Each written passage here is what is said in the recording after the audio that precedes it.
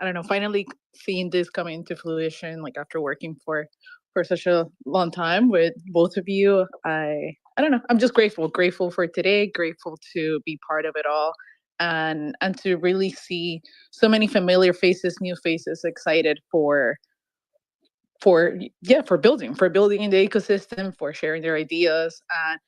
And one of the things, like, and this might be like spoiler alert, I think the idea of individual builders as well as already made up teams that came together because of this, I think that excites me because sometimes as an individual, you might have an idea, and being able to have those individual applications and new groups created from, from the startup competition is exciting. I think is an opportunity to, yeah, to connect with new people and to build something new. So yeah, happy to be here. That's I think really a great call, Laura. I mean, first of all, grateful for you working with us, excited for this as well. And of those 27 teams that are participating today, 7 of the teams are comprised of 35 different individuals that have not yet worked before previously. They just found out their teams in the last 24 hours here. And so keep that in mind as you'll be hearing pitches from really 2 different types of groups. Some are existing teams, existing projects, existing brands already in motion. You'll be hearing from the founder, a team lead, a captain, whatever, a representative from those teams. And then the second phase of this pitch competition is going to be, you're going to be hearing, some of them have thought of these ideas. Many of them have ideas percolating, but they haven't shipped it yet. They haven't built a team. And so you're going to be seeing these teams come together in real time. They're chatting now in group chats behind the scenes, who's deciding who's going to be the spokesperson and exactly which idea they're going to pitch today. They're at most likely a competitive disadvantage versus these teams that are established and have been working together for a while. However, I told them all previously, so I'll let everyone know I'm rooting for them. I think I'm rooting for the underdogs. I'm rooting for one of them to surprise surprises with the competition today. And not that I'm expecting any of these 7 new teams that have been merged together or formulated just in the last 24 hours to come up with the next unicorn idea today. A bigger goal of this ApeCon conference, and it's not just the competing teams. I hope everyone in the audience, whether it's a speaker on stage or you see someone in the audience, connect with at least one new individual yet today that you haven't done so previously. And that is a really a big goal for these teams that are competing. Is maybe they don't win, maybe they don't even advance to the finals, but if there's even 2 entrepreneurs on these teams that end up connecting because of this, and they end up co-founding their next company together, and it goes on to be a massive success, that is a huge win. So the part of this, the goal today is to hear from some very well baked out ideas and businesses, and the other part is to serve as like a melting pot for everyone in the ecosystem and those that are ape chain curious. So connect. These are like I said, 50 plus builders. What you hear them pitch today may not be what they ultimately end up taking to market, but look to make some new connections, build some new relationships, and that is as much of a goal today as it is to award the winner 5,008. Yeah, no, it's going to be a fun one. And it's funny. I probably just confused Brad because I was reminding B-Check and Legendary Modern Market Guys are going to be our first judges. Accidentally went to the triple group chat that I had with them and Brad. Brad's probably like, "What the hell? Was I supposed to be here? Is that today? Nobody told me." So apologies to Brad in advance if you're out there listening or if you see that. I know Mega ETH is pretty busy at the moment. But for people who are looking for, again, as Cap mentioned, like the goal is sort of to connect people, because I think one of the things we hear a lot, Cap and I run this space and we happen to be very lucky by doing this, every single day since 2021. So, we're going to hit at some, I think do we hit 4 years or 5 years this year? I don't even know at this point, but it'll be 4 in December. 4 in December, right? So for 4 straight years, Cap and I, one of us has been here Monday through Friday, every single Monday through Friday, birthdays, holidays, whatever it is, one of us has been here every Monday through Friday for, 3.5 years. And I think we constantly have conversations with founders. We have conversations with individual people who say, I want to work in Web3, or I have an idea, or how do I get this thing started? This is for those people. Like, there are people who are going to pitch today, certainly. But if you're listening and you've thought, I want to work in Web3, I have a killer idea, I want to build something on chain that's more than just a picture on a tokenized picture that they've built, although NFTs fit into that. So I suppose I'm just making fun of the culture coins. But, the idea that you want to build something real or be involved, well, this is the show where we have panels that are, how do you get funded on ApeChain? We're going to have people who tell you real, tangible ways to get funded on ApeChain. How do you network on ApeChain? We're going to have real, tangible people to say how you can network within the ecosystem. How do you navigate it with your creator tools and launch? We're going to have launch pads on here, including ones we're using today. So the idea being, yes, we're going to show some startups and those 90-second pitches and those longer blown out ones. We have some great judges who are coming through and going to do that. But the goal is for anybody listening to say, if you have an idea, how do I turn that idea into action? How do I make an idea happen? Because ideas are great, but turning an idea into action is much more difficult. And so moving some of those doors, how do you go D2C on ApeChain? And basically say, if you're looking for a place to build, why not check out ApeChain as a home base, as an opportunity? Because there is a great chance, a great opportunity for you to go ahead and get things like funding from places like ThinkApe, places like Banana Bill, or now the ApeCoin Ecosystem Fund, the actual chain itself. There are ways to get funded. And so figuring out how to do that, because like all these different L2s and L3s and side chains, there's an arms race for the best possible dApps, the best possible people. So really big opportunity there. And if anybody's watching, again, like that is the goal. So stick with us today. You're going to be able to find the replay. You'll find the replay on Space. We're going to cut some content from it for sure. But the goal, it's our first time doing it. We'll see how it goes. But the goal is to give some people a real shot to network and to show that it's not as, I guess, pulling back the veil is the way I think of it. There's such a curtain sort of blocking what it is to build on chain for a lot of people. And I think if you are here, if you're listening to this space, you're incredibly early. You know how to use this technology. And this is your chance to kind of say, like, okay, like, so how is this done when it gets down to brass tacks? So and Mesh asking, how would one do this in the future? Make a pitch for a blockchain project, or is this only for technical people? Mesh, this is for anyone. Part of what we did today, actually, is we did connect people who were maybe somebody who was financial based with somebody who was tech based, and they're going to give pitches as well. So Mesh, if you're interested in making a pitch, first of all, you live across the pond, I believe, right? So like that's going to mean that you're going to have a great pitch voice, because anything sounds better in a British accent. And so, yeah, like if you want to be involved in this in the future, if we do another one for sure, reach out to us. But yeah, we have lots of ideas on how we can ultimately move this thing forward, but we'll see how it goes to start. But let's bring Lara onto stage here as well. She's got the Cap and I are matching with our Bored Ape hoodies, not planned. Lara's got this dope ApeChain hoodie. Good to have you on stream, Lara. Yeah, it is great, but that's wild, Steve, that we have like, this is like the very first hoodie, and I think Laura's ApeChain hoodie might be more in demand than ours. Oh yeah, that is the most exclusive hoodie in the entire collection, I think. I just think it's funny that when I decided, I was like, oh, what should I wear tomorrow? And I'm like, this is something like probably only women think about. I was like, I bet they're gonna wear hoodies. I was like, oh my God, I have the perfect hoodie for this. So yeah, so that's how my decision was made. But I was just laughing because I'm like, we didn't talk about this. We're not gonna agree on, like, we're not even gonna make this a conversation, and we're all gonna show up tomorrow in a uniform. So look at us. I'll set up. The hoodie's real. I mean, the hoodie, the hoodie uniform is very real. Cap and I have said before, I think we have, like, we did the math. I think it was like, what is it, 5 to 7 matching hoodies. There's a roughly like 1 in 9 chance or something on any given day that Cap and I are going to be wearing the same hoodie based on our hoodie overlap, I guess.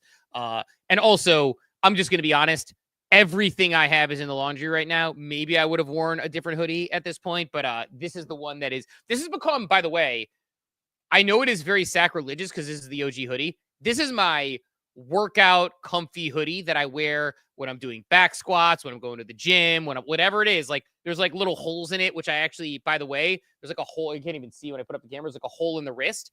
My brother, I've seen wearing it. It's fashionable, right? Laura's got my back. That's fashionable. Like holes in my shirt.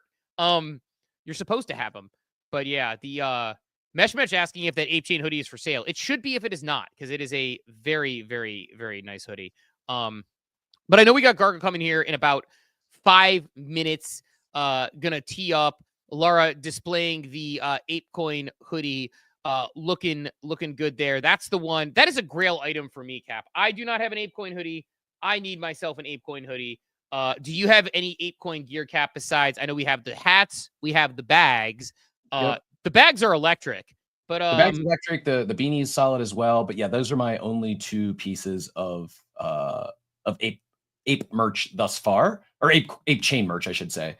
But I am a big fan. I actually I kind of love the logo and the brand, how it's coming together. And I don't know if we've ever really given flowers for that, at least not on this show. So whoever was behind that one, well done. We took it and ran with it here for ApeCon. I did share the schedule today up on the stage for anyone looking in. We'll do a quick reset and then we'll get rolling here with Garga in a second. The Mint is also live. It's pinned up top, brought to you by Mintify. Hooked us up today with that free Mint over on the Mintify Launchpad. That's pinned up top. It's free Mint on ApeChain. And that will be, it's a commemorative NFT. It will serve as your POAP, if you will, but also will be entering you into the raffles.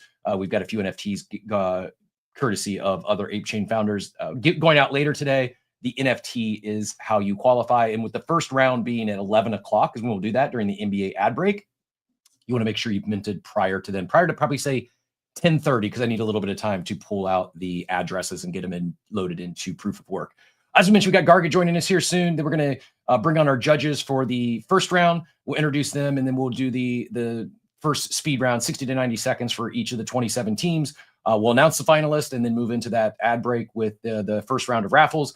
Then our panels, we've got kicking it off with the ApeChain Hub and ecosystem support. We're going to talk creator tools on ApeChain. We'll actually have Mintify and a few of the other launch pads joining us for that as well. We've got networking and navigating. I'm pumped about this panel as a listener. D2C, direct to consumer on ApeChain, another break in the afternoon.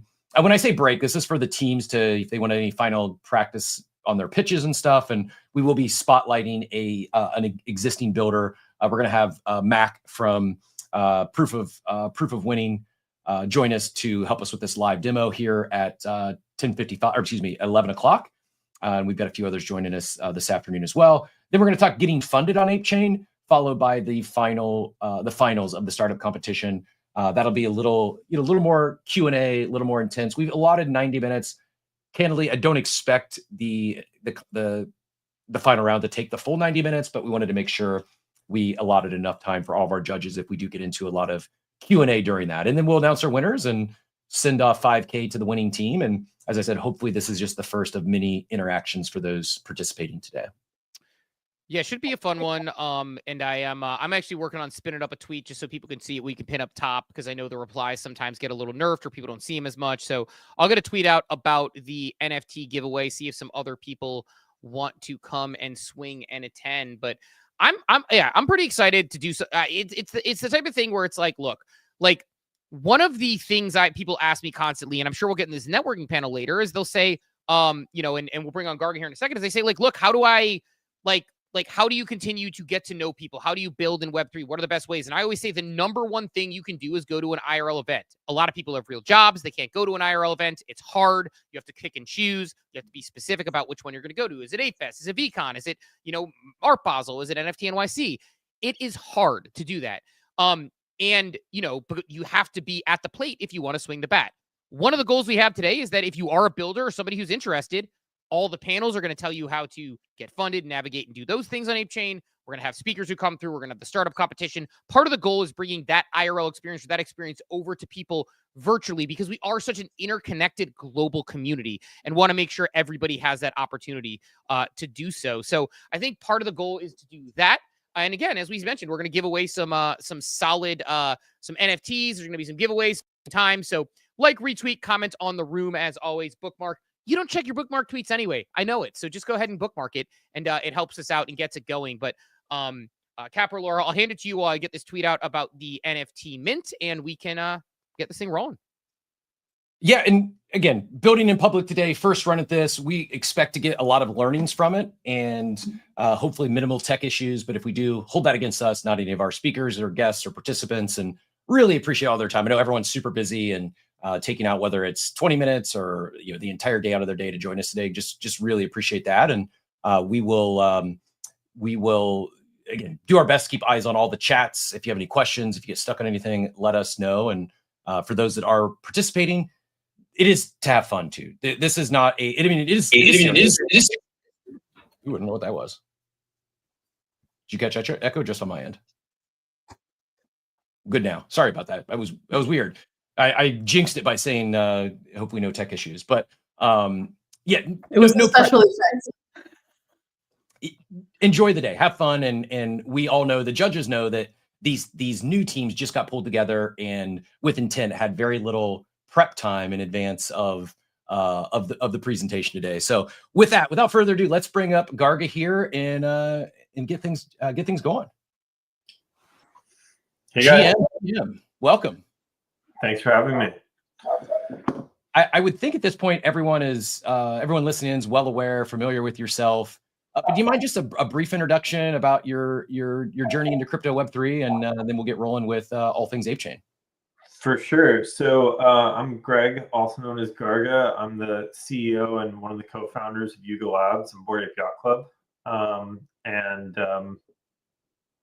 I'm super stoked to be here and talk about ApeChain builders and the community that's sprouted up there, and grateful to you guys for starting this. I think it's super cool.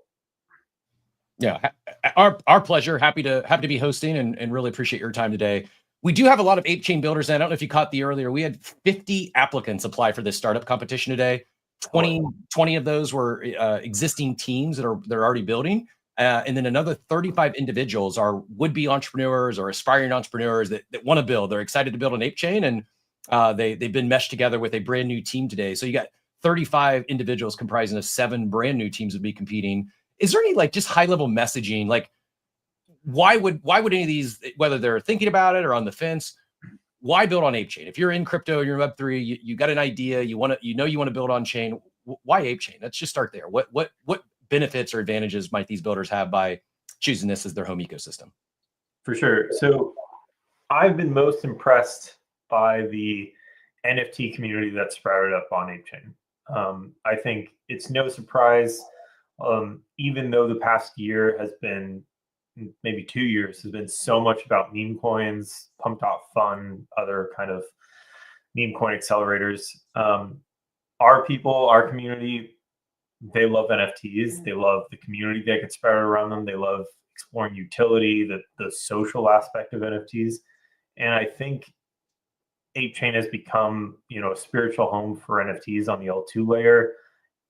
We've got incredible collections like Cheese and Zards, and our own James is Gobs on Ape, and now it looks like Mintatars are coming in a couple days. And so I think if you come here and you do something cool with NFTs, NFT communities, NFT primitives, the door is really open to you to do something fun, and the community will receive it and jump on it, and you'll get distribution that way. We're slowly building up more and more NFT primitives to make things, make NFTs as first class an experience as possible on the chain. We have shadows rolling out now with Bored Ape shadows already live on the chain, enabling things like NFT staking with Ape Stake, so that even if your NFT originated on a different chain, you can bring it to ApeChain and experience utility and build utility for it there. So I'm hoping to see, I'm pushing our team to build more and more NFT primitives and utility for NFTs on ApeChain. And I think it's a really compelling place for builders to come if that's what drives them. Keep you muted. Sorry, I was sniffly, so I was trying not to sniffle too much at the camera. So you mentioned the shadows. I know I want to get into the builders, but this is like a relatively recent development that's going to help people be a little bit safer. Can you actually expand a little bit on why that's a big deal? Because I think a lot of people, we talked about it a little bit on this show, but I think sometimes we explain it to people, they're like, so what? I already have an NFT. Why do I need a shadow? Can you dive in on that a little bit? For sure. So Quit, our esteemed VP of blockchain, is the best one to speak on the technical aspect, but I can talk about why it's so useful. When an NFT founder's starting out, the first question that they got to ask themselves is like, what chain are they going to launch on? A couple of years ago, it felt very obvious that ETH was the place, but as L2s have gotten more fragmented and as other L1s have sprouted up, you find this scenario now where people start off on one chain, but actually feel like that they're built for another one. We saw what that looked like with the gods migrating several different times. And with shadows, essentially, it's a way for you to be able to prove ownership, have visible ownership of an NFT on a different chain, even though it's not the chain that you were initially deployed on. So for Bored Apes, I own a Bored Ape on mainnet. My Bored Ape shows up in my wallet on Magic Eden, the shadow of it, rather, when I go to Magic Eden on that same wallet. And that's really useful for NFT utility, because when you, and exactly for Ape Stake, it makes staking, which was originally built for ETH mainnet, work seamlessly on the L2 layer. This is super useful because it's kind of complicated to prove ownership. If you're writing a smart contract and you want to target Bored Ape owners or any other ETH L1 NFT owner for airdrops or things like that, or utility or token gated experiences, you've got to be indexing the chain essentially every time to figure out who owns what. There's some complicated stuff going on there, whereas this just makes it really seamless. It's just like providing utility on the L1 layer. We built it because we needed it. We wanted it. We felt like it was amazing. Nobody else had built it yet. And it's useful for things that we have planned for Bored Apes and our other NFT collections. But it also opens up a whole new space for any NFT owner who wants to, experience utility, build utility for their collection on a new chain. Yeah, it definitely opens up the door quite a bit for people and other chains, and gives this ability to go sort of cross-chain more seamlessly, which I think is just the advancement of the technology, which is awesome to see. Now, bringing it back, because I know we are here for the Ape Chain Builders Conference, and again, our goal is to be like, hey, if somebody's looking to build, Ape Chain's a great place to do so. Here are the ways to start to open those doors and move back that curtain. As somebody who has a front row seat, I think it's without question, you see this community being built on Ape Chain. You see these NFTs that people are minting and getting excited about. There's an Ape Chain space any hour of the day I can find, which I love. At the same time, I'm curious from your perspective where you're sitting, what do you think Ape Chain could use more of as we talk to some of these builders today? Or what would you hope to see more of? For sure. So I would love to see things, new primitives for NFTs, experiences that people want to create that involve NFT collections that already exist, games that involve NFTs, burn and mint scenarios, that sort of thing, social experiences. Whenever you have NFT communities, you have really strong social experiences, and so SocialFi gets really interesting, I think. NFTs, they live on Twitter. They're PFPs, they're for sharing. And so it's another way where if you actually build something that is for crypto Twitter, first and foremost, that I think we can provide really strong distribution and for a fun experience built that way. And really, we just want to see what people, where inspiration strikes for the teams, and see where we can pour gasoline on great ideas where they spread out.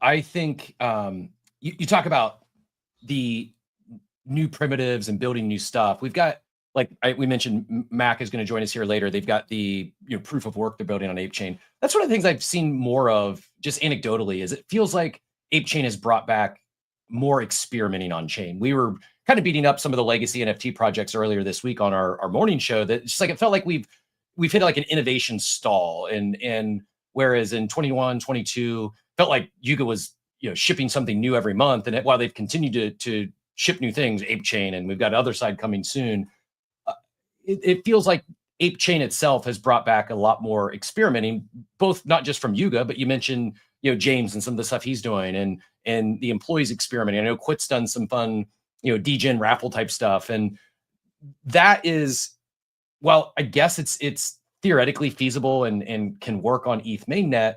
it really does feel like the chain itself has brought back more of a experimentation culture. Would you agree with that? For sure, I would. And I think it's also, it's no surprise. I mean, look, the previous administration basically was trying to kill all crypto in the U.S. When you have that boot on the neck, it's hard for people to get excited and want to build new, strange, experimental things, where they're going to get a letter in the mail or get sued or something like that. I think now, even though the market has been crazy with tariffs and all this, insanity going on, I'm extremely bullish on the future of ETH and being able to just have fun again on chain and surprise people and delight people. I think, especially on a chain where that's what, it's called Ape Chain. It's for apes. It's for anybody who wants to go recklessly into something and have fun on chain. Sorry if you're hearing my dog going nuts outside, but he's bullish for Ape Chain. Yeah. I just feel like we should have a photo of how cute your dog is, and then everything will be okay. Yeah, no, he's such a, I got up in the middle of the night because he was, I don't know, he's unhappy today. Sorry. I think I answered a bit there, but he's very distracting. I'm gonna jump in and kind of touch on something that you were mentioning about, ape chain is for apes, and what is exciting to me is that with the original OG apes, mutant apes, there was always this barrier to entry where a lot of people felt like they were priced out for a very long time. Some of us came in earlier, some people are still here from Mint Day, and they were able to partake in this community. And then when ApeCoin launched and we were able to see all these new NFTs, I think it gave a new wave of opportunity, not only for people that have been around for a long time to continue to build, but also for new community members to show up and say, hey, it doesn't matter. Like, I've always wanted to be part of this community, or I'm part of the NFT community and I want to be able to build. And I think that message sometimes, because of the name, it gets lost, right? And that's what I tell people, even while building this virtual conference, one of the main things is like, you don't have to be an ape to be part of this. And later on, we have seen many people buy apes, right? And we have seen many people either buy an OG ape or a mutant ape, and it's exciting, yet that shouldn't hold you back. And I think it does expand the numbers, it expands the people and the talent that we have while building. How have you felt seeing that community grow? Because I think it has been, a big shift into how much, not only with the different acquisitions from Yuga, but specifically with the community from ApeCoin. For sure. Like Steve was saying, it feels like every hour of the day, there's an ApeCoin, Ape Chain spaces going on. And Ape Follow Ape has been a thing for a long time. I do my very best when I see an Ape PFP, do a minute sleuthing, figure out, is this person real? Am I getting catfished here? And then I give that follow back if it feels safe. But one of the coolest things for me over the past 6 months or so since Ape Chain has been out, is to see community members, people who've wanted to be part of our community and wanted to put their foot in, get involved on Ape Chain as a creator, as a community member, as just like somebody who's just out here on spaces all the time chatting with folks. Usually they've got an Ape Chain NFT as their PFP, and I love following those guys. You see some stories where people will actually be flipping their way on Ape Chain up to an OG ape or a mutant. That's incredible too. But I think really ApeCoin and Ape Chain, they're born out of some of the the spirit that drove us with Bored Ape Yacht Club, the desire to just do fun stuff on chain and meet people and engage and have a welcoming community. But they're not, it's not tied to it. It's not, we can go beyond that. And I think seeing some of these communities engage with OG Apes, but also have their own vibe. That's something that we really want to figure out at Yuga, how we can pour gasoline on those communities and what they're building. How difficult is that navigating?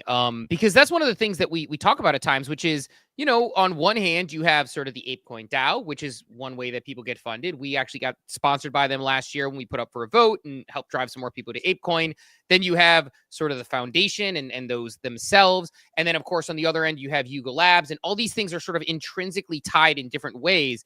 And it feels like a system that, if it's all rowing in the same direction, it can row really fucking fast down that river. But at the same time, it's probably challenging to get that cadence all on the same sort of rowing motion.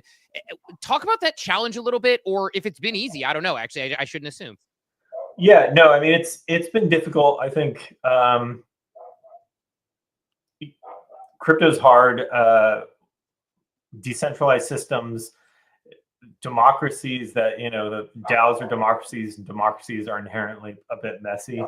I think having something, I think ApeChain has been a huge level up for that coordination, because it makes it so that we're all incentivized to grow the chain. I think without that, we had a lot of folks asking, like, well, what kinds of things should the DAO be funding? What kind, you know, to promote what? Just to promote the, you know, the token, or to promote the DAO as being there to fund cool things, to promote, you know, things that are adjacent to Bored Apes or other side. Whereas with ApeChain, it's like, yeah, Bored Ape experiences and utility, we're building that on ApeChain. Other side, we're building that on ApeChain here at Yuga. But there's a lot of other things that we're, you know, tools that we're building for ApeChain too. But there's things that the foundation is doing for ApeChain to get, you know, wallets opened up, getting major Web2 brands partnering with ApeChain, and people like yourselves who can just highlight builders and alongside what we're doing. I think without the chain to kind of unify everybody, then I think it gets really hard and really messy. And I think that's why we're having a lot of fun this year with the chain to kind of organize around. Go ahead, Laura. No, I was thinking about the security aspect too. I know that we spoke about shadows briefly, but for people to think outside of the box, that is not. You did mention games. You mentioned, you know, building good, cool things within ApeChain, but also building solutions. And I think that's where, like, you know, to go back to shadows, and how can we talk about a little bit about that security aspect of things, just so people could think outside of the box of, you know, when utilizing the chain in general. That sure, it could be something fun, it could be something exciting, but it could also be something very practical, or that is solving an issue that we currently. Yeah. One of the ways that I've always thought about BOYC is we were trying to, it was almost this wrapper for us experimenting on chain. You know, we wanted to see what we could do with NFTs as, you know, access tokens for digital spaces like the bathroom, or physical spaces like ApeFest. We wanted to see what, you know, NFTs as game tokens. So we held the crazy a mobile game competition in our first year where we gave away like the Mutant Mobile. We wanted to look at NFTs as you know, for physical goods, for merch and things like that. And when you do that, obviously you're exposing the NFT on chain to, you know, to use it as that access key, to sign transactions. And we know that, you know, there's all kinds of malicious actors, not to mention North Korea, out there trying to, you know, hack chains and people's wallets all the time. Warm Wallet was it a massive level up for us, built by our friends that we knew that we acquired. Delegate has been super helpful, and Shadows is another way where we're able to kind of prove ownership across chains in a permissionless way, so that we're not getting people to sign to prove that they own something all the time. I think the more clever ways that we can build so people don't need to be signing things with a cold wallet, that's going to enable so much more cool stuff. There becomes a tipping point here where it doesn't matter how cool something, something has to be really, really cool. If I have to like come out and sign it with my cold wallet, like that's got to be like something amazing, and I got to be really damn sure, because it's just not worth it. You've got for a lot of this stuff, like you just got to accept Delegate, you got to accept Warm Wallet, or there's got to be a really fun, easy way to engage that doesn't involve those things. Really does. I mean, we talked about just the tech advancements and how we were talking, I don't know if it was earlier this week or last week, like we really were early in 2021. A lot of the stuff that now is relatively easy to do just wasn't even an option, or was very difficult, or you'd bridge and you'd hold your breath for 7 days and just hope it landed on the other side. I think we get back to this innovation and the experimenting. That there is just far more functionality today on chain than there was even just a few years ago. And then you mentioned like the regulatory environment. I even noticed that like staking on ApeChain is not geogated anymore. Like is there anything additional, like bigger picture wise, you wanted to hit on today in terms of just crypto at large, the NFT space, the layer 2, layer 3 landscape, anything at a high level you just wanted to address? Yeah. I'm looking every day at things that frankly we wouldn't be able to do in the world 6 months ago. The aperture has opened up huge compared to where we were. And I think a lot of people can be bearish around recent price action or tariff chaos or this, that, or the other thing. But I think having an SEC that is open to creating sandboxes for cool stuff, understands the value of this technology and its ability to deliver value to consumers in the US, seemingly is okay with airdrops of a certain kind to US peoples, and we're not going to be geo-fenced away from everything that's valuable. I think long term that is incredibly bullish. Of course, the gut reaction, I think, by the market and so many builders was like, we can launch there's no risk to me launching a meme coin now, so I'm going to go do that. That's the low-hanging fruit. I think the really exciting stuff is building things that can have an economic model intrinsic to them, protocols with buybacks and burns, things that, it's no surprise that hype is one of the strongest tokens in the market, because it has a real economic model built into it, where it's a valuable protocol, and the protocol is buying back and burning hype on a regular schedule. Frankly, that would be a terrifying prospect, under the last administration. And actually, a lot of the things that I'm seeing are that, hey, if you're doing something like that on a protocol level, you're not talking about a company doing something, but you're actually building smart contracts to perform things like that. That's something that is actually kosher here, or seems like it. And so I'm spending a lot of time exploring the new frontier of what's possible now that kind of, we're able to build and have fun again. Is there, so you mentioned being able to build, and you've kind of mentioned a couple times this juxtaposition of we have this free open market, but we have sort of these macroeconomic conditions that aren't the friendliest. And a lot of people are looking at prices and saying, why build in crypto? And they're very sort of hyper financialized in that way. I'm curious your take on this, and maybe this is like a little bit of a hot take, but the first time I actually met you, I met Gordon, I met a bunch of people, was at Art Basel during a bear market. And I noticed that the previous year, you were like a K-pop star, just surrounded by everybody. So it was impossible, or in other events during bull markets. But during bear markets, it's like I look around and everybody there was kind of, I hate to use the term right reasons, there's probably a more eloquent way to say that, but was sort of building because they truly were trying to do something game-changing and differentiating. It wasn't just the go to the moon crowd. Do you think there's some validity to the fact that we're getting this really pro-crypto environment to actually build without fear of being debanked or getting Wells notices or anything like that at the same time as a bear market, because it's sort of going to separate a little bit of the wheat from the chaff as far as who's actually trying to build? Or do you think it's a bad time because there's not as much money? I'm curious your take on that dichotomy of an environment we're in right now. Yeah, I think you're right. I think when the tide goes out on the macro, then a lot of people that are looking for just like super fast money, disappear.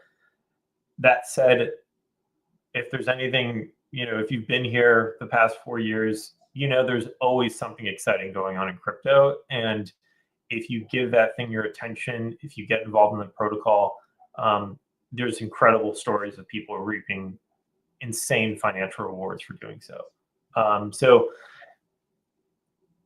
What I think is going to happen here is you need a chain, a token, an NFT project, an activation that shows in a really compelling way now how you can produce something that has an economic model that makes just meme coins not the most exciting thing in the world. The last couple of years, if you were trying to do anything but launch the next Pepe or whatever, then you had to deal with lawyers all the time. And I can't tell you just how much that kills creativity. There's nobody in the world that knows how to kill creativity like a lawyer. Whereas shout out Cam. Yeah. Just giving him a hard he's also a chief business officer. He's got 2 lives. That's right. But yeah, I don't know. I'm excited. I think we're going to see something sprout up that shows the power of believing in something or holding that thing aside from just the vibes. I think we're going to see fun experiments sprout up. The reality is though, these things take time. Like you can do a meme coin in a couple days and pump it full of art and memes and be in the Discord all day or Telegram organizing, but to actually create a system, a protocol, something, a game, something that can last beyond just vibes, that kind of thing takes time. We're working on stuff along that vein, but I know a lot of other people are, and I don't think it's going to be, to your point, I don't know that it's going to be somebody new who just came into crypto, who's never built anything, that's going to be the first one to do something like this. I think it's going to be somebody who's been here, who's wanted to do something fun like this for years, who's frankly been scared off for one reason or another. Go ahead, Cap, and then I think I have a good one to get him out of here on, but go ahead. I was just going to do the same thing. I know we're running up against time here on him. I just wanted to see if there's any inspiring words, or I know you asked earlier, what are we lacking on ApeChain? What would you like to see more of? That was going to be my final question. Is there just any parting words for the competitors today? Those that are, the 50 participants of this startup competition, anything, or those that are just listening in, because there are attendees that maybe aren't participating, but have been ApeChain curious, or they're aspiring entrepreneur. Any parting words, things to focus on or be thinking about, those that are looking to build on ApeChain? Yeah, have fun, do something crazy. I think if it delights you, then I think it will very much have the possibility of delighting everybody else. When we were building Bored Ape Yacht Club, we had other ideas beforehand, things that we thought people wanted to see, but that we ourselves didn't necessarily think were the coolest. And there's a reason why, we didn't do those at the end of the day, or that we lost the drive to push those over the humps, because building things is hard. So I think if you're guided by you yourself would use this thing, would delight in this thing, then I think that's the best guide to building you can have. I think it's well said. I guess one more question on my end as well is that if you were giving people advice, because I guess one of the things from today, two things. One, we'd be remiss if we didn't say happy birthday, PP Man. As always, I think it's important to make sure we get that out there. I see him in the crowd. But if you were giving people advice on how to properly, they want to build on ApeChain, like you said, maybe they're a person who's existing, maybe they're new. And a lot of the people today listening, I think part of the pitch that we had to people was, the panels will teach you where to go, who to talk to, all these different things. What advice would you give to somebody if you're like, hey, we want you to come build on ApeChain? Is it involved in the community? Like, what ways would you tell someone to get started if they were saying, I have a really killer idea, it's got to go on chain? How do you get started? For sure. Get involved in the community, buy an ApeCoin NFT, show up to some of these ApeChain NFTs, show up to some of these spaces. Slide into my DMs, PV's DMs, Quit's DMs. We'd love to see how we can help. But really, James as well. And get involved in activations and experiences like this one. Go to connect with ApeChain folks at one of the in-person events that we show up at during the year. Yeah, there's a lot of different ways in. We'd love to have you. Awesome. Okay. Well, look, appreciate you coming through this morning. Very much so. Glad that you were able to give us sort of some opening words. And like I said, appreciate, if somebody's going to row these boats together, I'm glad you're the coxswain to get everybody in the right direction. Always one of my favorite words because it's not dirty at all. But appreciate you coming through this morning and giving us a little bit of information as we get ready to bring on our judges to start some speed round pitching. So thanks. I know you're a busy man, and hopefully the first of many ApeCons that we can continue to drive people to build on chain and on ApeChain. Thanks so much. Oh yeah. Thanks, guys. Appreciate you. Thank you so much.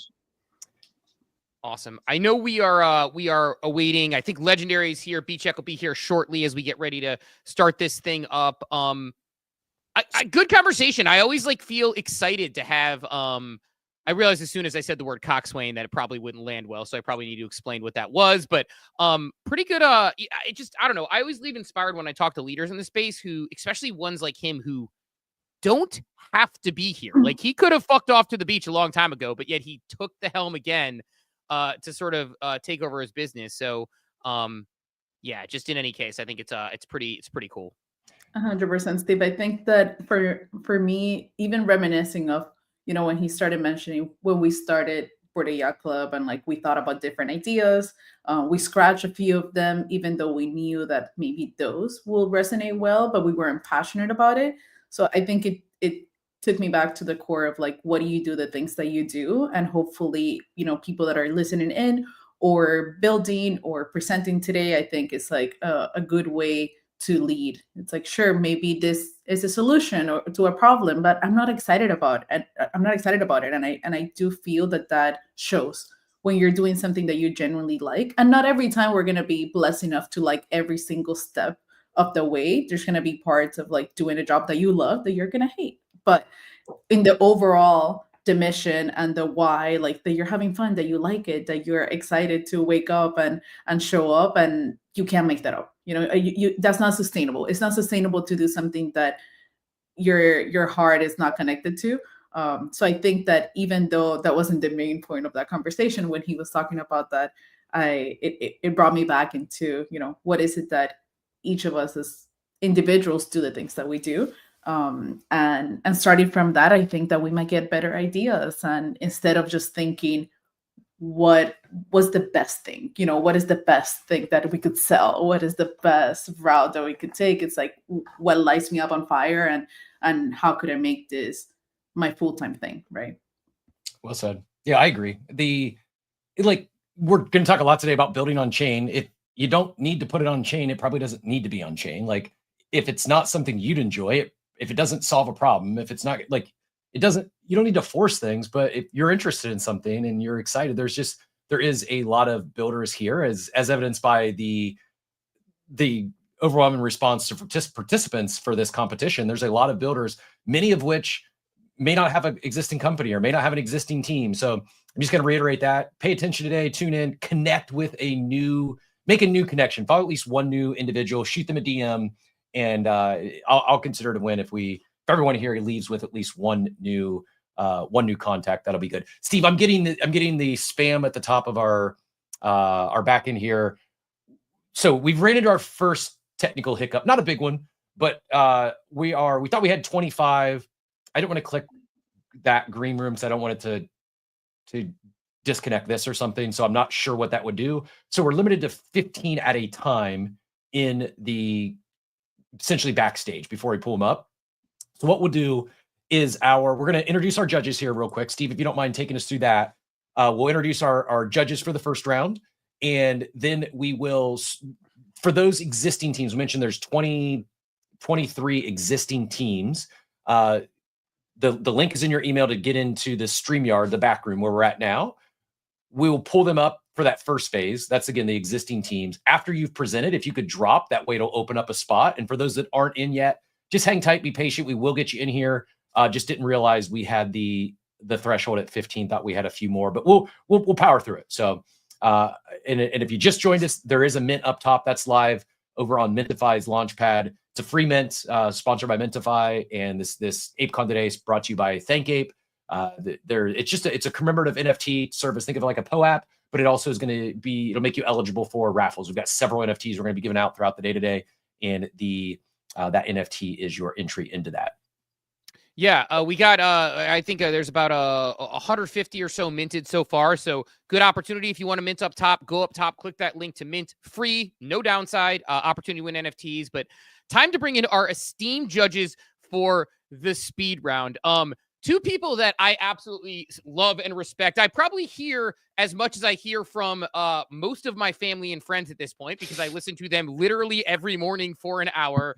It's how I start my day every day. If you don't listen to Modern Market, I don't know what you're doing with your life. It is the best way to start your day every day. We have two international judges, very good international flair here with BCheck and Legendary. We got the UK and Austria represented as well, but really impressive track record for both them. Some of the smartest guys you'll find in the space, dedicated and show up on a consistent basis, bringing value. And I think, to me, and I'll let you give yourselves a quick intro as well, and then we'll enter the competition. But one of the things that's really jarring to me, or really cool to me, is I think Art Basel 2 years ago, I had lunch with BCheck, or breakfast, and the vision he laid out at breakfast has played out over 2 years with Modern Market almost exactly to a T. Now, Legendary would have eaten nothing at that breakfast on his current health kick, but it was delicious nonetheless. But why don't you start with Legendary, and then we'll go to BCheck. Give a little bit of your intro, if you don't mind, before we start bringing up the competition, then we'll tee it up. Yeah, absolutely. First of all, thank you for having us on today. It's going to be a lot of fun to do that. Personally, I've been in the crypto space since 2015, so almost 10 years now. Prior to that, do have a background in both management consulting and investment banking. So one of the TradFi bros who found God, so to say, and found the light side. And at one point did move into crypto full time. As you said, the Modern Market, our daily show, is one of the main things that we are focusing on. But I think apart from that, I am very much a degenerate at heart who loves to explore every single blockchain, every single L2 that is out there, and play around with new tools, break them, obsess with all the new hypes and trends, whether that's blockchain or blockchain adjacent. You mentioned the health kick. AI is another big thing for me. So definitely a curious mindset. And that's something I want to hopefully be able to keep for my entire life, to be curious about exploring new frontiers and playing around with things. Love that. BCheck, let you give an intro for yourself as well. By the way, were you offended? Garga said earlier, he said something about like lawyers can ruin everything. How do you feel about such a comment? I completely agree. Absolutely agree. If people ask me, do we want to go the legal route? It's like, look, guys, I can just send you an email. We can agree it like that.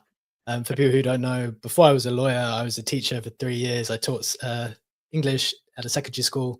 Then I went off, became a lawyer, practiced commercial litigation at one of the big law firms in London. And yeah, I completely agree. Law is important, but it is obstructive. It slows things down. And obviously in the space where you're trying to move as fast as possible, trust is super, super important. So I think when you're working with people who you're close to, if you kind of capture things really, really clearly beforehand, then I think you're probably okay. But I think, to take the kind of other side of things, if you don't go the legal route, then you have to make things super clear. If you don't go the legal route and you also just make a handshake agreement based on words that you've said and nothing's written down, then it doesn't work out. So yeah, there's still a value in like writing things down and coming to agreement on various things. But since then, kind of came into the space purely from NFT. So I came in a lot later than Legendary. I liked art and just thought, oh, it's really pretty cool. These digital artists are making some money off art. Then the prices of that art went up really crazy. Started getting involved a bit more and quit my job within 6 months of discovering NFTs and that first NFT boom in 2021. So haven't left since, learned about crypto backwards, and maybe met Legendary like a year after that. Kind of experimented with some content, started going daily, and we've just kind of built the show out since then. There's all kinds of various stages and progression. Started with a newsletter, started producing more on Twitter, then it became an audio space, then it became a video show, then we went to YouTube, then we do shorts and other things as well. So it's all just a progressive thing.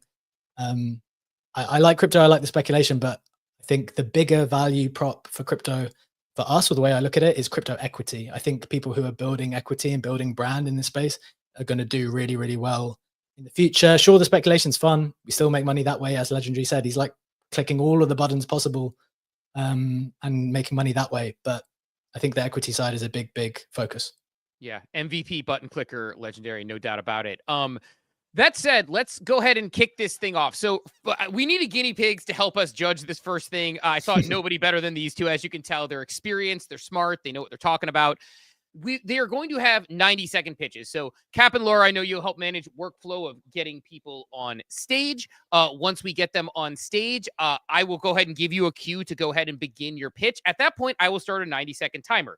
Part of the goal of this is we want people to understand the value of an elevator pitch. We're talking about startups and what you need to do in order to get in the door. And oftentimes, you'll hear a lot of entrepreneurs talk about the fact they only had 60, 90 seconds to get their point across. So we'll see how you can do here. I know I have been in that situation many times with people where it's like, hey, you got a minute of my time, go. So we're going to let them do it. I will, at 90 seconds, I'll be a little bit lenient and give you a quick warning to kind of finish up and wrap at that point. And then B-Check and Legendary can give a quick comment or not if they don't want, and we will move on.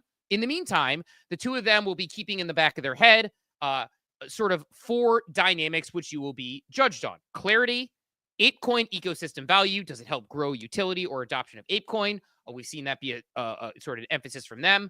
Originality and execution readiness. So are you ready to actually dive in and do this? So we'll bring in these 90-second pitches, and then at the end of that, we'll give them a little bit of time on their own to think about it if they so choose, or they could kind of offline talk, or however we want to do that. I probably should have thought beforehand, but I'm sure that they'll be good on the fly and pick sort of 3 to 5 teams to move on to the afternoon round as we get it going. So that said, Laura or Cap, anything to add before we get started, or do we want to pull up our first team?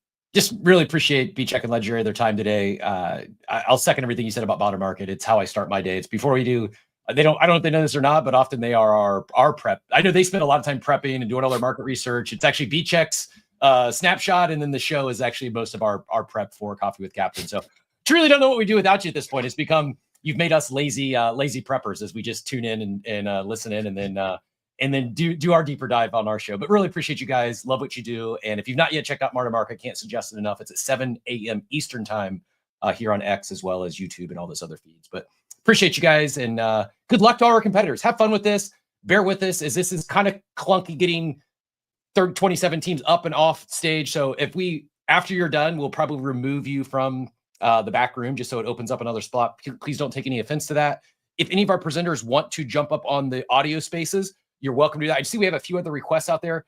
We'll probably keep the stage open until we get to your specific panels, or once you're presenting, just so we can make sure if you do want to get up on stage for visibility of your personal account, your brand account, please do so. There's just instructions in your email. If you're going to do both, you're going to join the Spaces audio from your phone. You'll leave that phone muted, and you'll talk through the video spaces. But I sent another email laying all that out, since we do have this hard cap of attendees in the back office here. But hang tight. We will get everyone through, and we'll bring people up and cycle through them as we go. But I don't know if we have a volunteer down there. If not, I'll start picking on them in no particular order here. But let me see. I want to make sure I grab one of the existing teams. I see our buddy Von Frunten out there. I don't see him on camera though. So he is off camera. So I'm going to pick on Von Frunten, friend of the show, and I am in an existing project, existing brand. So we're going to throw him right to the fire here and bring him up number one. He can be our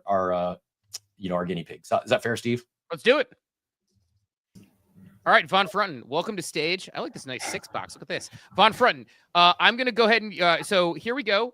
You know the dynamics, you know the categories. So we're going to give you the kickoff right now. You have 90 seconds beginning now. All right, GM everybody. So within the clothing industry, athleisure, think hoodies. It's a $660 billion market. So while other brands are fighting over fabrics, fits, things like that, no one's building for what comes next, which is really clothing that connects. And that's what Vonga is. So our apparel just doesn't look good. It unlocks access to rewards and experiences, but not through JPEGs. It's through clothing and the tech that we have. Like, there's no wallets, there's no friction, just tap and go. And by doing this, we're looking to create a new category called Wear to Earn. So for our customers, it's basically building clothing they already want to wear, but adding in the benefits of these perks that you get from local activations, access to early drops that we're going to build out through our tech. And our goal here is to build habit-forming experiences that reward your real-world engagement. For the retailers that we're working with, it actually turns their inventory into engagement, right? Studios, gyms become activation points, bringing their members back through the activations that we can help build for them, making that them distribution hubs for really this on-chain ecosystem that we're building throughout our brand. For the Ape ecosystem, every activation is going to be tracked on-chain. Brings new users to Ape Chain, allowing them to be rewarded and transact with ApeCoin. So we're not just a fashion brand, we're a real-world use case that converts non-crypto users into daily active participants. About 10 seconds. We're trying to build the most human-friendly on-ramp to the blockchain. We're already moving. Our e-commerce site is live. We're in talks and plans to be within 8 stores by our fall collection. So with everything you've just heard, why aren't you wearing one of these yet? There you go. Time. Any thoughts before we move on to the next one, or you can just compartmentalize, but that is our first pitch. And just so we're clear, B-Check and Legendary doing our first round judging here this morning. We've got another panel of judges this afternoon. There'll be a lot more Q&A in this afternoon's question. So there's no obligation to ask Von Frutton or any of our guests any questions. But if you have any clarifying questions or anything that you wanted an additional to help you to judge those 4 categories that Steve laid out earlier, feel free to fire in. Otherwise, you can thank him for his time and we can move on. I got a quick question. You mentioned you want to basically also use this with gyms and other places to reactivate the members. Is this the big focus to basically, because gyms have so many dead members who have other like health related clubs, yoga classes, or is the big focus more on the data side if you're also tracking those activations on chain with the ApeChain ecosystem? Like, where do you see the growth path first and foremost? Yeah, so I'll be brief. We're finding initial product market fit within gyms and kind of like yoga studios that have their own boutiques. They're looking to bring their members back. They're looking for that repeat business. They also are selling clothing in their own brand. So it's a profit-making way for them to create these activations. As we've talked to a number of different retailers, the people who have existing businesses in addition to the clothing seem to be the ones that are really attracted to this. And I think just the data that you can collect on chain that you can't collect other places make it really, really attractive to them as an engagement platform. It's awesome. I will start announcing who's on deck as well. So this first one, we're figuring out this flow, how it works best this morning. So Von Frutton, appreciate you going first with Vonga. On deck, we've got Hype KOLs. And then when we bring Hype KOLs up, we'll mention our next team on deck so you can be ready. B-Check, any final quick questions for Von Frutton? If not, we'll let him get out of here. And then Von Frutton, after you leave, if you don't mind exiting the stage or exiting StreamYard, that way it opens up a spot, we would appreciate it. All good from my side. Thanks so much for your time, man. Appreciate it. Awesome. Yeah, great pitch. Good to start off, Steve. Thank you. Yeah. We are off and rolling. All right, get the next one up here, and we will get them started right away. So one of the questions I see in the chat is, are we allowed to use pitch deck? Good question. I think for this afternoon, yes, absolutely. For this morning, just to be fair to everyone, if you have a visual you want to drop in the chat on the Spaces chat, feel free to do that. But probably let's just for sake of time and to be fair to everyone, let's just keep this elevator pitch as if you were actually in an elevator and you've got 60 to 90 seconds. And the goal here is to get to the finals. The goal is like in a real pitch, real elevator pitch. The goal is to get to the meeting, get the call back, and it's kind of same thing here. Your goal is to get to the pitch deck. So yeah, if you got something you want to post in the chat, by all means, feel free to do that in the the X audio Spaces chat. And then let's hold the actual screen sharing until the final round, though. Great question. Good question. All right, Vish, if you Vish, do we have you ready? I know you're not on camera right now, but are you ready to get your pitch going?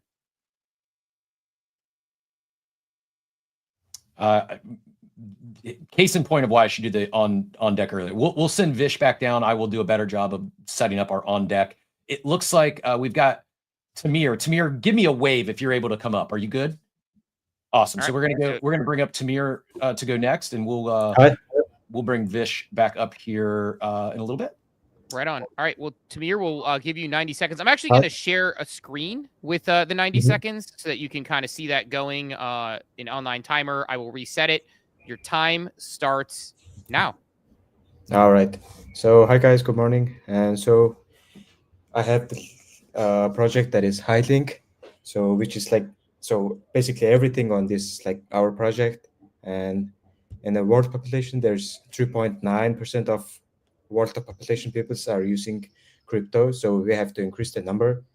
And so how can we increase the number? Is like, you can make these things like simple as possible. So we created the HighLink, which is like all-in-one tool that you can like do everything. So staking and whitelisting, auctions and giveaways, and we have like so many giveaways right now. You can join for free, and there's like private giveaway options that you can just use your own NFTs like into give them to same NFT holders that you wanted. And yeah, it's like simple thing like using the Web3, and it's so easy to use for the new buys. And yeah, our goal is simple: let creators access everything they need, like auctions and giveaways, and let users interact with any community tools, like no extra applications and no extra things, just the one link that makes everything in crypto. Yeah. Yeah, and it's like not about the big problems, it's like mini things. Oh, And that's I was that's done. that's time. If you want to give a 5-second wrap, feel free to if you have anything else. But if not, we Yeah, can it's go. like just one basic thing to say is like not about the like huge problems that face every crypto holders to see, and it's like almost way more possible to use as a new buy for the newcomers who would like to attend the crypto things. Great. Yeah. Be checking legendary. Any follow-ups? Is there any specific part of crypto that you're targeting more? So you mentioned a variety of things like staking and NFT whitelist and stuff. I think that's kind of different groups of people potentially. Is there one that you want to focus on first, or you're going for everyone at the same time? Who's your kind of core target audience immediately? So, as I told you, like it's all in one platform that everyone can attend, even the NFTs, giveaways, and I really wanted to show the website of the project, but it's for the next stage. So I hope we can show you our website soon. What's the link for those that want to go check it out? What's the website link? Yeah, I can show you. So do we just have to put it on the comments? Yeah, feel free to put it in the comments in the chat, or just shout it out for them, and they can check it out. Yeah, I think I sent it, and you guys can see. And here's the back. There's our HighLink, like graphical things that I wanted to show. Cool. Well, Awesome. Thanks so much. Appreciate it. Yeah, thank you Cap so much will, for having me. yeah, we'll bring in the next people. We'll let people know to where they can go to that website as well. Yeah, it's HII.link, HighLink, HII.link. Yeah. That. That's all right. Good luck. Appreciate your time today. Thanks for participating. And we got on deck is One Sky Collective. One Sky, can you give me a quick wave if you're able to come up? Awesome. Thank you so much. Thanks again, Tamir. Have a great one. We'll talk to you soon. All right. One Sky, thanks for jumping up. I will share the timer and get it reset here, and we can get you going here in just a second. Your time starts now. GM, everyone. There's 11 million tons of plastic waste enters our oceans every year. At least 65% of the population of the USA and the UK believe that climate change is something to be concerned about. But many of them feel as if they don't have any influence, and individually they can't make a difference. This is where the app One Sky Collective comes into play. We will empower and reward people for making sustainable life choices. We'll give them points, badges, and we'll enable them to plant trees, repurpose plastic, and also buy NFTs and get discounts on sustainable products. We have a team of 25 developers and designers on board, and we hope to launch sometime this summer. We have partners who will refer over 500,000 potential users to our app, and I am personally in contact with UK government departments and having our app used by their staff in their pursuit for net zero. Our approach is simple. We understand that every step counts and that collectively we can make a difference. As for ApeChain and ApeCoin, obviously we're selling NFTs by artists and National Geographic artists and photographers, and hopefully that will create network fees and bring more people on chain. Thanks very much for giving me this opportunity. Super efficient with the time. As a former television news reporter, hats off on that one. But be checking legendary. Any thoughts or questions, or are we? Yeah, absolutely. I think I hear an echo. Yeah, it might have gone away. I heard it for a second. Okay, cool. Thank you for the pitch. Very much like this concept. My question is, it's a very big vision, right? You have a big team. You have many companies that will help you to bring the people to the app. I can imagine that then partnering up with those companies, having the activations, planting the trees, all of that is costing a lot of money. Do you see a revenue stream being built out for the app just by the amount of users that you're accumulating, or do you rely on the companies and the partners that you're working with to help you basically build up the runway to be able to finance this in the long run? Like, how do you think about the business side of things to make sure that this can stay around in a couple of years? Really good question. One of the things we felt was that we're a non-profit, so we don't have shareholders, we don't have token holders, etc. But what we felt was that too many non-profits were just seeking grants after grants. They weren't actually sustainable in their own rights. So what we've done is built in several income streams into the app so that we can actually generate our own income. Don't get me wrong, we will be seeking grants from grant bodies, and we will be raising sponsorships. One of the things that differentiates us from a lot of the competition is that we're organising in real life events, cleanups, beach cleans, activations. And for those, we're on top of brands to sponsor those events. The NFTs are also a way to maximise revenue. I like others, I'm a fan of art and NFTs, and I have quite a good collection of artists who I know and who are willing to support us. So we should have a good way to maximise revenue, keep sustainable, but also, as you say, generate the sums to plant trees, etc. What we're very fortunate about is that before building the app, I spent a considerable time planning it, researching, speaking to app users, doing research on tree planting operations, and identify the partners that would minimise our costs and maximise our reach. Very cool. Well, look, thanks for joining us. We appreciate you. Thank you so jumping much up with us today. Good, solid pitch, and again, I appreciate a good tight pitch. So, Capgoats, let's bring in the next person. We got Zards coming up on deck, Steve. Thanks for your time, One Sky Collective. Good luck with the competition, and Steve, you might have some competition for hair of the day today. Oh man! All right. First of all, let's get him off stage. Hair's too good. No, I'm very excited for Zards because I know a contributor, a member of the community. So excited to let you get your pitch out. Your time starts now. Hey, so Zards is the first storytelling project on ApeChain. We minted out within 20 minutes back in November. We're considered one of the sort of OG projects on ApeChain. We were featured in the 2024 ApeChain Advent Calendar, and we recently won top 6th place on ApeChain Spotlight as well. It's a collection of 5,000 little wizards, each with their own unique combination of traits. Each Zard is part of one of 13 magical guilds, denoted by their staff. The Zards live in a subterranean world known as the Depths, which is a sort of cavernous world with diverse environments. we have a lot of sort of meaningful utility, thankfully down to our sort of DApp. We have an inventory checker for holders to see where their Zards, what Zards they have and the guilds that they're part of. We've got our training soft staking platform, and we've got our prize wheel as well. And this is all brought together by our Zards utility token.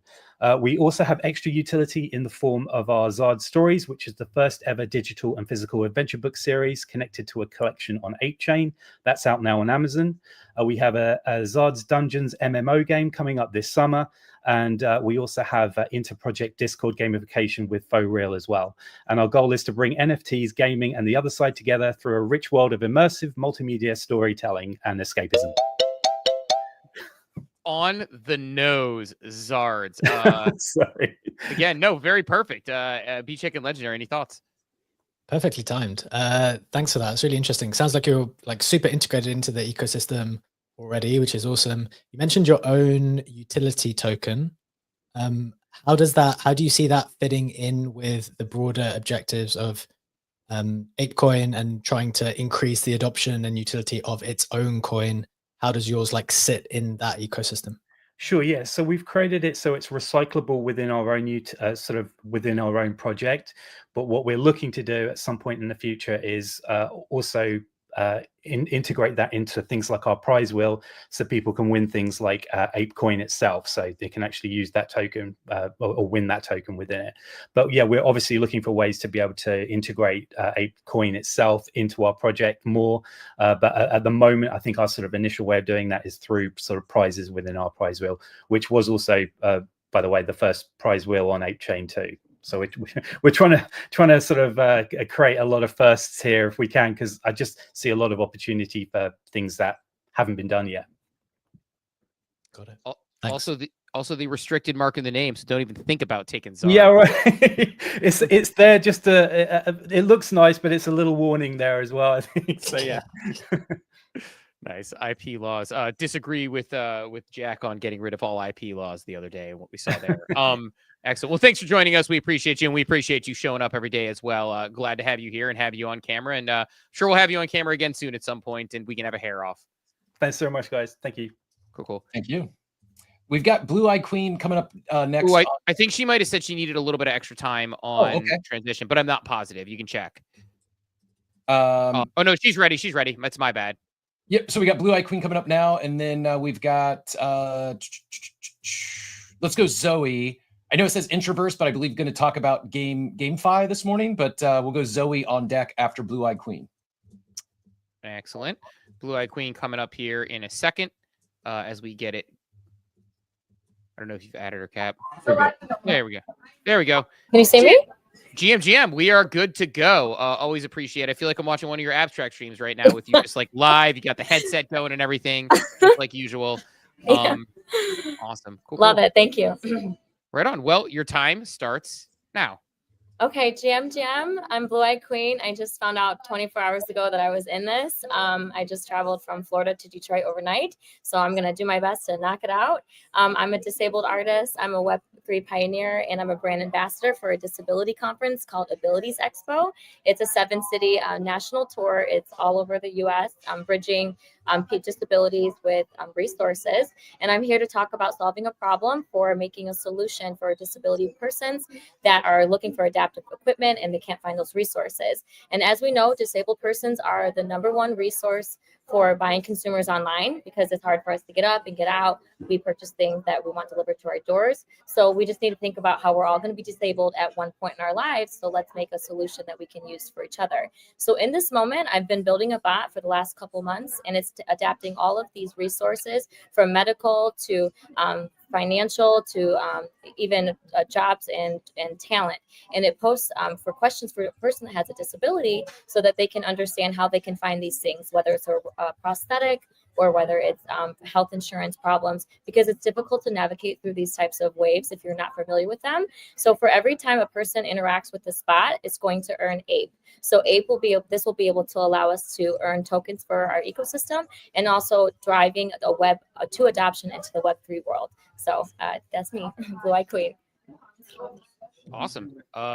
Good. Yeah, good, tight, succinct pitch, especially given the circumstances of flying from your warm. I imagine it's much colder there than it was where you came from. I know because you're not that far from where I am right now. Yeah. But P Chicken Legendary, any questions or thoughts before as we keep rolling?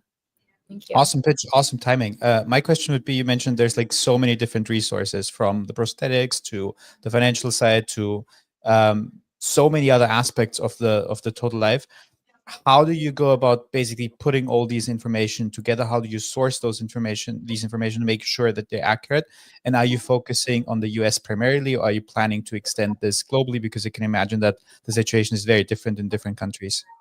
Thank you. That's a wonderful question. I wasn't able to tap on it in the pitch, but I'm an ambassador for the Abilities Expo. So it's a 7-city tour, and they have around 40,000 disabled persons that come from all over the world. So right now it's a USA base, but I'm also an ambassador for a rehab conference, which is consistently, there's like a CES, if you've heard of Las Vegas. It's robotics and prosthetics. So I'm having a suit built as we speak right now that's going to help me move and walk. So essentially I'm a walking billboard. So all of the vendors and all of these scientists that are at these conventions, my bot pulls that information from their exhibitor list and then imports it into the bot. So someone could say, I'm in Chicago and I need a prosthetic for my arm. How can I find that? And it will pull up somebody at the Shirley Ryan with the doctor in that website, and they can go straight to there and communicate with them. So right now it's in beta, but having the pitch funding will help me give a pop-up so that I can actually make a banner and get people to onboard and get their wallet hygiene going and start submitting the bot so they can earn APE in real time. So it's IRL people that we're going to bridge into Web3. Very cool. Thanks for joining us. Appreciate you, and really appreciate you coming, especially on short notice. Great job. Thank you. Thank you, everybody. Ciao, ciao. Good luck. All right. Appreciate your doing for the space and just humanity at large. Steve, it is refreshing that we're talking about degen's ridiculousness on coffee this morning, and it feels like now it's like people actually building real things that are actually going to help people. Services. Yeah, thank you. Mental health is a real problem, and I'm sorry about the background noise and doing this very quickly, but I'm glad I could do it and deliver, and everybody else is on stage. Good luck to you. Well done. Thank you. Awesome. We got Zoe. Absolutely. We've got Zoe. I'm sorry, I keep saying Zoe joining us from Introverse, and actually check me on that, because I think you wanted to talk about another project today. Is that right? Yes. Gamify that fun. Awesome. Well, we'll hear about it. Your time starts now. GM everyone. I'm Zoe from Introverse. Maybe you guys already heard of us about Formula Ape. We brought this week more than 1 million transactions on ApeChain. And today I'm talking about Gamify, which is a sort of evolution of what we would like to build on ApeChain. We are basically, we want to enable wagering in game. So communities compete within each other with their bags involved. And the problem we solve is that community don't have a battlefield where to show or to prove their powers. And so what we are giving back to the space is this tool, this platform where it's up to the communities to prove, their pride and their powers. And we are basically having a competition, like multiple competitions between communities. For example, between Orange versus Aqua, or I don't know, G's versus Gobs, and so on and so forth. Like just imagine NFT battle royale, communities versus each other.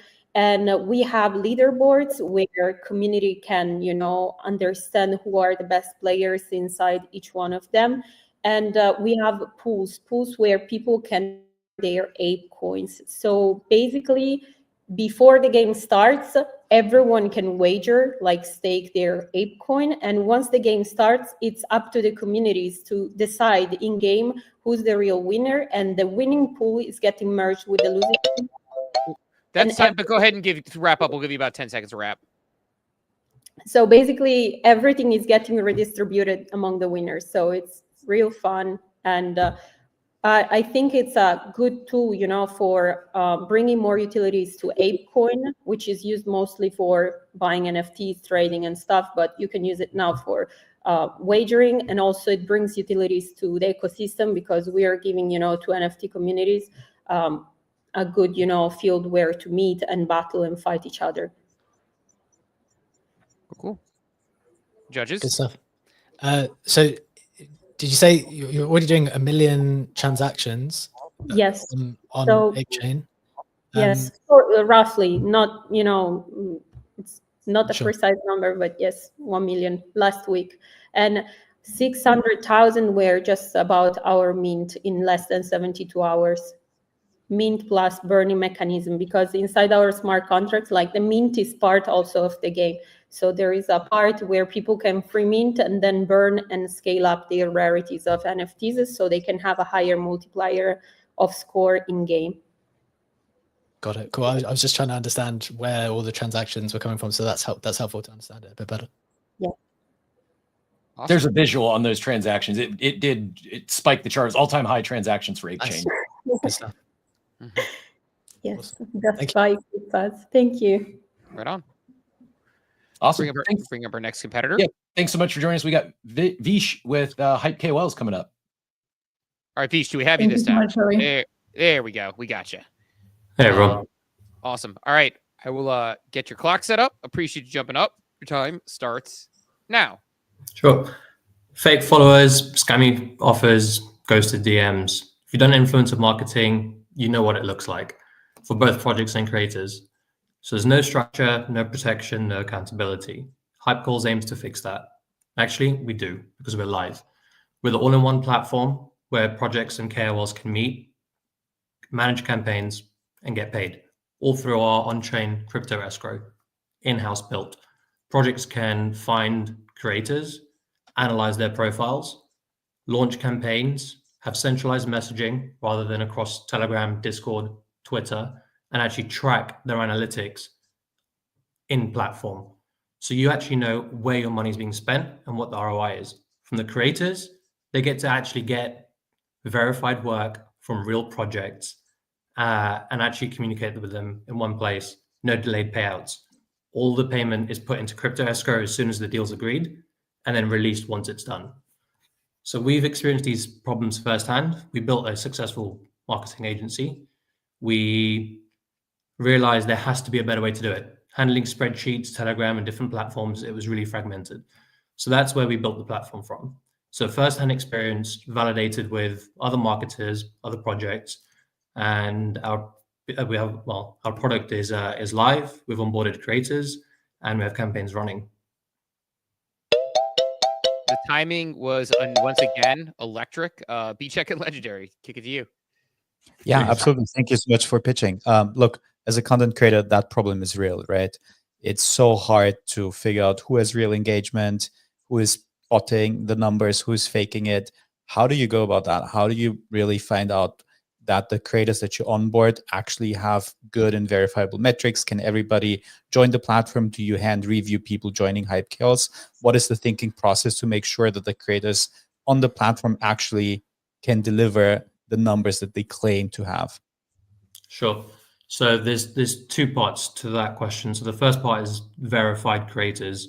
So you either have to connect your X account to create to log in which case we know that you are the holder of that account, or you can use your email. If you go down the email path, you get an authentication code, which you then have to post on your X account or respond to one of our messages with it on. That way we verify that you are who you say you are. On Telegram, there's a lot of impersonators. They just add a little underscore or something at the end, and basically just scam projects. The second part with the analytics, so we use an API. We pull out all your, we focus on like 30-day segments. So at the moment, we'll pull out your last 30 days worth of posts. We will look at, we have our own algorithm. Probably not the place to be talking about exactly what the algorithm is, but essentially we look at your smart followers, which we pull out. We look at your engagement. We are right now implementing a way where we look at the quality of your posts and also what you talk about.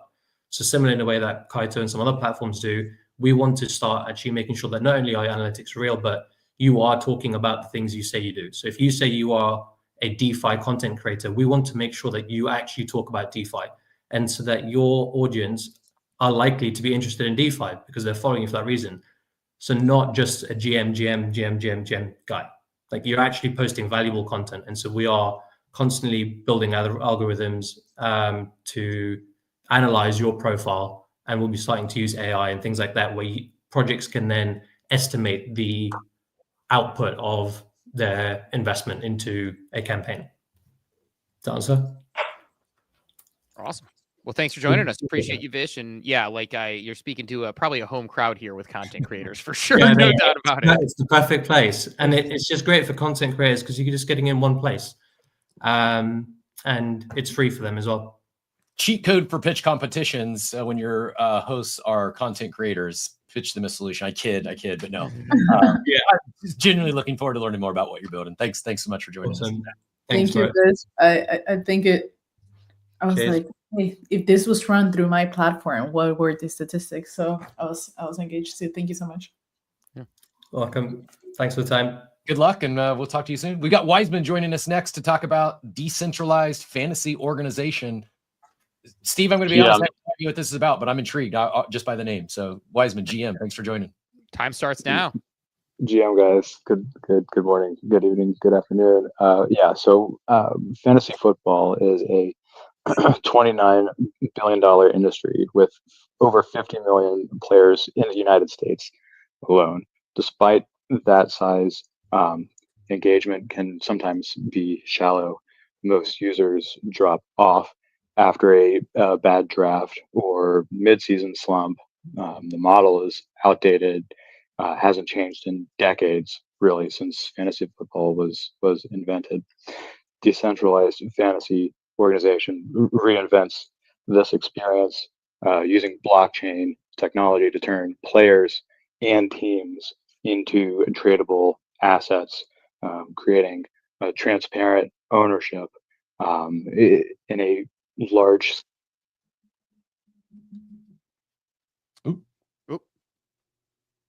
We lost audio. If you're still there, Wiseman, I think it's you. Everyone else lost it too, right?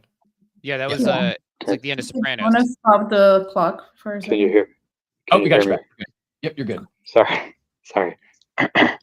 I don't know where we lost you, but we're using blockchain to turn players and teams into tradable NFTs, creating transparent ownership, liquid, open market, built for long-term engagement. Owners can buy, sell, and upgrade assets anytime with no commission or no gatekeeping by a centralized individual. Opportunity is massive. Fantasy sports are projected to top $92 billion globally by 2032, and over 19 million Americans saying they're likely to try fantasy in the next year. Engagement is rising. Daily format, best ball, dynasty leagues are all booming.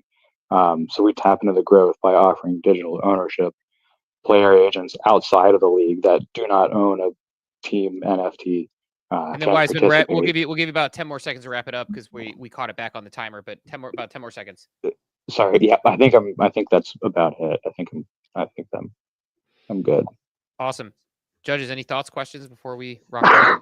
Yeah, two quick ones. One, sorry to be the lawyer, but like one of the interesting things about fantasy sports and all this stuff is, there's all kinds of IP attached to this stuff. How are you thinking about which types of digital assets you tokenize? Because there are ways to do that. And then second, how are you bringing ApeCoin into this? So we would build it on. Well, we have POCs built now, but it would be on ApeChain using ApeCoin to as the liquidity to buy assets. Because our team NFTs are smart wallets holding player tokens. All of the sorry, I can't think. All of the transacting is performed in our ecosystem. Very cool. Awesome. Sorry. And then in terms of IP, yeah. So we would not use just sticking with fantasy football, NFL team names. We would use city names, and then players. Our our one goal is to get players signed up so that they can receive royalties on the mints and trades and sales of tokens in their day. Cool. Awesome. Right on. Thank you. Well, thanks for jumping up, and thanks for getting the pitch and working through with us, as we know the technical difficulties happen quite frequently doing this every day. So it's definitely an issue that can happen, but appreciate you jumping through it. Cap, you want to bring up the next participant? Feel better, Wiseman. We got Dev Alex jumping up next to talk about Primeape, and then after Alex, we've got Mingles. Also, there's a few. I'm gonna Soe and Vish and Tamir. I'm gonna remove you from the back end or the backstage, just so we can open up some slots. And for other participants that haven't been able to join StreamYard yet, try again here in like 15 seconds, and there should be a spot or two open. Alex, GM, welcome. GMs. Right on, Alex. Well, happy to have you up here. Your time starts meow. Thanks for having me. So I'm here. ApeChain needs more than hype. ApeChain needs daily engagement, real users, and real utility. That's where we come in. My name is Dev Alex. I'm here to show Primeape, a multi-outcome prediction market built on ApeChain, where users can essentially stake their ApeChain, their ApeCoin, speculate, engage on crypto events, sporting events, media. We know like Polymarket, right? So we're building that on ApeChain, and it's essentially we're trying to break the barriers of traditional prediction markets, right? We recently shipped a engage to earn model where creators can invite their users to engage with their content through our platform, and earn points to earn Ape rewards, right? That are generated via our fees on our platform, or whether native yield on ApeChain. We recently also shipped with Primeape, like a parent kind of company, ApeForge.io. It's like a launch pad for new ApeChain projects, and we shipped a initial product, which is scan.apeforge.io, which is powered by Third Web Nebula, which is like a AI-powered blockchain explorer. And we're excited to have joined the Third Web cohort startup program number 5. And yeah, that's what we're building. And thank you for having us. Right on. Judges. Awesome timing. Thank you for the pitch. My question would be on the prediction market sort of thing, specifically on the liquidity books. How do you think about that? Do you have a typical liquidity book? Do you match that AMM style? Because ultimately, for a prediction market to work and be real fun for the users, there needs to be a certain depth of liquidity. Otherwise, the fluctuations between the yes and no or multi-outcome votes will be very, very big, and then it's hard to trade and bet on that or speculate on that. Yeah, no, I appreciate the question. And, we're a simple prediction market currently, which is a different than your order book style. We are a pari mutuel model, which is essentially conviction model. If you are convicted on on an outcome, you're tied to that outcome. And if it's a multiple outcome, all the losing pools are split to the winning side, essentially. So it's a more simple prediction style. We are looking to bring obviously order book style as we grow and as we scale. We currently just finished or are currently in the process of scaling, and in our Thank Ape initiative, right, we received a grant with them, and currently in that scaling stage, milestone 3. So we're excited to obviously onboard more creators that will essentially bring that liquidity to our platform through our engage to earn kind of model. And we have a spaces as well page where we highlight all the spaces that are happening on ApeChain. As we know, ApeChain's having a spaces on every hour. So if you go to primeape.app/spaces, you can see all the spaces that are happening on ApeChain. And soon we'll be rolling out the, again, engage to earn model with those spaces host to bring that liquidity to our platform. Awesome. Well, thanks for your pitch. Appreciate it. Appreciate you coming up, and good timing, and well presented. Cap, want to bring the next presenter? Yeah, we got Mingles coming up next. Also on the X Spaces, for those listening to audio, we got the Primeape account is up there. Ape Whale's an advisor on that team. So also to our presenters, if you would like to come up on the audio spaces as you present, feel free to throw in a request and we'll do that. Don't take offense if we remove you afterwards, just because we're trying to keep these, rotating through these spaces, but we will, you're welcome to jump on there. That way those listening into the audio version can know where to find you and get more information. Just like Mingles is jumping up next, and we'll keep things rolling. Right on. Mingles. Hey guys, can you guys hear me? You sound great. Sound crystal clear. We'll give you a heads up, and your time starts now. Thank you, guys. So we are Mingles. We are the one and only opportunity in the market to be part of a community-driven and community-owned tequila distillery. Our dream is to have our own distillery and have our own brand and onboard as many tequila aficionados into our ecosystem and into Web3 as well. We want to build gamified experiences around it, and we're currently working on a game which is about an agave house that creates tequila points, and you have to defend those points against the jimadores. So we're using tequila culture and tequila lore to onboard millions of people who love tequila, who doesn't have the opportunity or ticket to buy into the industry because it's a very, very expensive and both lucrative business.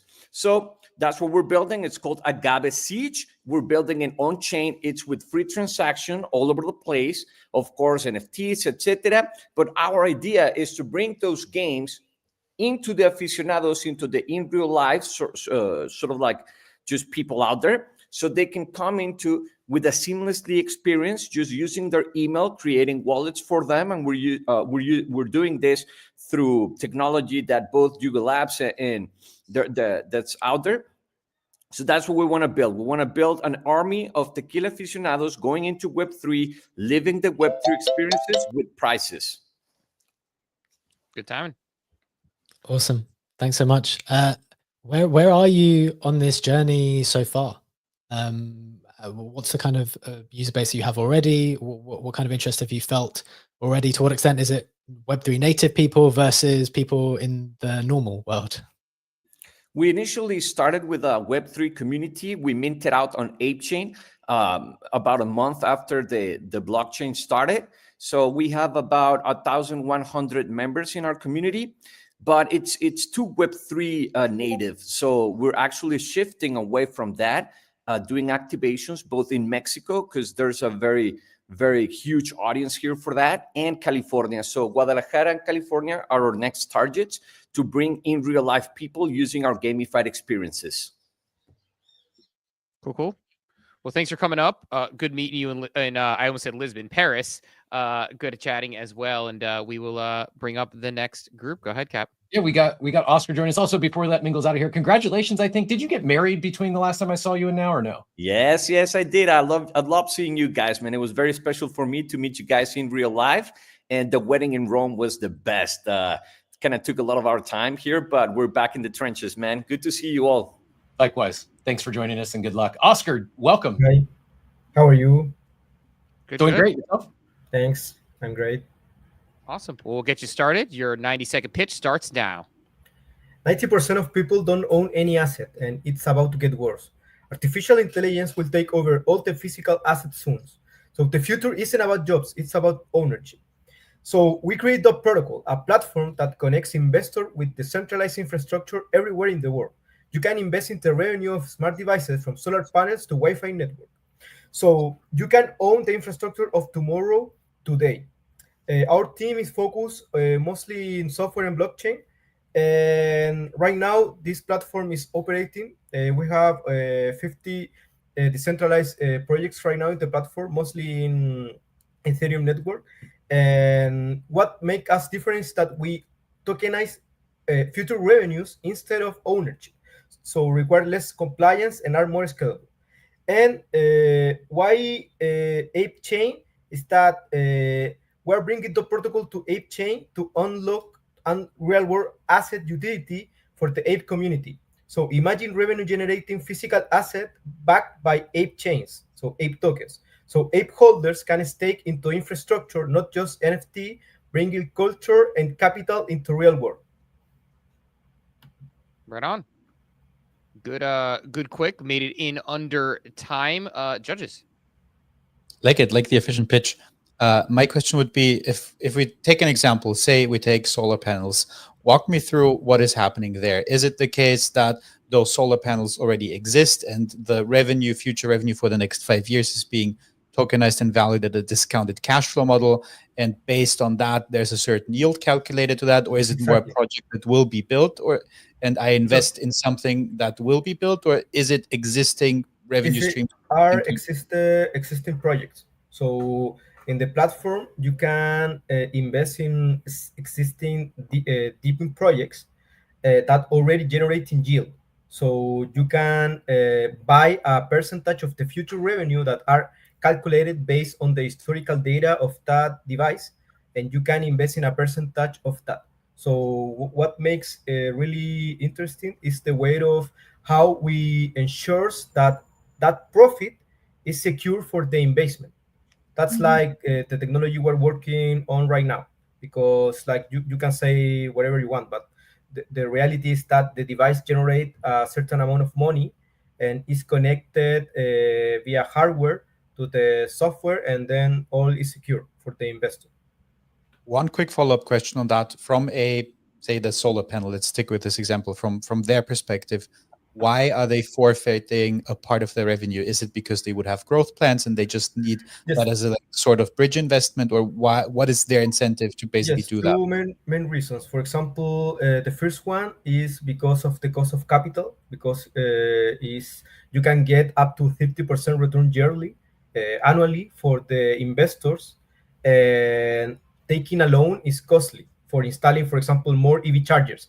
Right now, we're working with a lot of EV chargers infrastructure, and it makes a lot of sense because installing more EV chargers using your existing EV chargers like collateral, because like that's the thinking, is more efficient in the way of you can get a cheaper loan with this tokenizing your current production.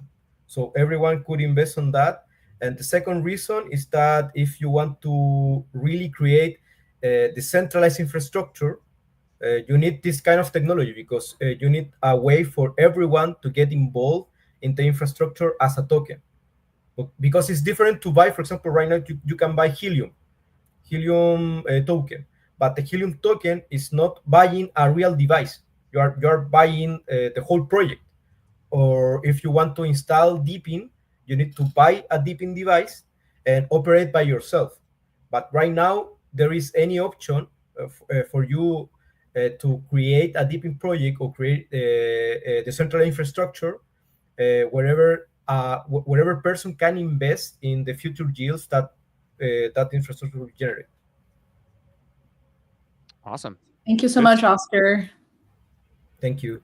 Good stuff. And Cap and Laura, I'm going to hand you off the next couple contestants because my kids are home from school and it sounds like a mutiny is happening upstairs in my house. So I will be right back, but I'm going to let you guys time the next couple and bring the next couple up the stage because I need to make sure my kids are not killing each other. I want to have a 13 to 10-year-old by the end of the day. So you got it. We're bringing up Andrew. No problem. And we're running a little behind schedule here, so we'll do our best to keep things flowing and cycling through this. But we don't want to make sure all of our contestants get at least their 90 seconds. So I don't have the fancy clock, but I will keep. I'll give you a 10-second warning, Angelo, when we get there. But you're ready to go now. Yeah. I'm audible, guys. GM. Yeah. Hello. I'm audible. Yeah, we got you. Mm-hmm. Perfect. Yeah. So. Ever bought an NFT and felt like the random distribution was rigged? Recently, we did too, right? So that's why I created Meta Shuffle. It's a trustless referee for NFT reviews that no one can manipulate.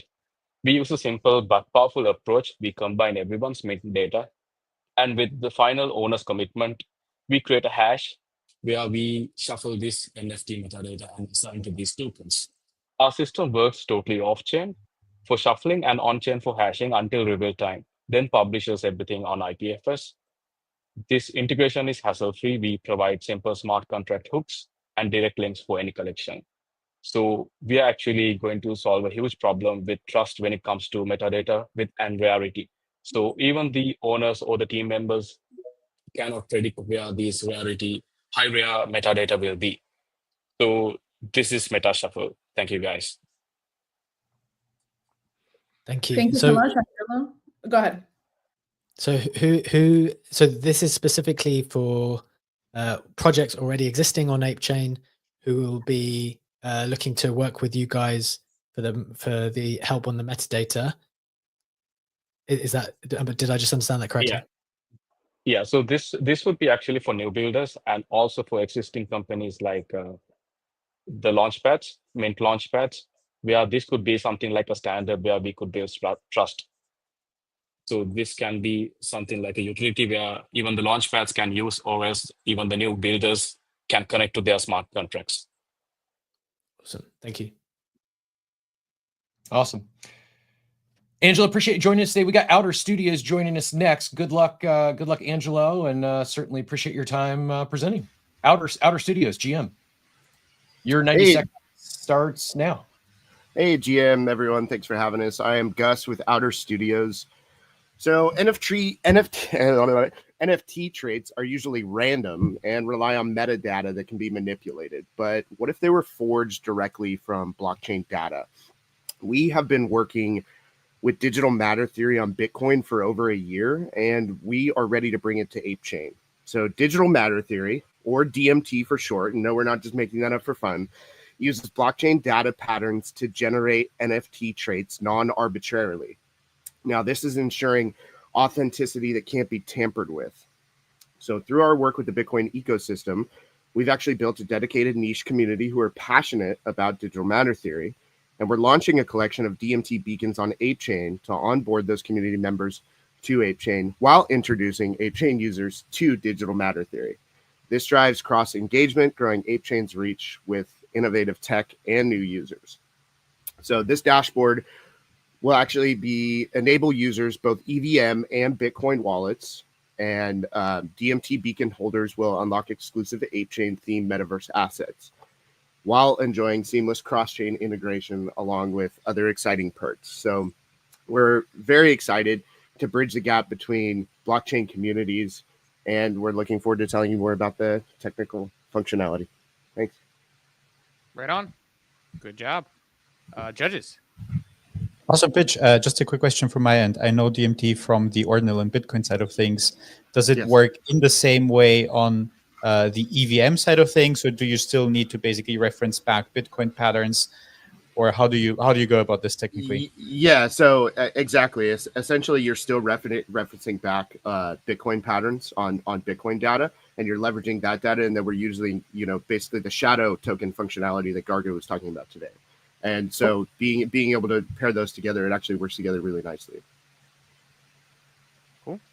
Awesome. Well, thanks for jumping up today. Appreciate you you jumping up. Cap, I know we're running a little long as we go. Any I don't know how many more we have in the queue, but let's keep it running. Yeah, we'll fire through a queue here. Also, if anyone who hasn't presented yet that hasn't been able to jump into the StreamYard studio, join in now. There's a few that are down there who have presented. We're going to remove you. Don't take any offense to it. We just need to open up the slots. You feel free to continue to listen, or please do continue to listen in the live stream or the spaces. But we have a few open slots now, and anyone who's not presented, we will we'll power through the rest of them here. So Steve, myself, and Laura will keep our comments at a minimum, and we'll get some rapid fire, maybe question or two from the judges, and we'll keep things moving. We got V-Man, one of our first Frankenstein teams, brand new team, just got pulled together here in the last 24 hours. V-Man, welcome, and what are you pitching us today? Yeah, time starts now. Hey, what's up, guys? Can you hear me? We got you. Good.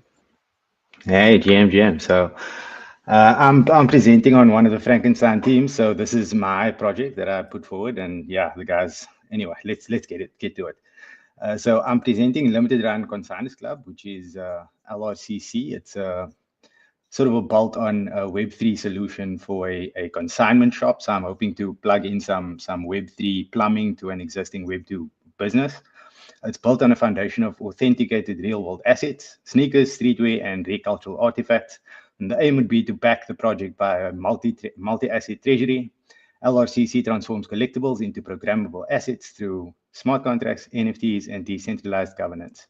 Holders gain access to exclusive inventory, redemption mechanics, shipping rebates, protocol rewards, and law-driven brand building. LRCC isn't just a marketplace, it's a decentralized cultural protocol creating the future of physical and digital commerce, curated and owned by its community. Some benefits to ApeCoin. LRCC creates some real-world transaction demand for ApeCoin. It anchors ApeCoin in the Treasury Reserve, drives on-chain volume and engagement, and deepens other side and Web3 cultural integration. It will also strengthen ApeCoin network effect into real-world collectibles and commerce. That's it, with 10 seconds to spare. Very nice. Judges. Thanks so much. Whereabouts are you guys in the journey so far? You spoke about your own community. What does that look like at the moment, and how do you hope it to grow? Yeah, it's pretty minimal. Project is laid out quite extensively in a white paper. So this is my first attempt at getting that community thing going. Awesome. Okay, cool. Thank you very much. Sure. All righty. Thanks again, V-Man. We got Faux Real joining us next. Faux Real GM, another brand new team. Tell us about what you're pitching today. G'day, guys. Just wanted to throw out there. Sorry, my name's Chris. I'm the founder of For Real. I'm also not Zards. A lot of people get us mixed up, so just heads up. Look, I am launching the Bloody Skulls collection. So to give you a bit of an idea on what's involved with that, it's a collection that's around about 4,000 NFTs. And the lore goes into about a tribe of bloody skulls wandering in the lost realm of Skull Australia. The tribe are captured by the overlords in the realm and are forced to battle each other in the Bloody Skull arena. This ties into the Discord gamification element. The Discord game will allow Bloody Skulls NFT holders to battle each other. Now, I know Garga talked about collaboration and bringing people onto ApeChain and how we grow ApeChain. I am building this on ApeChain, and eventually what I'd like to do with it is scale it up so that I can bring in other collections, so other collections can battle each other. And then eventually other chains can come in and battle each other. Now, how is that achieved? Through the Discord verification process, you're similar to Vulcan. I think Collabland is the application I'm using. It'll allow me to assign traits from NFTs to Discord roles. Those roles will give people different battle bonuses and all sorts of cool and fun perks. So essentially, yeah, it's very scalable. I can bring in other collections and people can fight each other, have fun, and it's a great way to get communities together. Picture the Bloody Skulls battling the Solana meme coin warriors on a Thursday night. So thank you for your time. And the launch date I'm looking at is around about Q3 for this. So just thank you for the pitch. Just a very quick question on the battling. Sure. Are you building the tech stack for that yourself? Do you plan to focus on distributing that to other collections? Because NFTs have a hard time, and by going to other collections, I could imagine that you could help to build a more sustainable momentum. Just wanted to know, is this your own proprietary tech that you're building for that? Yes. So it's a Python-based game in Discord, and essentially it creates like a text-based instance in a private thread. So I can use a command, for example, like !, battle legendary, and you and I would go into a private thread and we would duke it out through a text. And again, where the uniqueness comes in is that, because every NFT collection is different in a way, traits that are taken from specific NFTs, I can turn into all sorts of weird and wacky Discord roles that give cool perks and cool battle bonuses and that. So it's a really fun way, I think, at least anyway, to onboard other collections into ApeChain to get them involved in the ecosystem and eventually help grow the ApeChain community as a whole. So very cool. Thanks for joining us. Appreciate that. Thanks, guys. Cheers. Thank you. Cap, who do we have next? We have Chespy. If you're able, I see you're in StreamYard. We're going to bring you up next on video if you can. If not, Nifty Skins, one of you give me a wave, let me know, and we'll bring you up. I see Art Froglings. Are you able to jump up? Perfect. Awesome. Let's go Chespy and then Froglings if you're able to. We got Chespy on deck. Chespy, GM, always a pleasure, sir. You're on the clock. Hey, GM guys, how you doing? Oh my God, I just want to make sure you guys can hear me. How you doing, Steve, Captain, Laura, Legendary, and Big Check? Yo, so I want to talk about Aliens on Ape and Passengers. We are an NFT project, hyper-realistic 3D assets, providing ownership to their 3D files. so they can play around with and custom their 3D assets whatever they can. We already drop it into Nifty Island. We're gonna be also in Dashboard thanks to Rita, and the process on building these two projects from 0.888 3,333 collection and also 6969 one ape, providing 32 32 free mints to the previous owners. I'm representing passengers and also the founder of Aliens, and I'm here to keep providing 3D assets ownership to all my community. From 6,000 raise, we'll be able to provide like 20,000 in investment into the community. Community has already made some money, some profits into it. So I would love to be part of these 2,500, 5,000 ape, so I can continue building for my community and reward them. Thank you very much, guys. Awesome.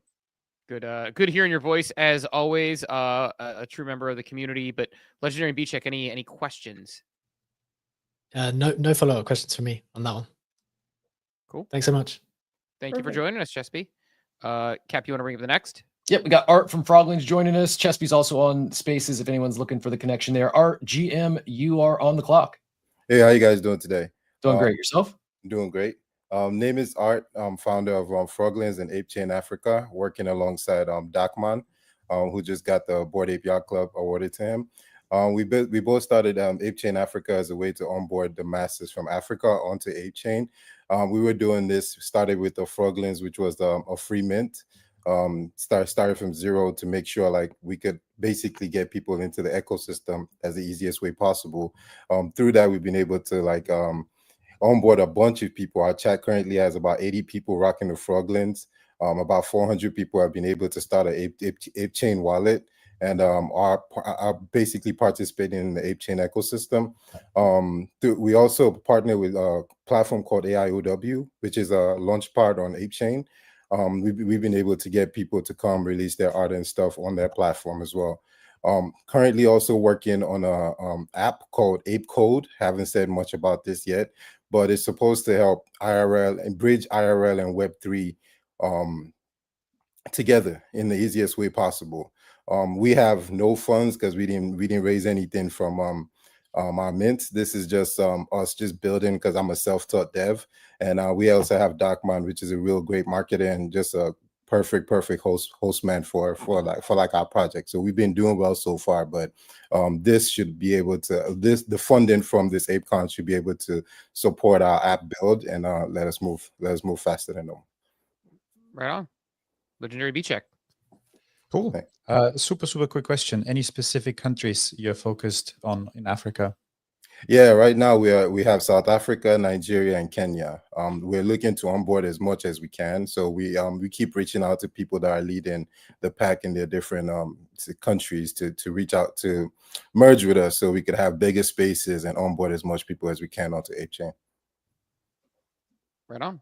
Well, thanks for joining us. Appreciate you. And I love we're having like a semi like discussion in the DJ Network War Room. We have the amount of countries represented. Like I love how international the community is just in Web3 in general. The fact that I think we're now over 10 potential countries represented today, which is pretty cool. But Cap or Laura, let's go ahead and bring up the next person.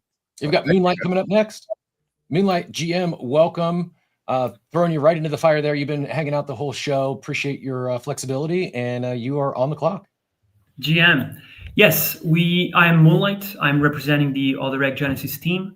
We are a collection that minted out on the 21st of March, and we were born to pay homage to Other Side, while also expanding on Other Side with unique lore, storytelling, and gamified digital experiences.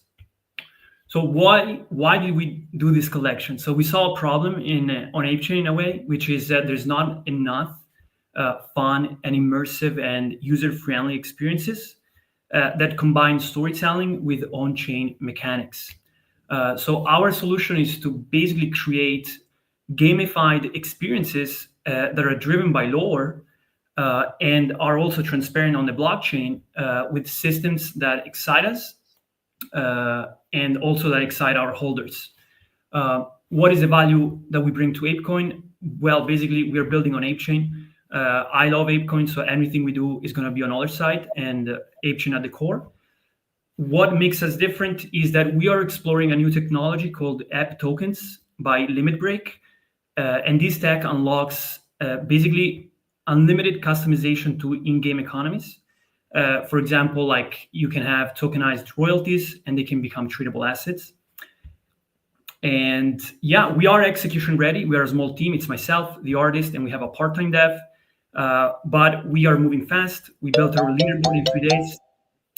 So yes, our focus is app tokens, basically. That's what we want to do with the extra funding. Awesome, thank you. You talked about storytelling and trying to, really drive the community through with lore. Where have you got with that so far? What are your plans to do that? Yeah, so we already we have a website. It's called otherreggenesis.xyz, and we already developed different worlds. Each world has different lands, and each land has different stories. And we already showcased these 4 worlds. And we also have an upcoming experience that we're going to release soon. We just did an event called the Genesis event, in which we gave 100% of the royalties that we generated in the last 4 weeks to holders through a leaderboard mechanic and system that rewards collectors. So we're going to have this first experience, which is going to drive a bit of lore and a bit of risk and reward in how a user plays in this. So personally, I'm excited about how people will react with this. But then our goal is to be how can we use app tokens into the ecosystem, because that's what brings us it's very curious to us on how we can bring that to this economy. Awesome, thank you. Cool. Cheers. I know we have a few more, Cap. Let's get the queue moving, and then we will. We're getting down to it, to getting ready to pick some people to move on to the afternoon. Yeah, we might do final call here. I know there's a few teams that haven't made it into the StreamYard studio yet. If you're unable to get in for any reason, drop that in the chat or shoot us a DM. Chespy and Art, I'm going to go ahead and remove you. I think we got enough spots, but I'm going to free up all of our slots back behind the scenes here. And if anyone who's not presented yet that still wants to present, oh shit, I just removed Nifty Skins on accident, but I think they had checked out or stepped out anyways. But let's do this. Let's give a few seconds here. We'll see if anyone hasn't made it in, see if they can join in. And if not, we are running a little bit behind, but we'll give everyone, we'll give our judges some time to check their notes, pick our winners. And what we're going to do on the schedule wise to catch up, we had a break scheduled in for 11 to 11:20. That's when we're going to planning on doing some raffles. We're going to do our raffles. We're just going to do all those at the second ad break time. So from 1:10 to 1:30.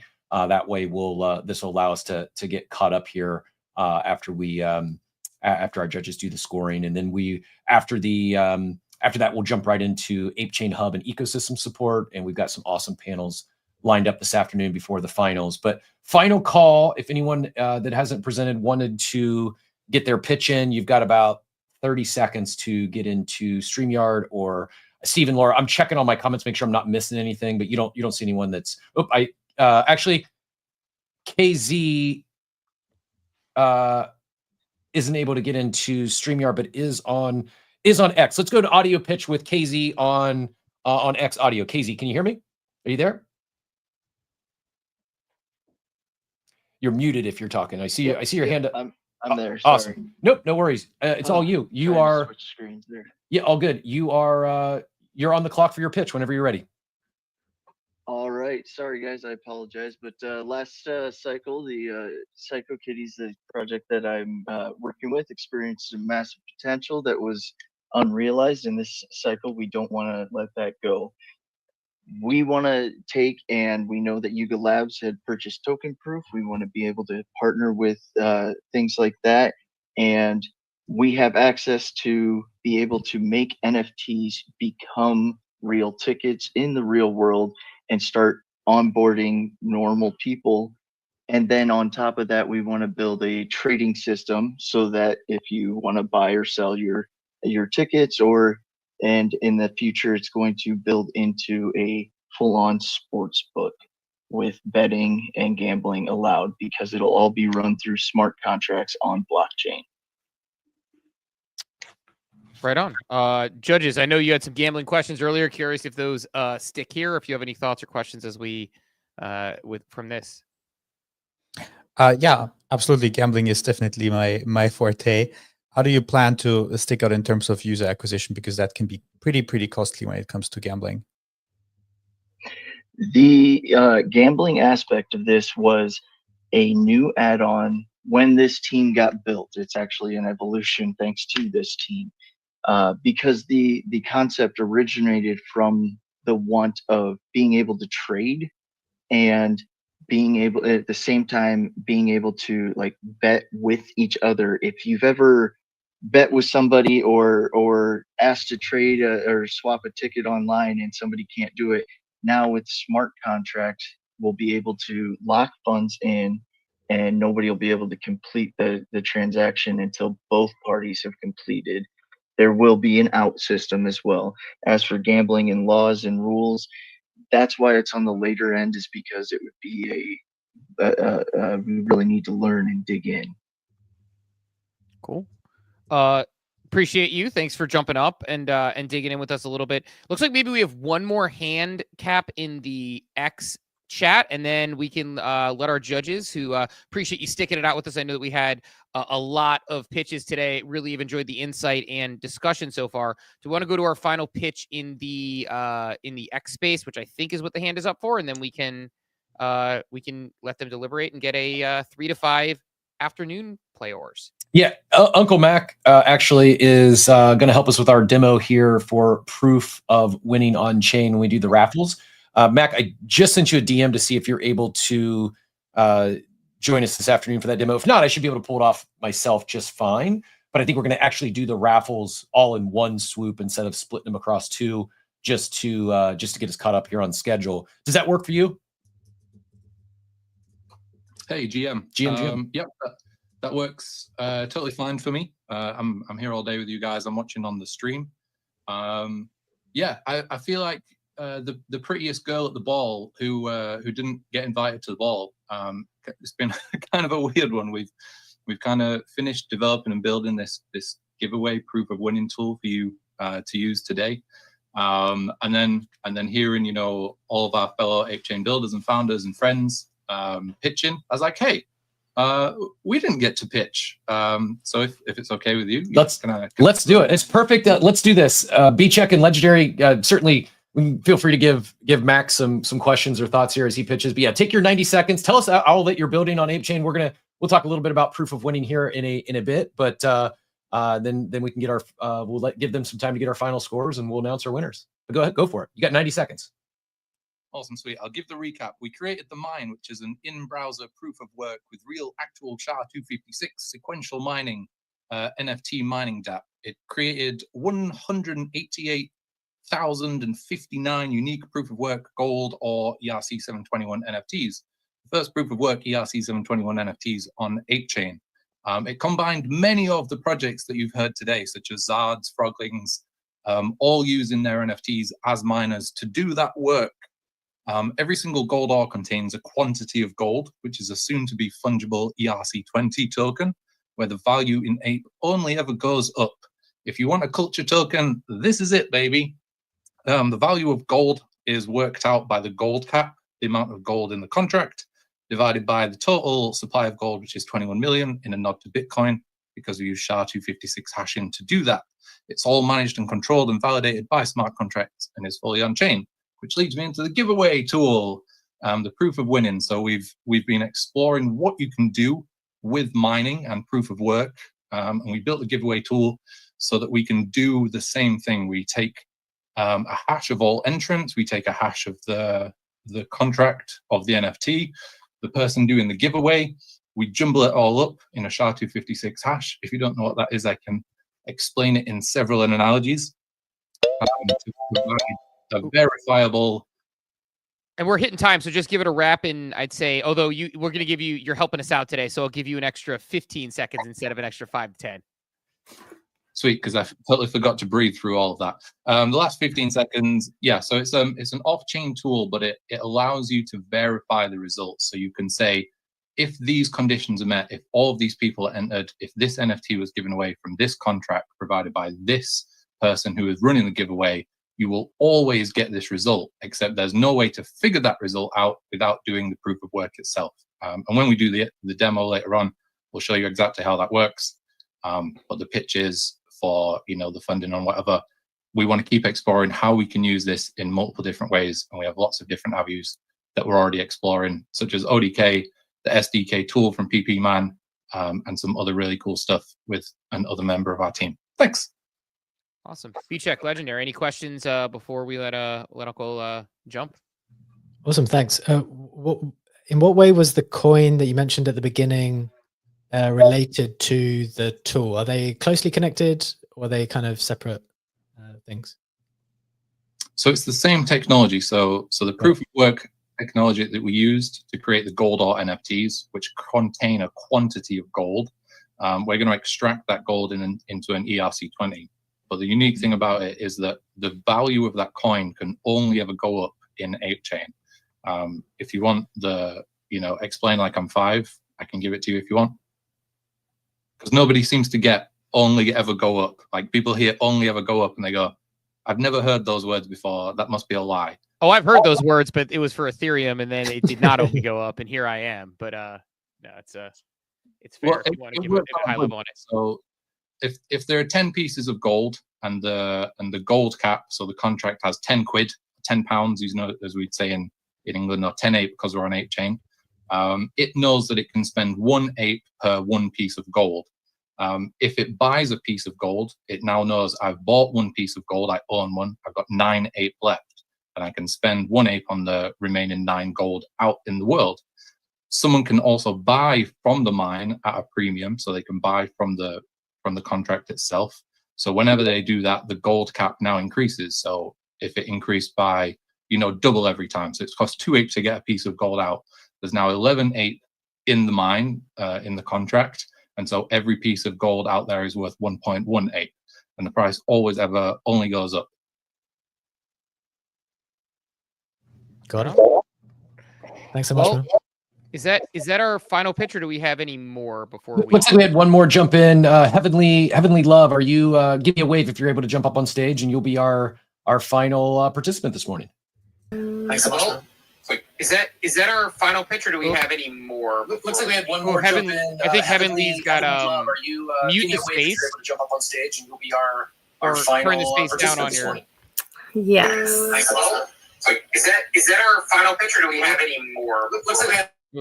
I muted your thing. Just Heavenly, just turn the volume down on the space, because right now it's coming through with an echo because there's a 15-second delay. So grab your phone or your computer where you're listening, turn the volume down, or jump out of the space, and then we will get going on here. We were just getting an echo because there's about a 15-second delay between live and not live. 15-second delay. So grab your phone or your computer where you're listening. Turn the still got it. Oh wait, I think we're good. Okay. Perfect. All right. Feel free to jump back on cam if you want to. If not, that's totally cool. But yeah, you should have gotten it right now. Yeah, it's a tricky thing with the space in the video. Go ahead, and I'll start the timer. I'll pull it up. And your time starts now. But yeah, you should have gotten it right now. Yeah, it's a tricky thing with the space in the video. Go ahead, and I'll start the timer. I'll pull it up. And your time starts now. Can you hear me okay? You're still getting that. You're still getting that echo from your. Still getting some echo. I muted you again. We're still getting the echo. Heaven, just want to come on? Let's just do audio only. We'll eliminate the echo that way. Just jump on. You're up on stage on audio, so I'm just going to remove you from the stage on video, and we should be fine now. You're up on. You should be on stage. If you unmute your phone now, you should be able to go.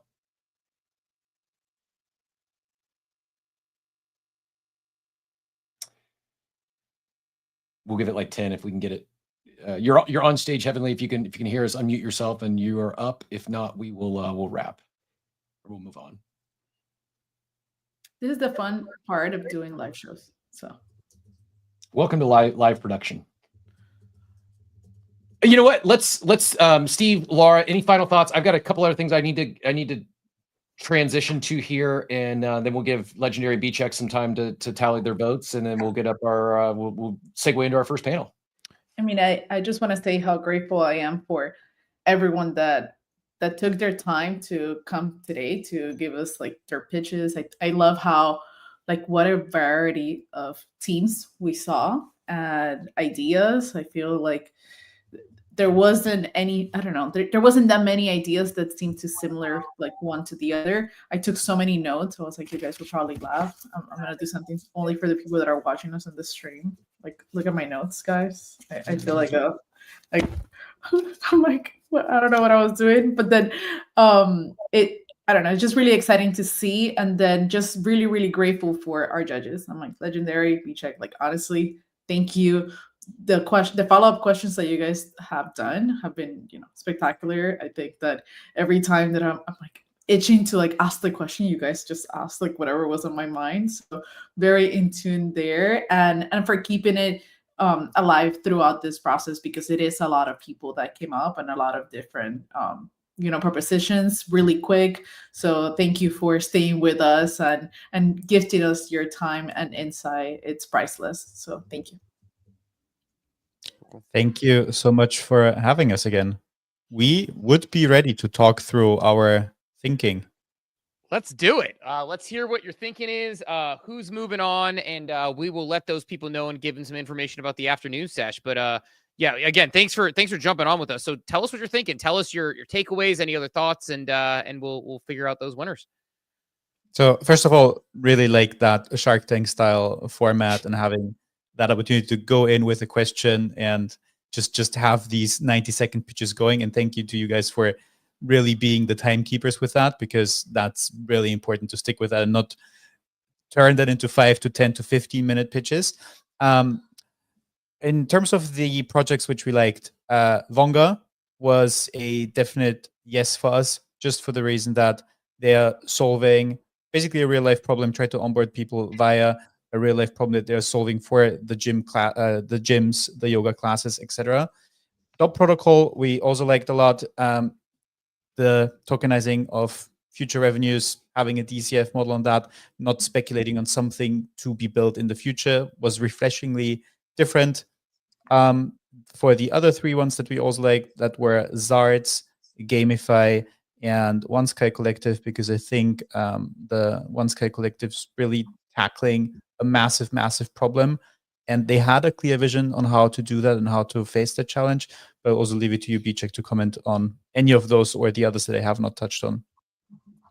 I think if you want to finish off with the last couple, and then I'll give some more general thoughts on some general feedback. Yeah, awesome. On Gamify, they got massive traction. So I think that they've been clearly already showcasing a good product market fit. And then as for Zards, the storytelling approach has been tried many times in this space, obviously, but we did like that there was a, to us, clearly different and unique approach to how they were looking at the storytelling side of things. Cool. Yes. And so just for a little bit of context, like one of the ways we're looking at this, it was super interesting to hear people come with the passion that they have for ApeCoin and ApeChain, and I think that's like always really good to see. But we're kind of thinking about this and with not a lot of time, right? This is like a short, relatively instinctive thing. And so the way that we've been looking at this, I'm sure the people know, but for the audience, it's like the clarity of the problem and the solution that's been, the clarity with which it's been communicated, the ecosystem value. So does it help grow the adoption or utility of ApeCoin? Originality in the sense that, is this novel or is this different to something that's been already taken place? And then finally, the execution readiness. So how realistic or ready is the team to be able to deliver in this? So we're trying to kind of take in all of these things, and maybe one broad piece of feedback, because obviously we can't go into all of the excellent teams that pitched and kind of provide explainers as to why we didn't go for them, because there were many other different options. But maybe one general headline piece of feedback, I think, is in terms of the communication of the problem, like defining that bit at the start. I think having something super focused when you only have 90 seconds is probably the better way to go, because trying to knock down like loads and loads of objectives all in one go, I think in a very tight window of time gives us so many questions in our head about how each of them are going to be achieved. And in a short time frame, it's hard for us to imagine how we're even going to be able to answer those questions. Whereas the narrower the scope, I think, in my opinion, for this like 90-second pitch, the clearer we can say like, okay, this is the laser question we need to ask about this, so we can get a real taste of it. And then if there's anything else that people would want to build in the future, that's just like, TBC, this is the direction we're going over the next 6 to 12 months, but that's not something that you guys almost need to focus on immediately. So that'd be like the one piece of feedback I think for everyone, to be honest, which I think would be more helpful moving forward. So hope that's helpful, but well done to everyone. Thanks so much for your guys' time as well. It's been really, really fun and good to see so much like entrepreneurial energy in the ApeChain ecosystem. Yeah, this is fun. I appreciate you two as friends, as people that I watch consistently and really enjoy. So thank you for helping us boil the ocean down a little bit. If you don't check out Modern Market, I will plug it again. Follow BCheck, follow Legendary. Make sure you check in with them. If you're not up early enough to do it, like myself and Cap, listen to it on the replay. It is the best way you are going to start your day every day and get really intelligent, thoughtful perspective. So really helpful to have you all here today. And we will look forward to doing hopefully more of these types of things in the future as we continue to grow, learn, and get everything together. So thanks for joining us. Yeah, second all that. Go give these guys a follow if you're not already. Go check out Modern Market. It's at Modern Market _. They again live on X and YouTube at 7 a.m. Eastern, and one of the top spaces as far as a concise, to the point daily news in the space, in my opinion. And really appreciate it. It was great feedback as well. I agree. Appreciate your feedback. Shout out to everyone who participated today. This really was, we talk about building in public, not only for us from a host standpoint, but some of these maybe if they've presented before, but I think this was probably first time for this exact type of format. And everyone did a wonderful job pitching, and to take away from some lessons like that, some good feedback from the first time, I think very, very valuable. And just so I got it right, our three to advance to the finals, it's Zards, Gamify, and One Sky Collective, correct? Well, Zards. I'm sorry, what was that? Vonga as well, I believe. It was Vonga, Zards, Gamify, One Sky Collective. Did we miss one in there? So I have Dub Protocol. Got it, cool. Can you say the last one again? Dub Protocol, the RWA guys. And Gamify, did you get that one? Mm-hmm. Yep. Good. Awesome. Got Dot Protocol, Vonga, Dot Protocol, Vonga, Zards, Gamify, One Sky Collective. We got 5 advancing to the finals. Love to hear it. And thanks again, guys. And I will not hear your voices tomorrow. Legendary, I will let you. You can now drive the countryside as you have planned to do in your brand new car. So enjoy that. Beautiful. Thank you. Thanks so much, guys. Have Thanks a great again. rest of the day. Greatly appreciate so it. much. I wanted to give in a little bit of insight as to, Steve and Cap, like why we decided to have different people judging the competition. I know that we're hosting, and maybe for some of them we're familiar with a lot of their faces, and I don't know if you guys want to take lead on like why we chose to work with different judges, especially for the first round and then the second round in the other half. I'm really excited for everyone that got chosen. Congratulations! Excited to see how later today they'll tell us more about what they're working on or what they hope to work on. But I don't know. To me, this way was a little bit more fair than us being the judges. What do you guys think? Yeah, great. It was good to bring in a third party. We're so deep in the ApeChain community. It's easy to have, we talked about, there's a group that we talked about Mingles, who I met in, Paris, or Von Frunten, who we know from, he obviously advanced based on his own merits, and he was the first one to come out the gate, and he obviously did really well. But us saying that as people who have known him for a long time might not be quite as effective as someone else saying that. So, but no, Cap, I know we are, and Cap, I don't know if you have thoughts on that, and I know we have the next panel coming up. Hold on. Yeah, I know we are tight here on time, trying to play catch up a little bit, and there's some other things we'll do our best through transitioning. I see we have a couple hands on stage, but we really are probably going to hold questions at this time just because we are already a little behind schedule. And I do need to free up a few slots on the audio spaces stage. So for those that have already spoke, if you don't mind jumping down, would greatly appreciate it. We'll free up a spot there, and we will continue to move forward here. Up next, we've got a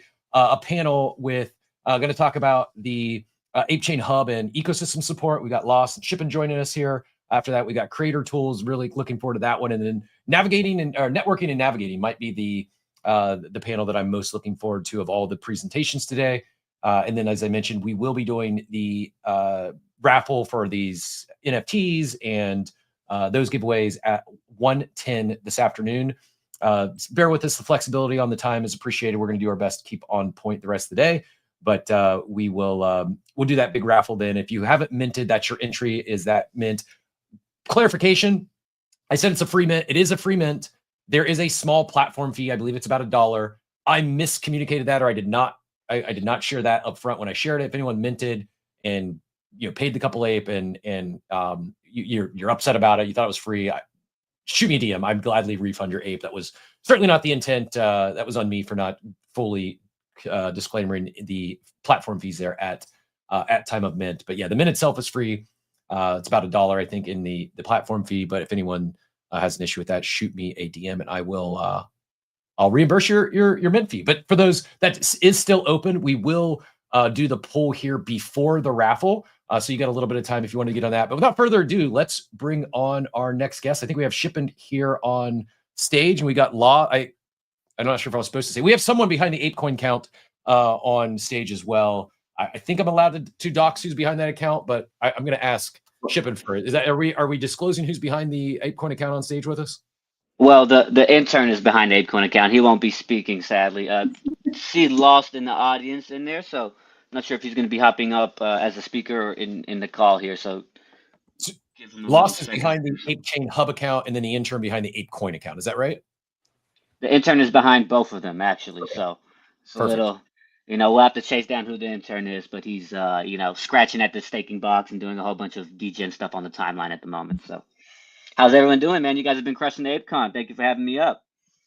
Yeah, no, thanks for joining us. It's been fun so far. It was great to hear from all these builders, and I'm genuinely excited and looking forward to hearing the finals this afternoon. I thought our judges picked 5 great ones, so hard to choose there. A lot of great presentations, but I knew there was a lot of activity. I know we say it's the club of builders. Candidly, I was a little shocked. We were not expecting 50 people to apply that wanted to participate in a startup pitch competition for 5,000 ape. Not to downplay 5,000 ape, just wasn't expecting 50 people to want to spend a day with us to pitch. But there is the builders are coming out of the woodwork, and my read here is it's not just existing builders. I think we were talking a little bit this with Garga. I think ApeChain has brought back more experimenting on chain, more creativity, more innovation. I think it's got some people who maybe they're NFT collectors. They love this space. I think it's inspiring more builders. Are you seeing that on your end? Are you seeing like more entrepreneurs and builders step up now since the launch of ApeChain?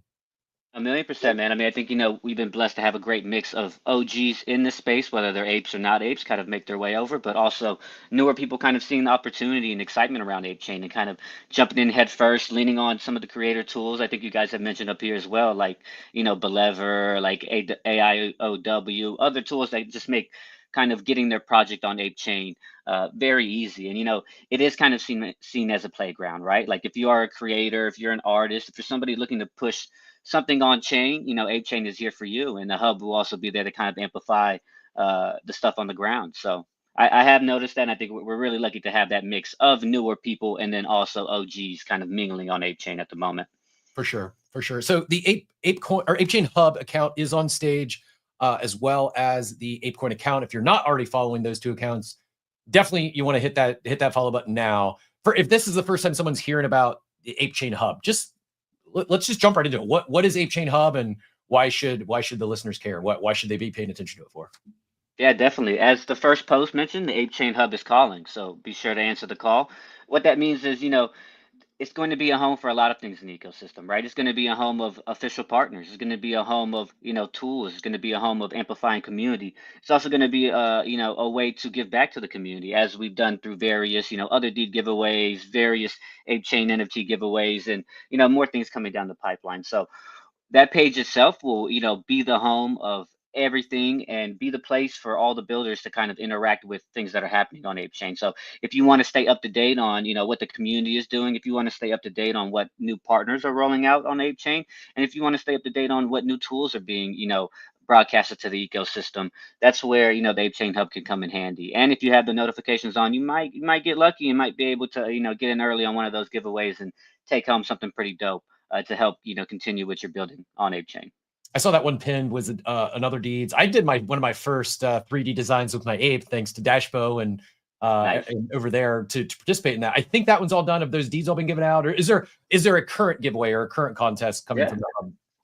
So there's still the ongoing builder giveaway. So, we'll continue to kind of roll those beats out as they come in. I believe, the vault of other deeds is still 30-ish deep. So still a good bit to give out to people. And then, the intern has been in the trenches since day one, right? He's minted gobs. He's done a whole bunch of things. So there are some other like exciting ApeChain centric things that will be given out as well. So I would say just kind of stay tuned for more upcoming tweets. If you were tagged in any of those previous posts, we still have, you on the radar, and we'll kind of be rolling back on those as well.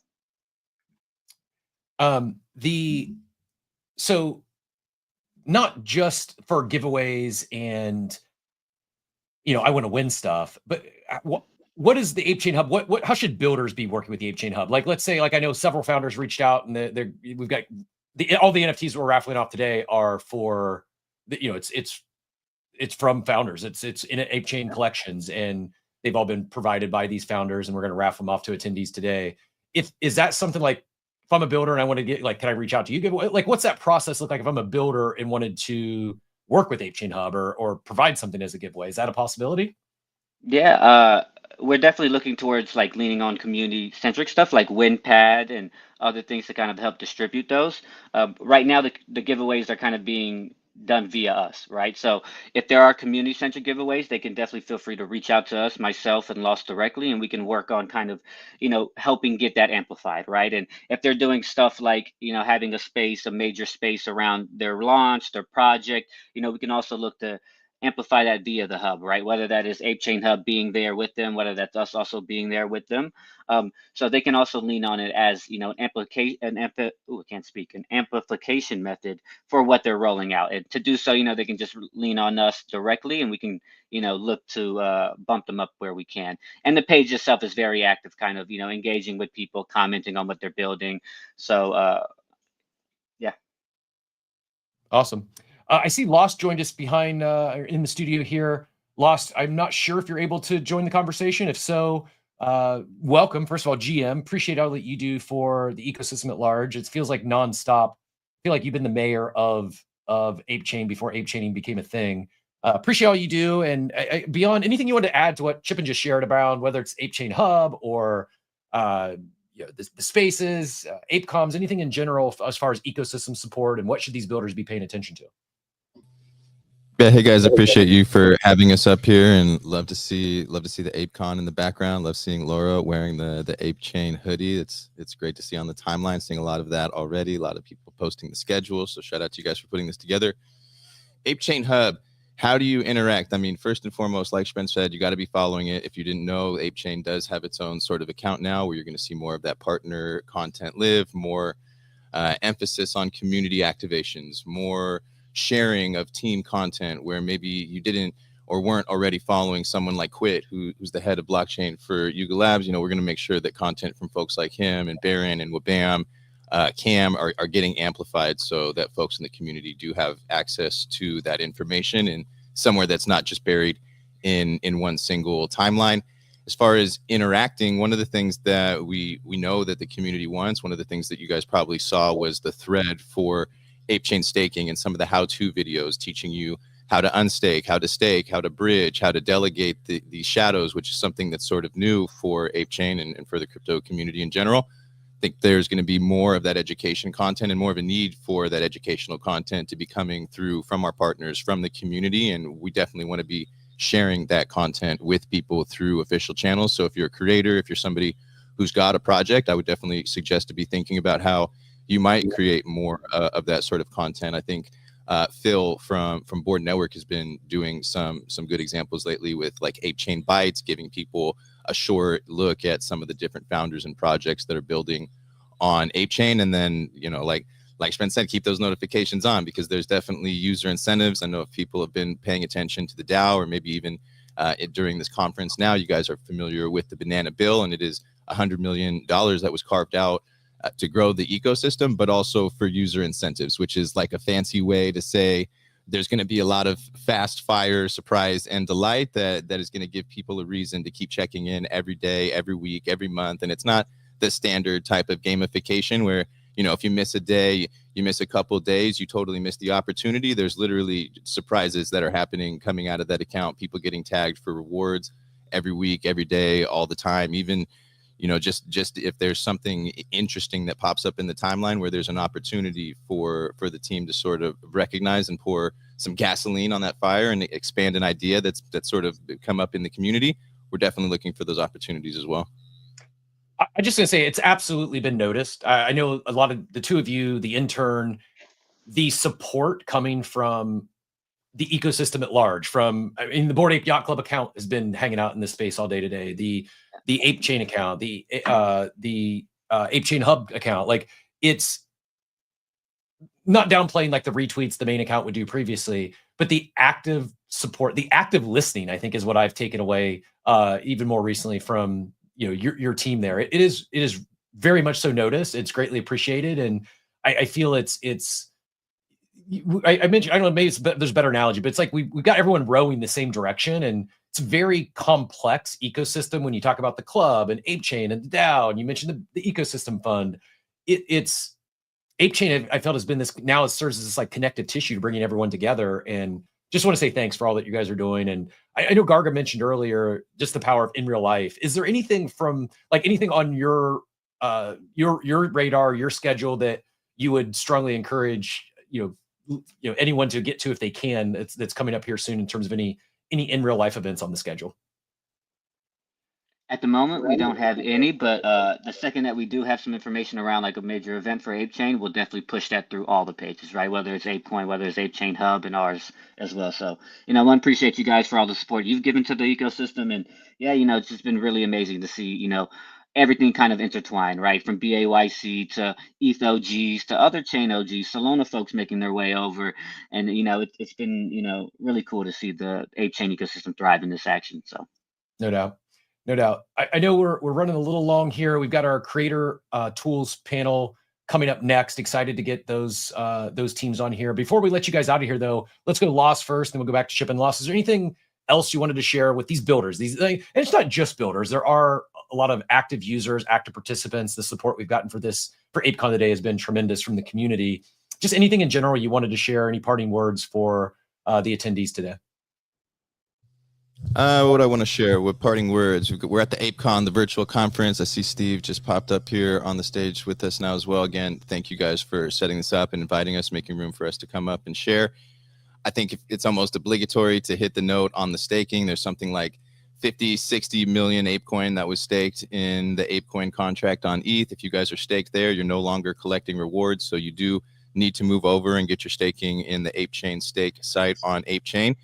We also, I mean, I would say had a post come out from Sashay Alok. If you guys aren't following him already, it's SASHAY_ALOK. And he put out a link to the docs, the dev tools that you can find as well on the ApeChain website. But now that we have the staking contract live on ApeChain, if you guys are building something, if you guys are creators, if you guys are coding, if you guys have a project, it is possible that, you know, maybe you are in some way integrating the staking contract either into, you know, your interface if you're creating a dashboard somewhere where you want the community to be spending a lot of time, or even, you know, like something creative, some sort of project where maybe, I don't know, people are engaging in your game and in some way tokens are being staked, and maybe on the back end there are rewards that are being accrued and redistributed to people. Either way, there are some interesting things I think that people might come up with now that staking is live on ApeChain. So I would say, even just aside from the folks who have apes or dogs that do need to get those funds moved over and start staking, all the people here that are building might consider that as a way to sort of target some of the apes, some of the Yuga asset holders who are now sort of obligated to move their assets over to ApeChain if they want to continue to enjoy those staking rewards. So bit of an opportunity there, and definitely keep an eye on those accounts. The ApeChain Hub is a new account. If you guys aren't following that, it's just ApeChain Hub. The ApeCoin account still very much going to be active, and if people are looking for other funding opportunities, obviously this is the ApeCon, there's an opportunity for funding here. Definitely make sure you guys are following that Thank Ape page. If you have questions, reach out to Spen or I if you're considering an AIP. The banana bill is also there as well. If you guys have questions about how to submit or how to apply, definitely, again, feel free to be reaching out about those things. And I would say, like a final note, just since we do have the builders here, we are in the Arbitrum ecosystem, and they very much support everything that we're doing, all the things that we're building, the community, the noise on the timeline. They want to be engaged. They want to be involved. They want to hang out with this IRL. So at every level, we have support in that ecosystem, including access to some of their different fundings, their different grant fund opportunities, where if you're building maybe AI infrastructure, if you're building some sort of new, novel, unique tools on chain, there's also opportunities where we may be able to find support for you and help you get connected in the Arbitrum ecosystem to get funding as well, which is cohesive with our own ecosystem. It's a great call out, and I know this. I often forget about it. Is there anyone, not to put you on the spot, but is there any one project or brand that jumps to the top of your mind that's already working with both, that's been successful on ApeChain, working with the Ape ecosystem, but also is in pretty deep with Arb, or not quite yet? I'm not sure that we have like a great example of that yet. I would say the one familiar one, and I can't take credit for it. I wouldn't say it's as a result of anything that like the ApeChain team or the foundation has done, but ThankApe is somebody or an organization that exists pretty well in both the ApeChain ecosystem directly with ThankApe, and then also in the Arbitrum ecosystem with ThankArb. So they were funded, they were built, they were formed from the ApeCoin DAO, and I mean, they've done it. They also they have their own grants, so you can actually go through them through ThankArb or ThankApe for grants as well. And we did, I mean, on a like a boots on the ground level, we also had Cairo, a community member who built an AI agent, and he was able to make that integration onto ApeChain and to enjoy the benefits of that Trailblazer grant, where people were able to get funding from Arbitrum for building an ecosystem. Thank you so much for that, Lost. I think that you nailed it with like so many different points, and also reminding people of all the different resources. I think that sometimes we hear a little bit of here and there, and then it's like all over the place and we don't know where to go. And just with like this, I don't know, summary of information that you gave us, I think it gives anyone that is building or wants to partake and stay on the loop, like where to go and the support that they could get. I think that everyone has been so welcoming, and yeah, I don't know. I'm excited to see new users too. I'm excited to see the people that have been building, but seeing new users kind of taking off that idea of, oh, this is already, I don't know, a community. This is only for Bored Apes. This is only whatever people might assume. I think today it's a reminder of that. It's like there are so many more opportunities for everyone out there. So excited to see how many of the new listeners come in, and I don't know, maybe get to your DMs and see where they could help and assist as well, or one of our DMs. So yeah, excited for that. And just to kind of echo on what Law said, the one stop for all of that really is, either the ApeCoin Discord or Telegram. And ApeCoin Discord or ApeChain Telegram, we have various channels that host all, the various grants that are coming up, whether it's via Arbitrum, whether it's via ThankApe, or whether it's via, people like Other Page, right, that have a small grant available for like gamers that are including their badges into, what they do. So please don't hesitate to reach out. Don't hesitate to join those channels. I know a lot of this information can be scattered, and we're trying to, finalize it and funnel it into places like the ApeChain Hub, places like the official ApeChain, the ApeChain Telegram, official ApeCoin Discord, where, is home to all those things, and users don't have to scramble across multiple websites to get to. So please come on and join us in there. We're waiting for y'all. Love that. If you don't mind, do you mind leaving the link somewhere where everyone can see it for the Discord and the Telegram? Yeah, I can reply to the Spaces thread. Would that be the best place, or did you guys have somewhere else that would be better? Yeah, if you want to put it there, and then we'll just pin it up top. Amazing. Thank you so much. I'll get that there in a second. Thank you. Cap, Before we move them out of here, just for old time's sake, do you want to send Lost off with his jingle? Do you have it still on the soundboard? I mean, it would have been sacrilegious if I would have deleted it. So yes. Who's ready for the ApeCon? Update with our main man Lost.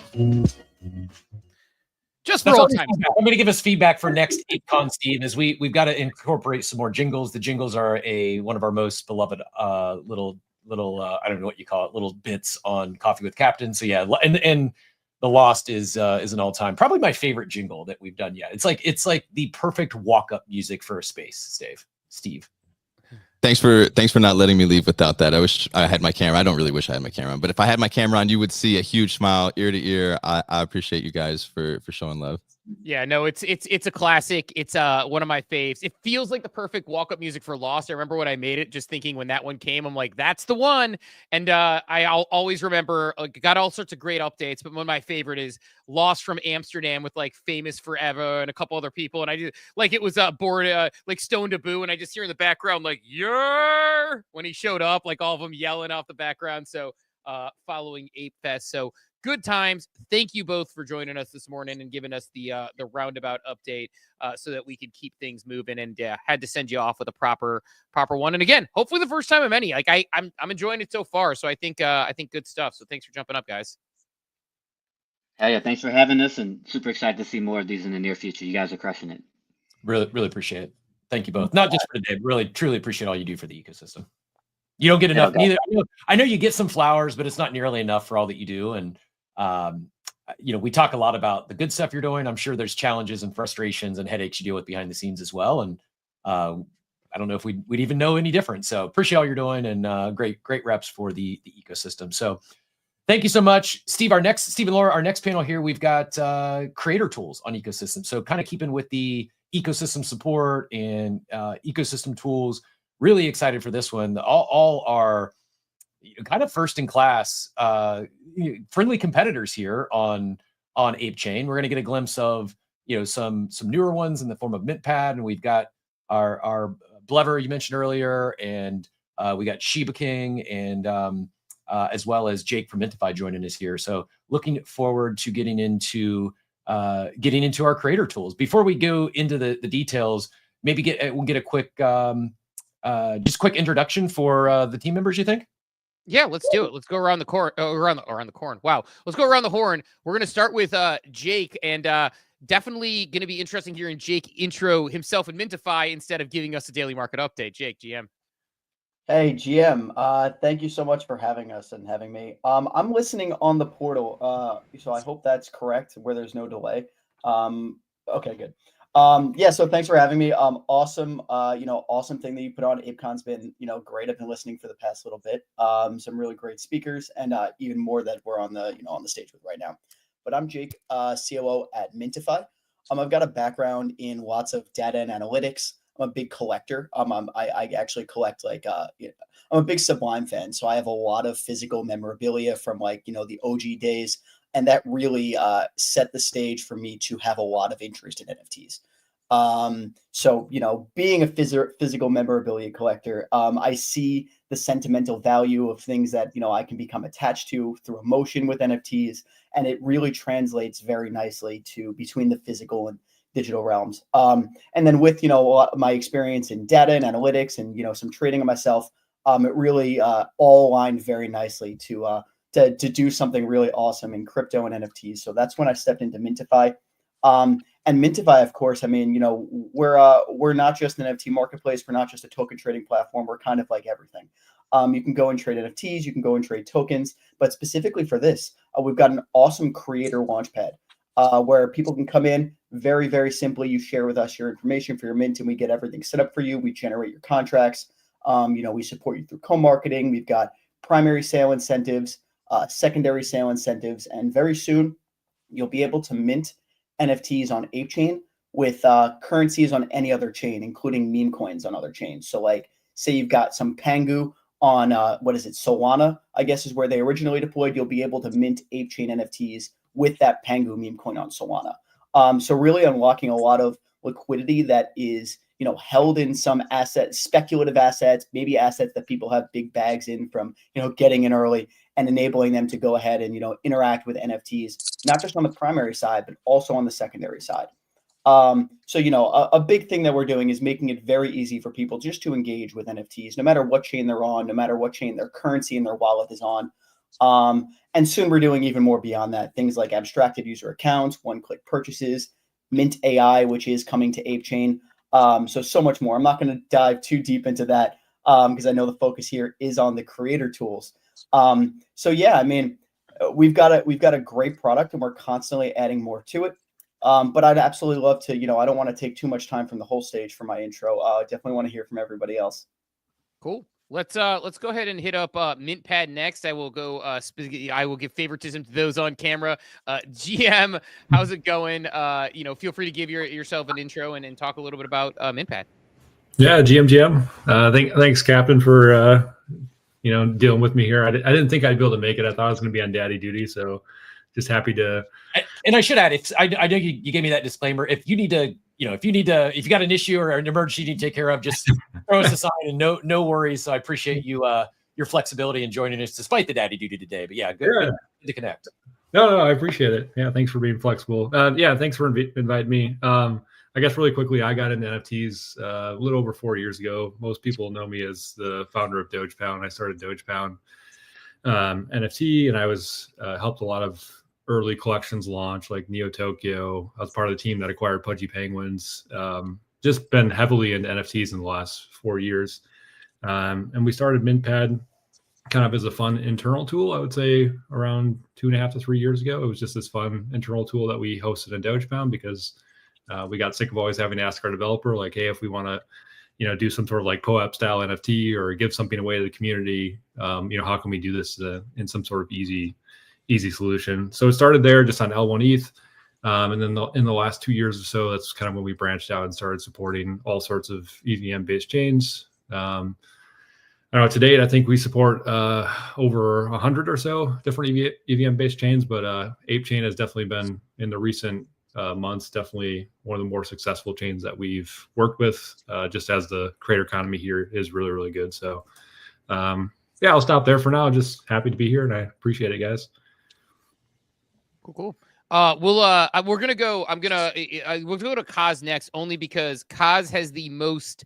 When I met Kaz in person, and I know you're not on camera right now, but I didn't realize that Kaz's PFP matches him in at least the hair department. There is some big, wonderful, luscious hair sitting on that head. Sorry, MintPad, didn't mean to go your direction on that one. And with the hair, not fair. I didn't know where you were going with this with Kaz, and you were going to compare him to his Goblin PFP, and I'm like, dude is a good-looking guy. You somehow managed to pull that off pretty well, I guess. Oh no, it was just the hair. Kaz is a man rocket, but the hair itself is is out there. So no, appreciate you. And now that we sufficiently glazed you, good GM, give us a little background on Blevver.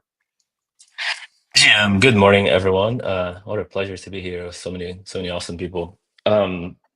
So I'm Kaz. I'm the one of the co-founders of Blevver. There's three of us, so I'm by no means the sole force behind it. So Blevver is, like many of the great other products here, also a launchpad. We're a little bit different in the sense that we're like focusing on just doing one thing very, very well. Not that the other people here don't do it well, but we're just like trying to drive all of our force into doing one thing and like sort of like maximizing and extracting the most that we can do out of that, right? We want to see how far we can take just being a launchpad and creating tools that help creators, release NFTs and other things that we have in the works. So I think one of the things we actually it was cool that somebody touched on this earlier, the cross chain execution from Relay. That product is awesome. We're getting ready to roll out that as well, where you can mint with anything. I think OpenSea already does that, where you can like buy an NFT with currencies from any chain. And Relay, the folk at Relay have done such a good job with that product. It's like it's so easy to implement, and stuff like that is really cool for bringing liquidity from other chains. Sort of, I don't want to, I guess I'll leave it there for the intro. I don't want to take up too much time, but we can dive more into all sorts of different tools that we're trying to create later, I guess, in the panel. Awesome. Yeah, works perfectly. Steve, I'll let you take it to Sheba. Of all the people that are not going video, I thought for sure we'd get to see Sheba's smiling smile this morning. There he is. GM Sheba. Tell us, give it for those that haven't connected with you yet, give us the quick intro. What GM. up? I was also, I think we lost the space. Is it just me? But Oh yeah, we completely lost the space. It rugged. It rugged. So maybe I don't know if you wanted me to just continue or we just do some conversation to get that back up or whatever you want to do. I'll jump in. I'll just start with who I am. What up? It's good to see everybody here. Shout out to Mint and shout out to Blever. It's good to see everybody and great space so far. I've been listening all morning. So shout out to all our friends and communities that are building and a part of that giveaway. But everybody most knows me. I've been here since like almost 4 years now in NFTs. 2017, I got into crypto. I've deep dove into the ETH communities for a while now, and I made my way over to Yuga, getting my first doggo, Moonbird, and now a Bored Ape. So I'm hands in on AIOW and what we're doing here on ApeChain. The last few months have been absolutely wild here on ApeChain, and so I had the pleasure to work with AIOW for about 3 years. They came out with their launch pad around October, November of last year. And we're really focusing on turning from just like being a launch product to being more of a hands-on type of thing. So I do spend a lot of time with people that end up launching or building. We have a set up affiliate team where we have about 10, 12 people that not only host spaces, but that are on constantly and give a platform for either pre-builders or builders that are having mints that are happening like live or even after a mint. We offer like the platforms to join the communities that are already launched here on ApeChain and some other chains. We do offer Ethereum, Sol, and Polygon. We're about 99% focused on ApeChain right now. It's most of where our creating is. We do have communities over on Sol that have some products too. Shout out to the Fat Rats, but we do main on ApeChain, and we've gotten an amazing feedback from a lot of the different communities. Some other founders that are present here on our like just some visuals and some stuff on our website, and we really look forward to creating with these individuals over the next few months and kind of give them that that one-on-one representation that they kind of need getting in here. A lot of people are new to this. I think a lot of people are still new to creating NFTs and products, and most of these teams are like 1 or 2 people. They don't have any funds.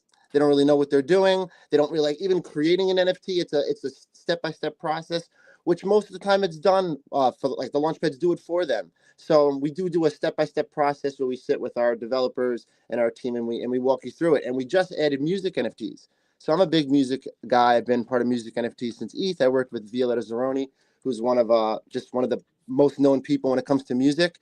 And we've taken that whole industry and we've brought it not only to ApeChain, we brought it to AIOW, which allow the creators to create very efficiently, no upfront cost. And we work with them, teaching them how to build out their NFT projects instead of like doing it for them. So we've had a lot of good feedback about that because the artists and people investing appreciate the process of jumping into ApeChain. So I look forward to hearing about some other tools and stuff, but it's great to have you guys here and shout out to everybody.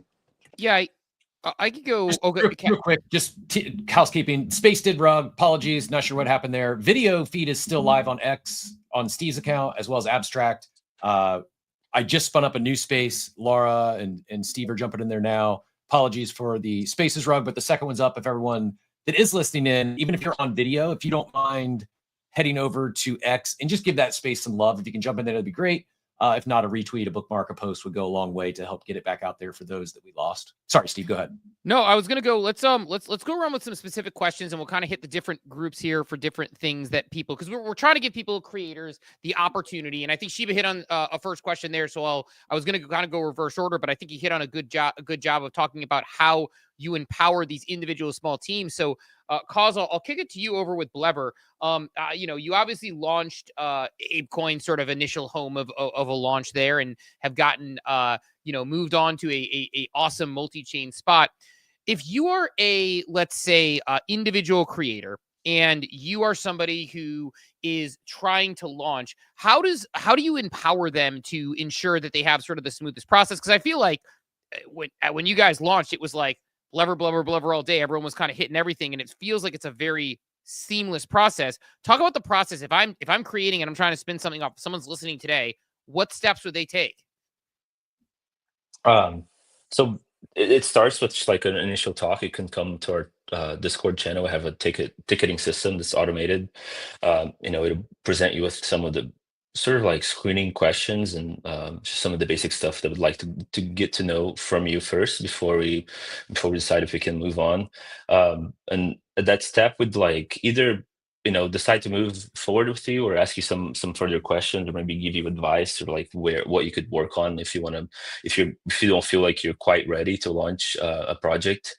From there, if you get approved, what we do is we create a dedicated Discord channel for you in our server, and then we work out all the logistics. You work with our devs and our scheduling people, and we just sort of really hold your hand, walk you through like creating the metadata and creating the collection, deciding on supply. And some people come to us and they're like super ready and they know everything. They know exactly what they need to do, and they know what they want to do. And a lot of times they come to us with more of an idea, and like we have to just really teach them everything all the way through.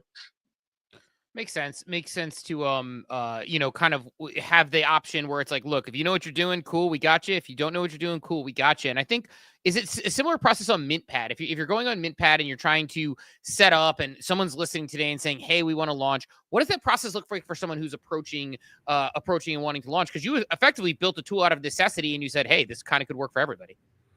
Yeah, yeah. I guess our take on it is slightly different. We're definitely not as hands-on as a team like Blever. They're more of a curated experience, and they've done an awesome job. I love the guys at Blever. MintPad, my philosophy has always been, let's make tools that are open to everyone to participate and use and build whatever you want to do. We will hold your hand, but I would say it's not as much of a hand-holding process as Blever. So ideally, we'd like people to come in and MintPad, and if our solution, our tools work well, you can get through the whole process without us having to necessarily hold your hand. But there's still a lot of things that we have to work on where people are getting stuck or there's confusion, among certain different processes of what you're trying to build. So that's just where our approach is a little bit different. I think both are very much needed, especially in an ecosystem like ApeChain where you have a lot of creators. That's always been my belief, is try and make the tools as accessible as possible. Yeah, and Jake, I'm curious on that. If there's challenges you see when people launch, on Mintify when they're trying to, again, a creator like it was smooth for us today. We set up a page, we launched it off, and we've had 300 plus mints since it started. By the way, if people haven't looked, we'll pin that back up top to the space for those who have made it back into the space now that we rugged. 386 mints so far. So far, so good as far as what we're doing on a free little mint. But what are some common things you think are people's issues they might run into when they're trying to spin something up? Oh, you're on mute, Jake. Oh, Jake, you're on mute. I do it all the time. No, I appreciate that greatly because I would have kept talking. So some of the most common issues are typically just learning the ropes. Understanding how these things work, figuring out the best prices and what allow list maximums. You know what I mean? It's really like the parameters of how they want to run their NFT sale. And a lot of these creators, they're some of them are first time launchers, some of them aren't. Those that aren't, and they have existing ecosystems and whatnot, they're already very familiar. They just they submit the form, they get us their information, and it goes live. Like you guys, you know what I mean? Like you knew what you wanted, you submitted the form, and it went live.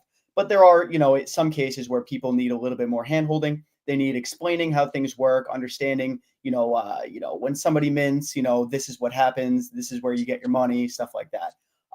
So realistically, it's more about education, I think, than anything. Of course, there are always things where like somebody's like, oh, I thought it worked this way, which at the end of the day comes back to the education side of things. So do you think that the majority of those things are rooted in just the complexity of the space and how things are just on a higher level for NFTs? But I know that Mintify is tackling lots of different ways of improving that for the user. I'm sure that MintPad and Blever as well are doing that in Chiba. I'm not sure what exactly your product is called, but I'm sure you guys are all have this in mind that things are just a little bit too complex for new users and new creators to jump in and launch collections without having to go through some kind of education. And it's definitely very important from the product side that it's made very easy for these creators to jump in and understand very easily. And ideally, make it similar to something that they might have experienced in the traditional, Web 2 world, maybe Shopify or whatever it might look like. So yeah, no, it's definitely a priority to, guide people that are new to the space with some education.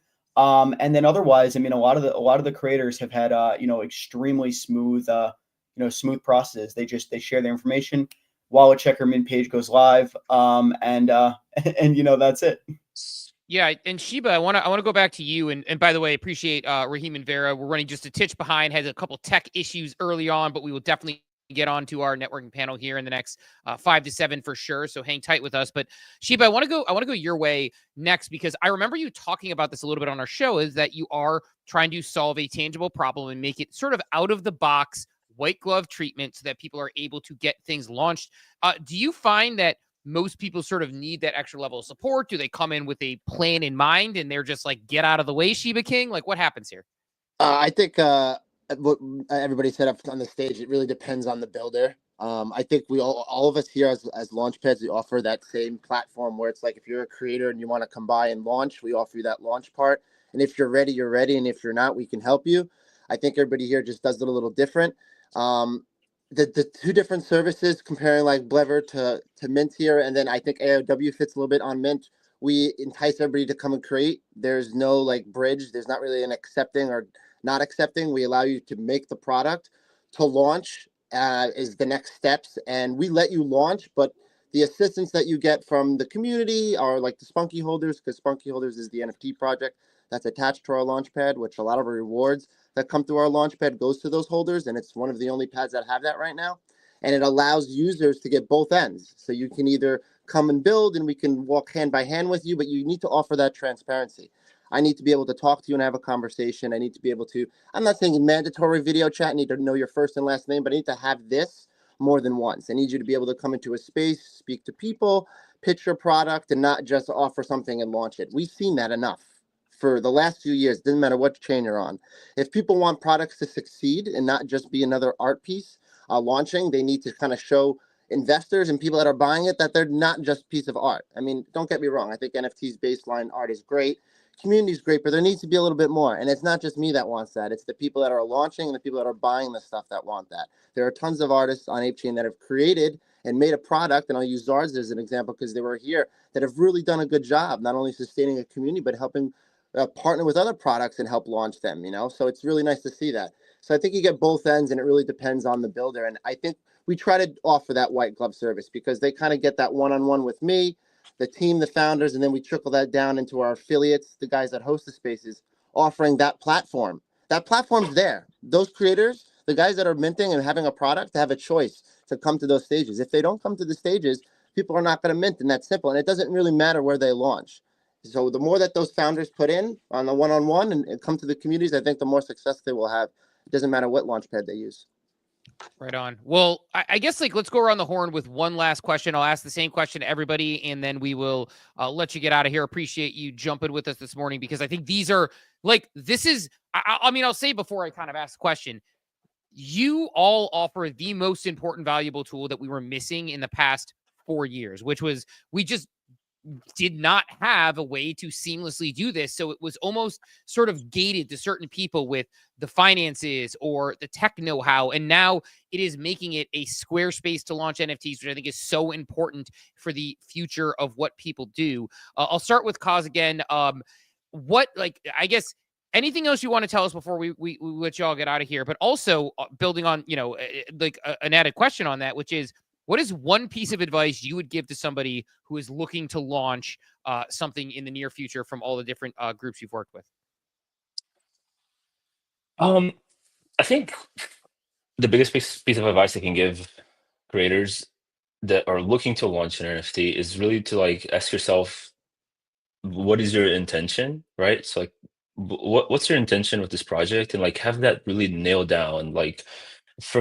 From that, everything else will come from that. Because I would say the biggest mistake, or not necessarily mistake, the biggest rate of failure I see is people that will come in and try to launch something just to launch something, and they don't really have an idea of what they're doing. Like it'll be, we're working with some projects sometimes that it'll be the day of their mint, and they're like, how should I do this allocation? It's like, oh, do you think I should like there are certain things that I'm like, you should have been thinking about this like 2 months ago, like that.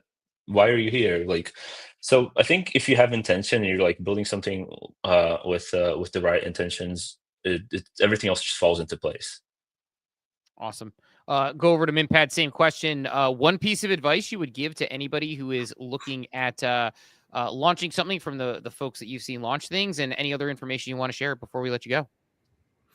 Yeah, I don't know. I think kind of to piggyback on what he just said as well. I mean, maybe to kind of champion ApeChain and ApeCoin a little bit. It's definitely probably one of the few ecosystems that we've worked with, and like I said lately, that really has a very creator-centric ecosystem. And I think if you have good intentions, it's ApeChain is definitely a great place to be. So again, if you can come in here with good intentions and build up your audience, I think sometimes I see creators also like they try to do things too quickly. I think you should be able to tell, right, like by how people are engaging with your project or yourself as a brand, if it's really ready to be launched and has that level and quality that the ecosystem is looking for. So I think if you can do that and you can utilize, this is also a testament of how well ApeChain is doing, that we have all these creator tools here. I can tell you that we've been on a lot of other ecosystems where there's just a lot less infrastructure. It shows you here that like people are really taking it serious. So I think take advantage of the resources you have here and take it serious, and you'll do well. Jake, same question your way. Advice you would give to creators, and anything else you wanted to know about Mintify. Yeah, I mean, advice to creators, definitely have like a game plan. Have an idea of like, where you think you want things to head, like, after mint. It's not just get your NFTs out there and hope that people mint. A lot of people definitely are more on the side of focusing on the launch and then thinking about what comes next after. And when you think about the whole thing and get it laid out, at least in like a roadmap, it definitely will help in terms of the entire execution of the launch itself. Your language and how you set the stage for what you're building and everything like that. So definitely think that's super important. And also just taking your time with it. Like it's not a good idea to rush things. You definitely want to make sure that you're putting it out there when you're ready to, when your community is ready to, and that you've cultivated that community who shows real interest beforehand. Definitely very important. Otherwise, you're setting yourself up to put the mint out there and then only get a couple mints, and then you're disappointed. And if you had just crafted it all up in advance, it definitely supports a lot of the actual launch and then everything that goes on from there. So that's my thought. I mean, it's definitely incredibly nuanced. I mean, there's so many different things that I could recommend to a creator based on what they're creating, whether it's art based or if it's like a PFP or if it's a gaming asset drop. I think the most broad advice in terms of that is really like picture what you see this finalizing as in your head and try and run with that in terms of like your execution of everything. So definitely think that looking at it in like a really macro perspective would help a lot. And there's already a lot of great artists and creators that do that as it is. But yeah, as for other stuff that I think people should know, we're of course always cooking up lots of different stuff at Mintify. We've got a bunch of feature improvements and additions that are coming to our launchpad specifically.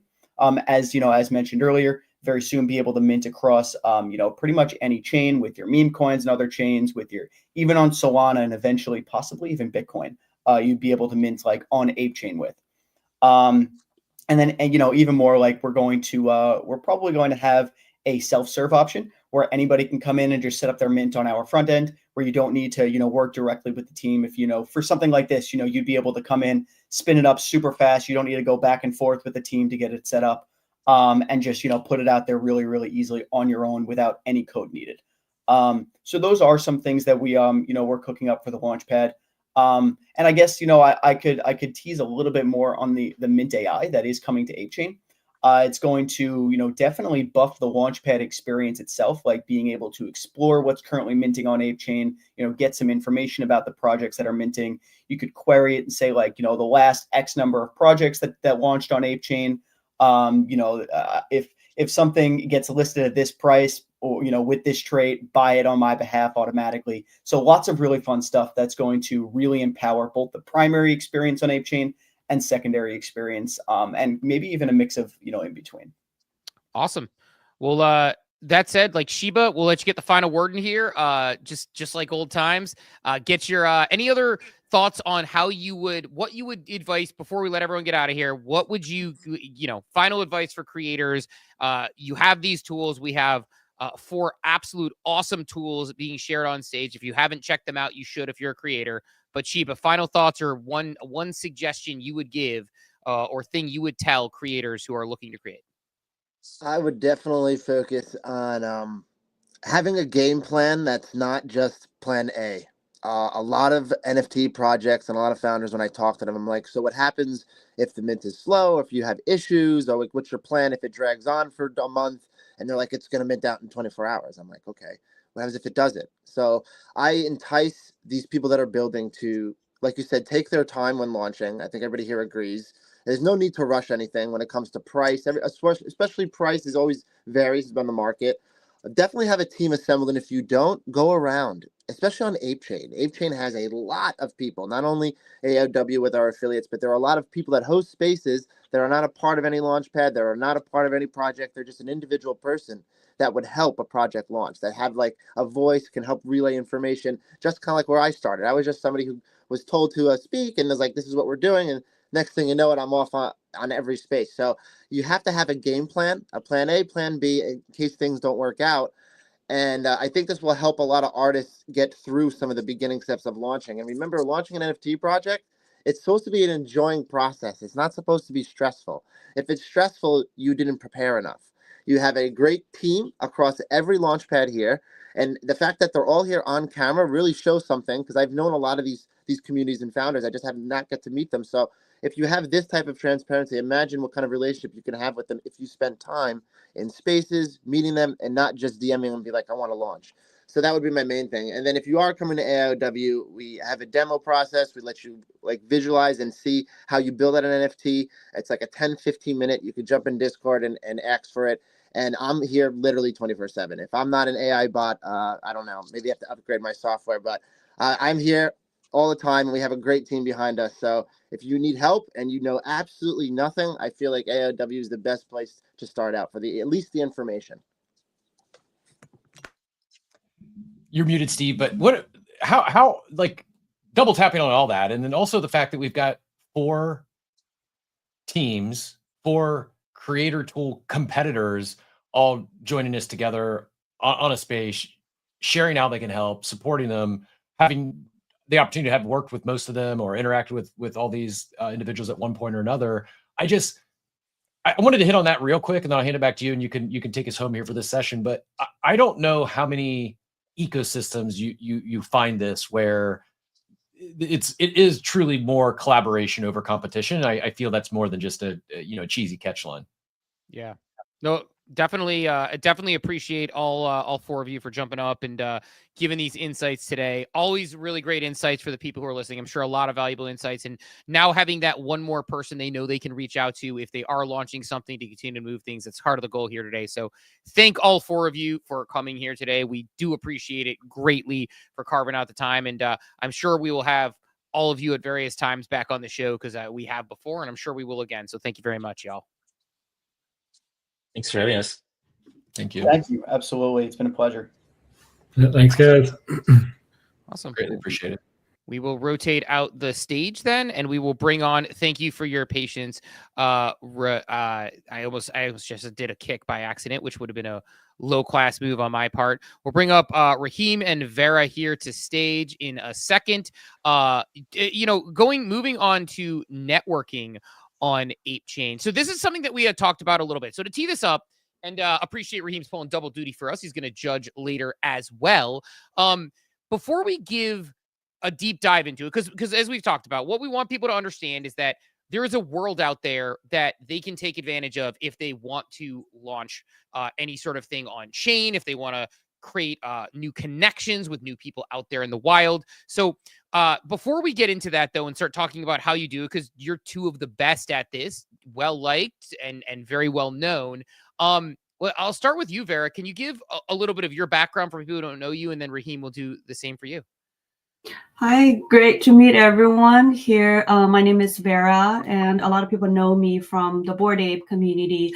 I was the ApeCon Console 2023, but a lot of people know me as like, ex-NVIDIA, like Silicon Valley tech person. But I've been in the crypto, doing investment recently. So great meeting you guys, and happy to catch up with everyone here. Awesome. Raheem, same deal. Would love you to give your background as well. Hey everyone, super nice to be here with my fellow apes. So nice to see you guys. Well, like used to be a forensic scientist, pivoted my career to film and production, tapped into like the NFT space end of 2020, building ArtStyle, which is an IRL community based out of Dubai. And yeah, excited to have this conversation with all of you guys today. Awesome. Go ahead, Laura. I'll let you take it off from here. No, so good to see familiar faces. Excited for this part of the conversation. It was one of the topics that I think are the most valuable, and especially trying to transition those IRL experiences into, an online virtual conference. So yeah, just to kick it off, if you don't mind sharing, Raheem, Vera, some of those in-person experiences and why they have been so important, and if there is a way for us to translate that into a virtual space.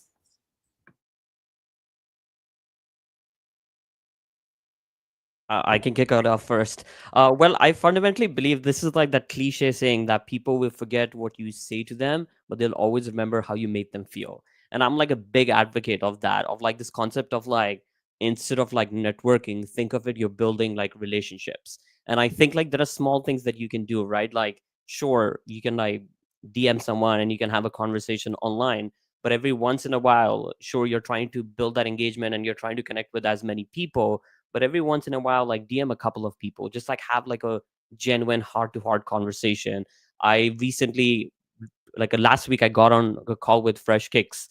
I just wanted to be like, you guys are awesome. I love what you guys do. I want to order like a pair of shoes, but like to me, you guys are not just like a bunch of people who are like commercially doing this. To me, you guys are artists, and I feel like I'm owning a piece of what you guys are going to do. So let's just like connect. And like, sure, we live across the world. Like they live in Canada, I live in Dubai.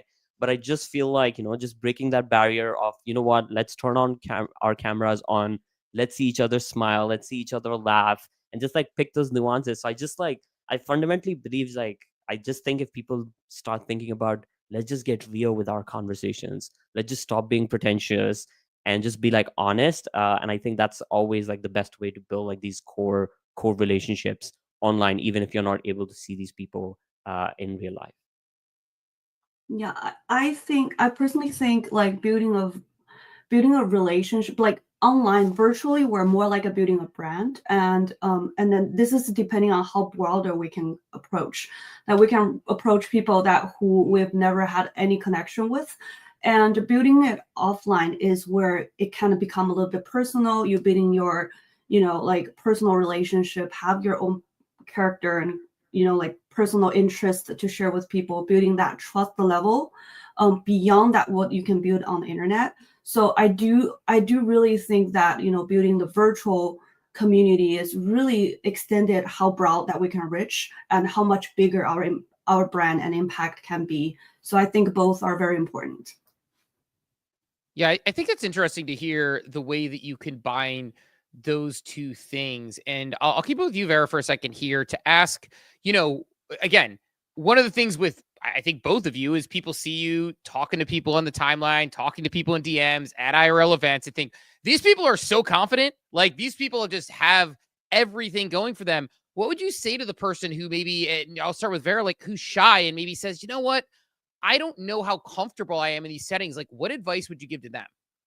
Honestly, you're asking the right person, because I was one of those. And especially for me, like, I'm not like English native, right? A lot of people that who are not like native speakers, that they are feel uncomfortable talking about English in public, like, you know, even like text messages. And yeah, Laura.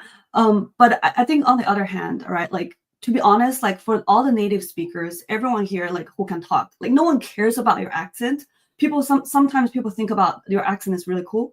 People don't care about like how you look. People don't really care much about like, you know, the stuff outside. People really care about the message you deliver, and they give the respect of what you say. So for people who are shy because of those reasons, that, you know, you're not a native speaker, you're not confident about like what you're saying, I think, you know, like just put the step out first. People are not going to laugh at you. And then once you get that first step, I think the second, the third will be much easier, you know, and then you will see like, oh, get better and better. And then at some point you'll hate to this point. You're just like, oh, sometimes I just feel like I'm really stupid. Like stuff I say, like, I don't know, what if people thinking about I'm stupid? What people think about like making fun of me? I mean, like, to be honest, as a friend of you, I would say, fuck it. Like, why would you care about other people think about you, right? Like, you probably will never meet this person in person, or even some people that you meet in person, they're not going to tell you that you're stupid anyways. So sometimes you just act dumb and not know about it. I think as time going, you will sound smarter over time and with more practice. I think this whole communication is about a lot of practice, a lot of shameless, like you just don't care, a lot like I don't care. So you know, I was there, and I think, you know, the me you see today wasn't the me you see before, and you can still see the old me is stupid, but no one cares about the old me. People care about you right now. So I think moving that first step, and you know, just be who you are, just be true of who you are and what you want to deliver. I think that's also very important. So I hope it's helpful. I think it's helpful for a lot of people, you know, on that, because to your point, if somebody has something to say that isn't nice, it's more about them than it is about you. You're just putting yourself out there and trying to make a friend. Raheem, one question, different question for you, I guess, like, because, you know, again, you talk to a lot of people, you're very out and about. Are there things in conversation that if somebody is trying to network with you, maybe that they wouldn't realize is an unintentional faux pas, or something that would turn you off, that would be like, man, this person's just trying to sell me their product, or they just got right to the, you know, jump here, or they're trying really hard? What are the things, if you're talking to someone, because you're a really kind individual, so I imagine you generally give people the benefit of the doubt, but are there any things that you're like, red flag on that one? Yeah, great question. I absolutely love this. I fundamentally believe that it's almost like when you're having a conversation with someone, just like think about like what is in it for them. Like realize, and this doesn't have to be, it doesn't matter like whether this person, whoever it is, they're like a famous person or a not famous person or whatever. At the end of the day, I think from a conversation point of view, you should always pivot it in a way that what value it brings to the other person. And necessarily the other person is not looking for it, but it kind of like tears down this barrier that you're like, okay, Laura came and said this to me. It's like she's so considerate about me that I'm inclined to have this conversation. A couple of months ago, I had this like random person reach out to me in Dubai, and it was probably like one of the kindest messages I've ever gotten in my life. And she wanted to just like pick my brain about like something like a business that she was starting. And she was like, Rahim, I get it, you're too busy, like, you know, you probably like don't even know me, and you have like no obligation to do this, but I really appreciate your time, and if you say no, I'm completely okay. And it melted my heart, because I was like, you know what, like I love the fact that she's being so respectful and honest. And I was like, you know what, you tell me where you want me to be and I will come to you. And I just think at the end of the day, just like respect other people, realize that when you're going to these networking events, that very likely the same conversation is being happened with like 100 other people. How are you going to stand out? And one of the ways to stand out is to like touch the person's heart, as cheesy as it sounds. I think also, you know, when I think of IRL events or online networking, it's not taking things personal.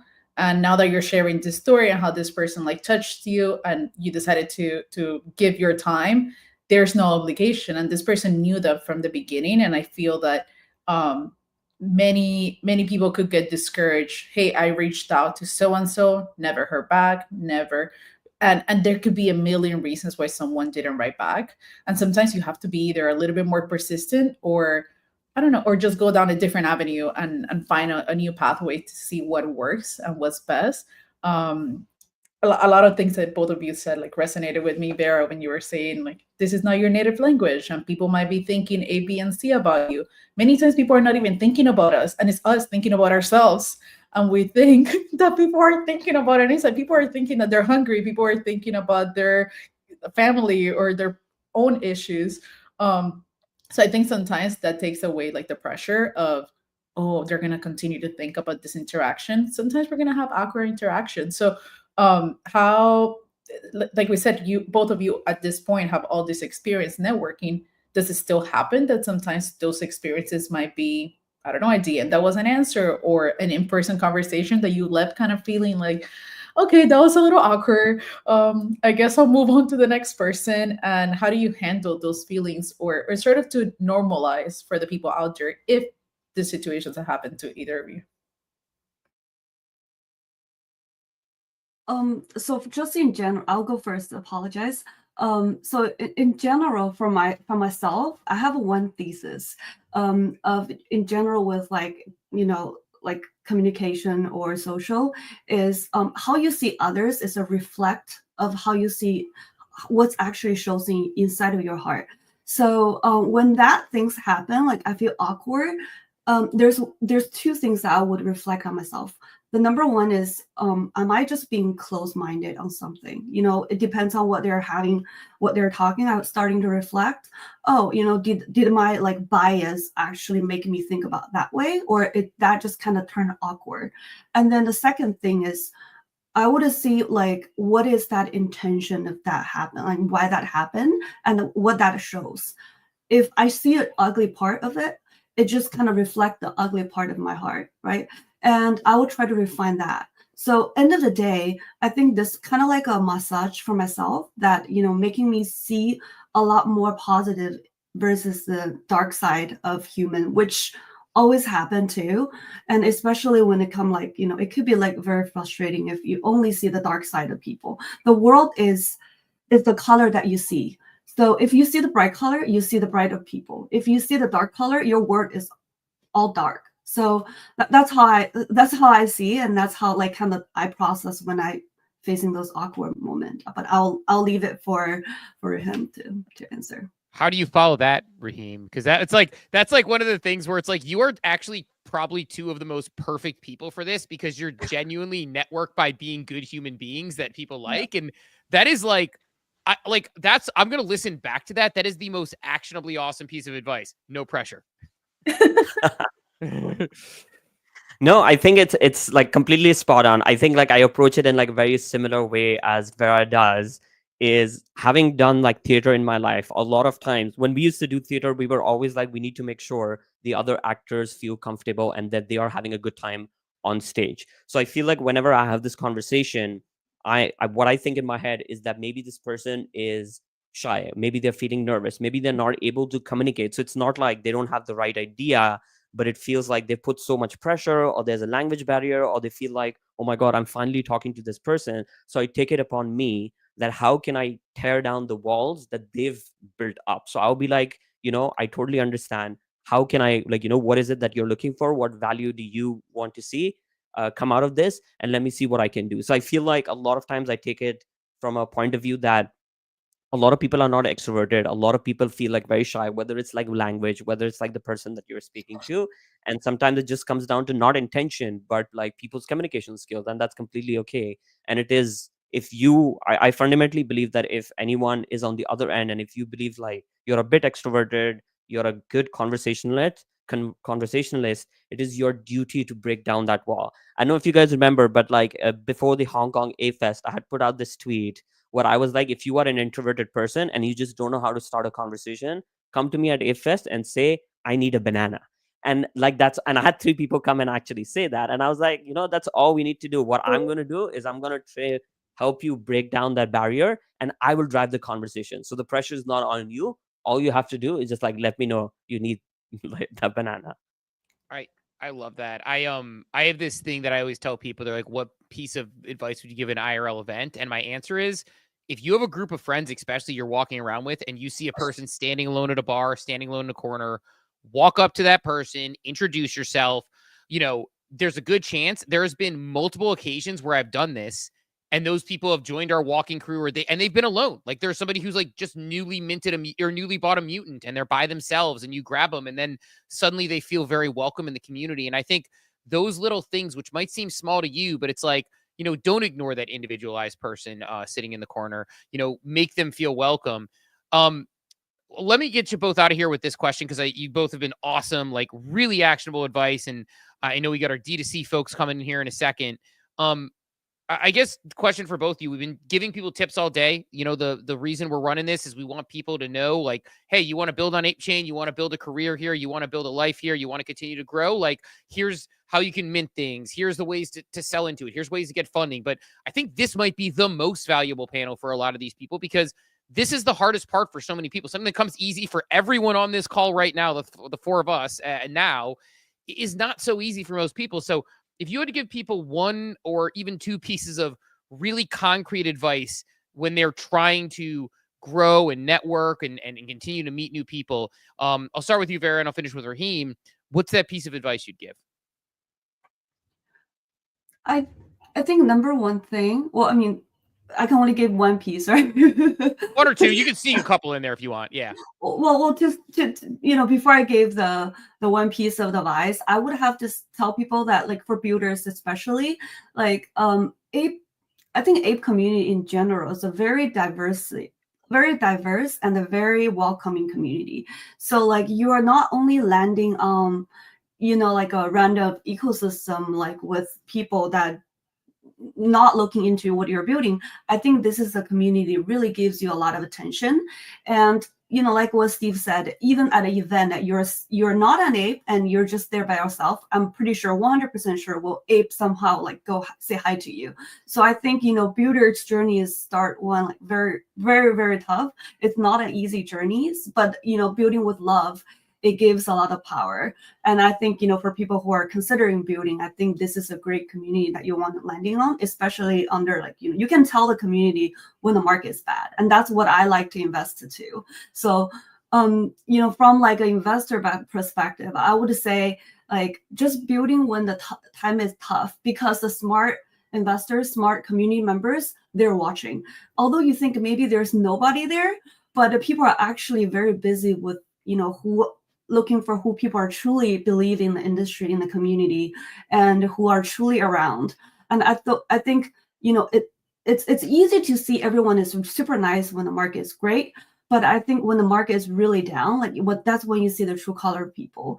And don't worry about the tough time because they will go through.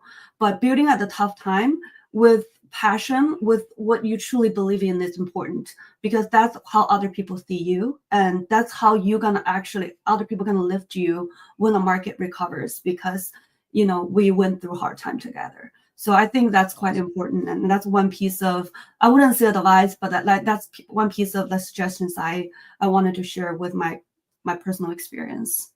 A great way to connect with people, a great way to find those connections. Raheem, any what advice would you give people if they're putting themselves out there, they're new to communities? Like, how would you tell them to start proceeding? Yeah, like I think one of my fundamental beliefs is that like people don't invest in products, or they don't buy products, or they don't buy projects. They believe in like the founders, like all the people behind it, or the creator behind it. Like really take your time and understand what that like really means. If like people really believe in who you are as a person, sometimes even the craziest idea will be something like they will be all for it. Like they will be one of your biggest supporters. And I think realizing that is like super fundamentally important, especially in like our space. Like, you know, like one of the bits about like the Web3 space is there's this like big trust factor. A lot of people are like anonymous, you don't know who's who and stuff. Just build that like real connection, like connect with people. Like sure, you're talking to them on like on the timeline, but get on calls with every once in a while with people. Back in 22, I used to do these open calls, but I would have like a calendar once a week, be like, I'm doing 20 minutes call, like whoever it is, just like sign up, let's just like have a call and stuff. So I just like, maybe this is like a very like a rose tinted point of view, but I fundamentally believe that a lot of human beings are just like nice people. Like they don't have like bad intentions. And I think like really appeal to that. Like if they trust you, if they believe in you, they will back you up, even regardless of the markets are good markets are bad. You can't like really control that. The one thing that you can control is making sure that people believe in you, in your vision, in your ethos, in your principles, and that will forever stay in life with you regardless of what chain you are on, how bad or good the market is. And I think that's how you should be building your personal identity and your personal brand. Awesome. Well, appreciate you both. Appreciate both your leadership in the community and as humans in the world, because I think people, if the world had more Veras and Rahims, we have a much, much better world in front of us. So thank you both for joining us today. I know you're joining us later for the Judge segment, Rahim and Vera. Awesome. Always kind of hearing from you and getting your perspective. And I never would have guessed that you were sort of shy and timid early on, because you're so well liked in network. So thank you both. Thank you guys. Honestly, I'm like, it's a very heartfelt conversation. And I think it's like, I loved it that it's like in the middle of the day. It like picked me up and like, I don't know, it reminded me of the why. And sometimes like when what Vera said, like you're leading with your heart, and also Rahim, like seeing the best in people, like it just changes how to approach things. So appreciate that. And with that, I hope that everyone got inspired as well. I'm excited to see what connections come from this conference, and for new DMs, new builders, new friends, and we'll go from there. So thank you again for joining us, and we'll see you guys in a little bit. Thank you guys. It's been a pleasure. Appreciate you both. Steve, I knew they were perfect for this panel. Didn't realize how perfect, and I knew they'd be great just because I've seen them interact before. I've seen them do this. I've heard them do this, and my note was, do you need a banana? Or I need a banana. Just like, because I've seen you do that in person too, right? I vividly remember it was in Miami, and you went over to a guy standing by himself, put him into our conversation, and the rest, is history. It's really is. I won't bring you back up to ask him the question. Maybe we'll fit it in if we have time at the finals later. But Raheem mentioned that he believes genuinely people are good people and nice people. And while I would agree, I feel it's even more so from like a percentage, like relative to the general population at large. I feel like crypto and Web3, this ecosystem in particular, the good people far outpace the nefarious actors, the bad actors, the scammers, the grifters. It just doesn't seem like that in crypto. I think a lot of outsiders have the opposite opinion of us, but having a chance to network with so many people in this club, I do feel it's a pretty special place. But yeah, great conversation. Appreciate the panel, and really enjoyed it. I did pull up the schedule here. We're going to roll into D2C on ApeChain next. Then we're going to have our final break and the raffle. We've got some NFTs lit up there. If you want to participate in that, just go mint that free NFT. There's about $1 platform fee, but the mint itself is free, and that'll get you in the winning or in the race for those NFTs. We'll raffle off here in a bit, and excited to demo that platform as well. But moving into the next panel here, we've got some one is actually going to be making his second and soon to be third appearance, because Von Frunten advanced to the finals. Congratulations on the Vonga advancement. Thank you very much. Appreciate it. So I'm going to start with the others, or we'll start with the others, because we got a little bit of we got at least 90-second pitch from you earlier. Maybe we'll put Peter and Jason on the spot as well, make them do a 90-second pitch for what they're building. But I kid, you don't have to. You're welcome to share anything you'd like about what you are building. But do you mind just a brief introduction for those that may not be familiar yet? We'll start with Peter. Hey, yeah. Thanks for having me. I need a banana for this. Does that help? It's good. So Board Brewing, we do seltzers, beer, energy drinks. We are Ape Water Canada's partner, and we do some Web3 stuff that's coming up on ApeChain that I'm not going to talk about. But yeah, we ship to 48 states in the US, and we've been at Ape Fest in Hong Kong. We had beer out there, and Lisbon, and just really pleased to be part of the ecosystem and a Made by Apes partner. And yeah, we do IRL stuff with Ape IP and basically any IP that Web3 has as well. So we've done some fun collaborations like with Quirkies and stuff like that too. So and one, you're being too humble, because one collaboration, I think you can see it there in the background, maybe some camouflage beer there, that was a pretty decent collaboration that you guys pulled off. We did a collaboration with Vape and Yuga, which was unbelievable for us. So that was fun. Yeah. Jason, we'll go to you next. I'm excited for this panel because while they're physical items and we're talking direct to consumer products and in real life experiences. All three of these individuals have done unique stuff in crypto, whether it's on chain or leveraging the IP that Peter mentioned. Jason, you've got a really unique background. I mean, both in Web3, but also prior. For those who are not familiar, do you mind giving us a little bit of a glimpse into what all you've been doing? Yeah, my background is actually more in supply chain logistics. I've kind of professionally worked through big box retail, Walmart, Target, Amazon. I helped launch HelloFresh as the director of America's logistics, scaling them from private to public. And then I left Bloomberg LP about a year ago, running their logistics program for the Americas, while also having a hospitality group. So, my kind of story is a merge of my worlds and kind of finding NFTs through flipping and then people wanting to use their IP and trying to empower and enable that for other people, which actually started Board Bagels prior to MBAs. I think that journey has really continued to have some major milestones, whether it's with Board Trading Co. or some other developments that we've had recently. But I can pinpoint in real life events to kind of all those major milestones. So kind of resonating with the conversation from earlier. And Von Frenton, I don't want to short you either. I know we got to hear from the Vonga store earlier, but we really didn't get a chance to get into your background. Do you mind sharing a little bit of that, and then we'll jump right into things? Yeah, sure thing. So, yeah, nothing about my background would make you think I'm getting into the clothing business, but actually, lawyer by training. So, back to the earlier comment that lawyers kill creativity. I'm trying to break that meta here.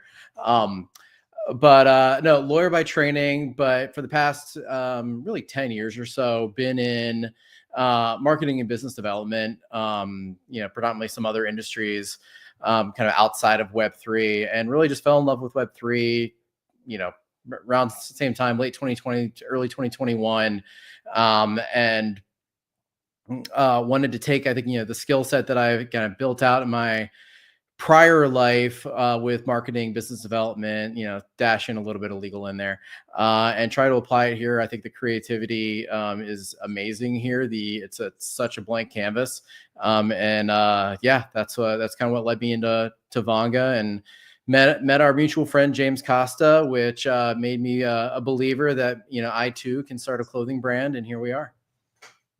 I love it. Go ahead, Laura.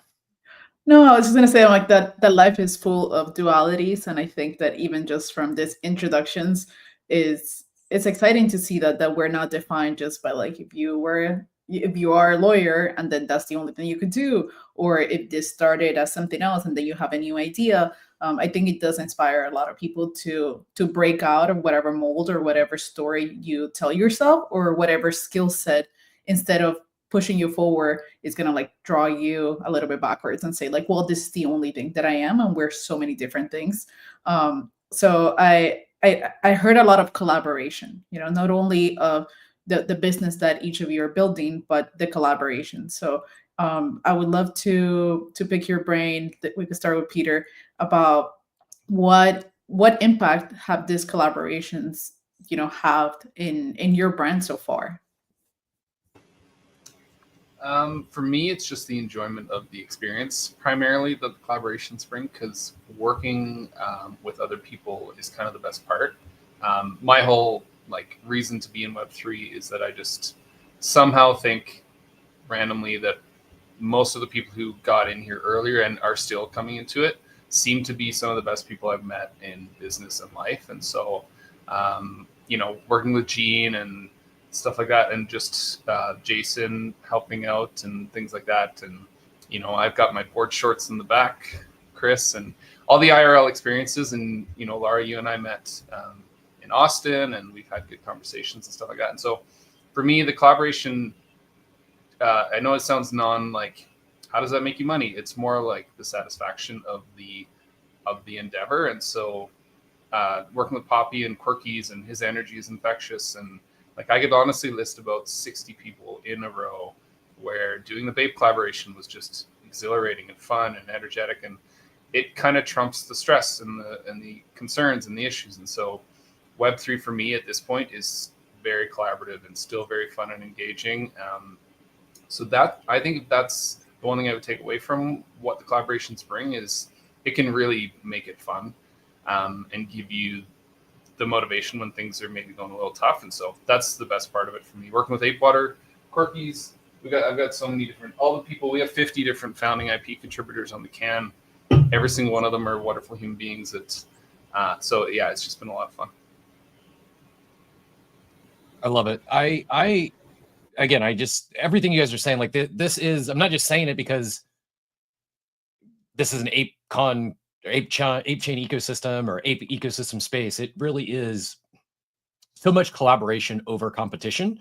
And while the three of you may not work directly in the same, industry or same exact space, I think a common thing is like, while yes, you have things in your backgrounds that make sense, that set you up for success in what you're doing, all of you have kind of not pivoted, but moved into something that, like Von Front said, he wasn't leading an apparel brand before here. What was it? Why on chain? What was it about this ecosystem, this space that was your driver to, okay, instead of just launching a traditional bagel company, or Jason in your case, what was it that wanted you to lean into this IP and in this ecosystem when you had a thriving, successful business already? Yeah, I think there's different aspects of that. One is the technology that exists and some of the kind of differentiation that you can drive with the technology and the layers that you add on top of products. I think there's definitely still a lot of opportunities and challenges in hospitality and Web2 e-commerce today that we can see the solution in Web3, right, with loyalty programs and platforms and things of that nature. But then you've also got this very kind of robust community and IP and storytelling that you don't necessarily find elsewhere, right? So I definitely think that we could all be probably building in Web2, but there definitely is a distinct difference in that feeling of building together here with this technology and the IP. Von, you mentioned, we talking on the topic of collaboration and partnerships, and you had an announcement this morning. I don't know if you want to hit on that with another ecosystem brand. Are you comfortable sharing that? And how did that come together? Like what led you to partnering up with Ape Concierge? Yeah, sure. Yeah. So for those who missed it, we put out a tweet this morning. Vong is partnering with sorry, dog just freaked out there. Vong is partnering with Ape Concierge. So our members are going to have access to a lot of the benefits in the events that Ape Concierge is putting on, for their Ape Pass holders. And I'll say this is an example of, you asked before, like, what do I think about collaborations? Like, collaborations for me in this space, in addition to what Peter and Jason said, they're unlocks, right? Entrepreneurship is hard. Entrepreneurship is lonely. And unless you are some, unicorn master of all trades or have a really well-staffed team, you are going to have gaps, right? And so one of the best things that I found in this space, and to be honest, I'm surprised it is still this way 4 years after I joined, is that DMs are open, right? Look, if I have a question about logistics and supply chain, I know I can DM Jason and he's going to be like, no, dude, like just use Shopify's, UPS, rates. They're going to be way better than you trying to set up something yourself, right? I know if I'm going to have a question about, going for VC funding, if I ever go down that route, right? Peter's done that before, and I'm pretty sure he's going to pick up a phone call.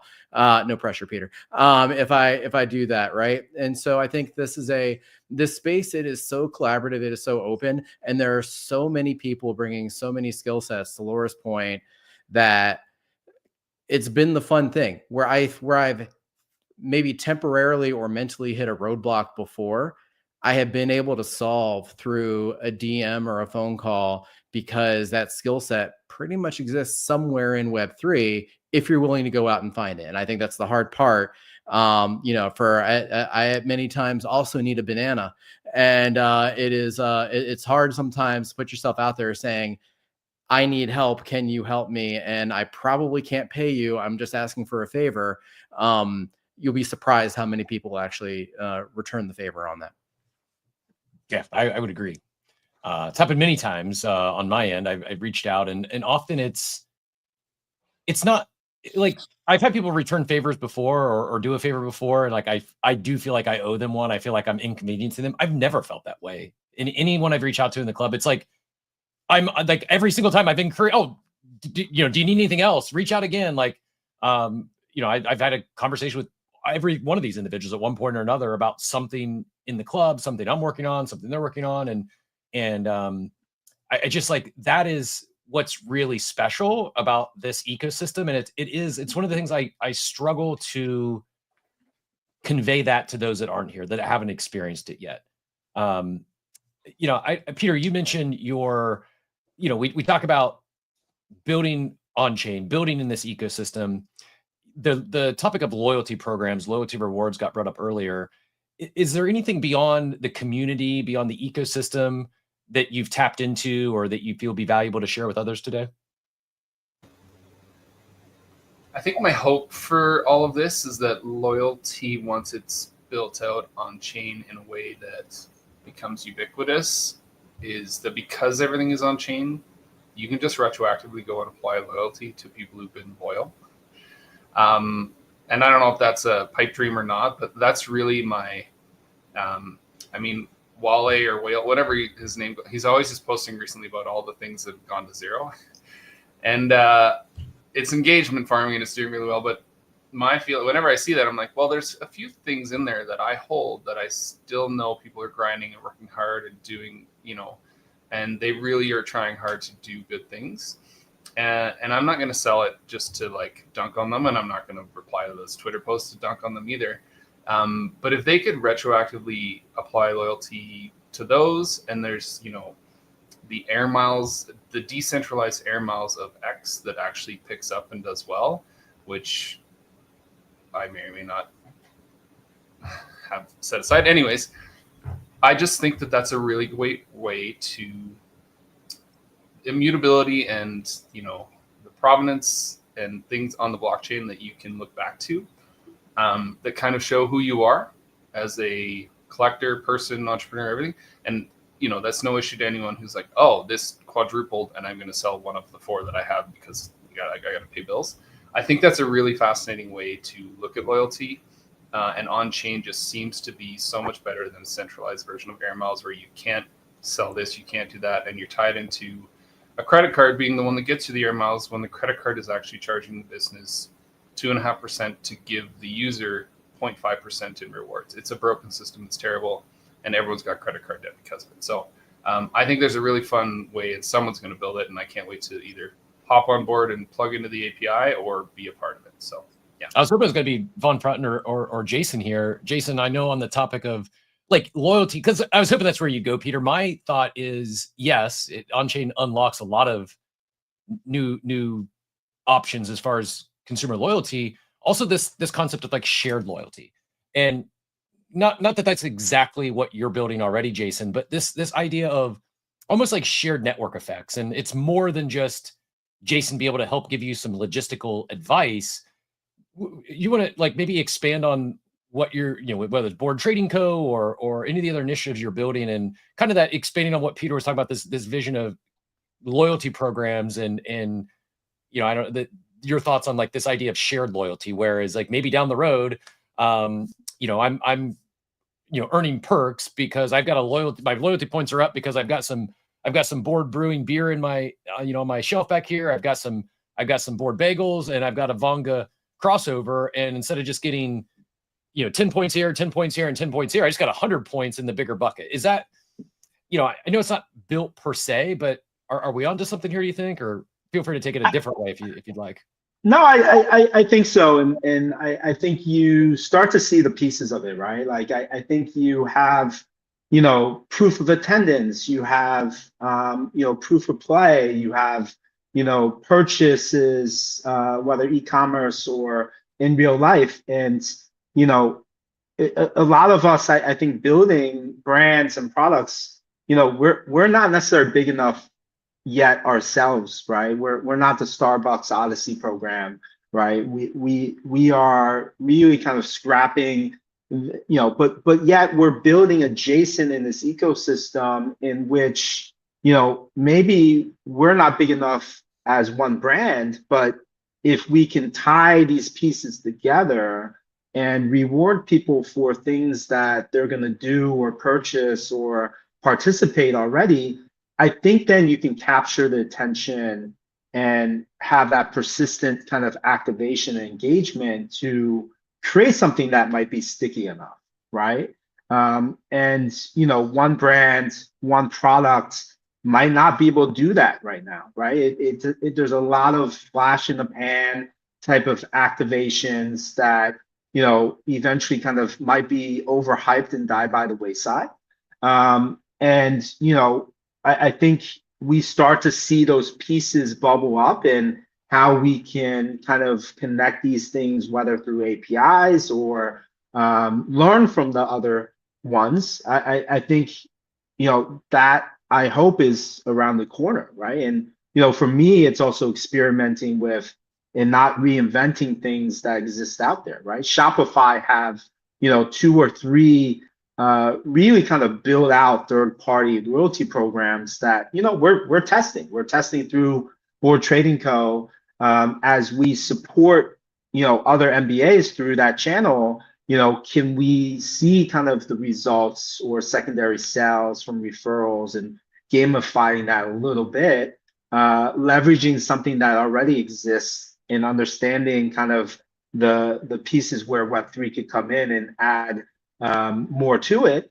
And as we bring more products, more brands in there, having something that at least overarches, not just one product or brand so far.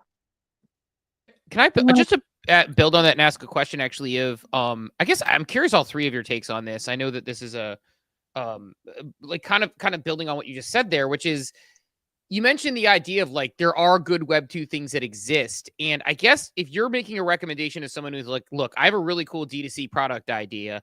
And I'll start with Peter on this one. Because obviously you work with Web 2 brands on this stuff, but you have all these Web 3 integrations. You talk about the advantages of both. Do you think there's how do you get that balance, or how do you talk to people about that balance of balancing the Web 2 solutions with the Web 3 things and where it solves and fixes? Because I think a lot of people's indication or inclination first of the time is like, throw out all the Web 2 and that corpo extractive crap. It's like, no, actually, like they did some things right there. So how do you decide, Peter, when you're working there versus the Web 2 solutions versus where you're going to bolt in Web 3? Usually Web 3 because I think everyone has noticed that it moves so fast that the solutions almost come to you. It's like, oh, what are AI agents? How do they work? What's going on here? Why does this, autonomous being have a wallet? And how does that apply to a Web 2 scenario? And so a little foreshadowing is, you can have an anthropomorphic AI agent brand mascot. So if Tony the Tiger could never tweet and answer people's questions and engage on the timeline and also reward kids with great token, and so that's where, you would bolt on something like that as opposed to being like, I'm trying to sell things on Shopify. How do I just make that all Web 3 and rebuild the whole thing? Like, there's no point to that. But can you build in, a great token in a cereal brand that now uses, an ape as a brand mascot, and, add that in a seamless way where people are like, oh my goodness, I'm engaging with, Play-Doh, Play-Sol or something yesterday, Play-Doh things all over the place. If something there hits you and strikes you as like, oh, that actually works for my Web 2 brand and scenario because my product has a relation to Play-Doh and I can make all these cool AI generative art images of Play-Doh and have a token associated with that then adds value to a consumer or a user or a community member, as opposed to like, I'm just doing this because it's neat. That's where I find Web3, and it does cause a lot of like pivot man syndrome, which I know who we're referencing there, but pivoting in the space, and it feels like you might be going in different directions all the time. But as things evolve so quickly, there are ways to like have that aha moment almost once every 3 or 4 or 5 months, and then you experiment and iterate and see where it lands and how it works. And I think that's what a lot of the big founders are doing, and the ones who are in the spotlight get criticized quite a bit for it. But the ones who are, you know, maybe less public get a chance to play and really see how they can tack that onto their Web 2 experience if they have a Web 2 experience.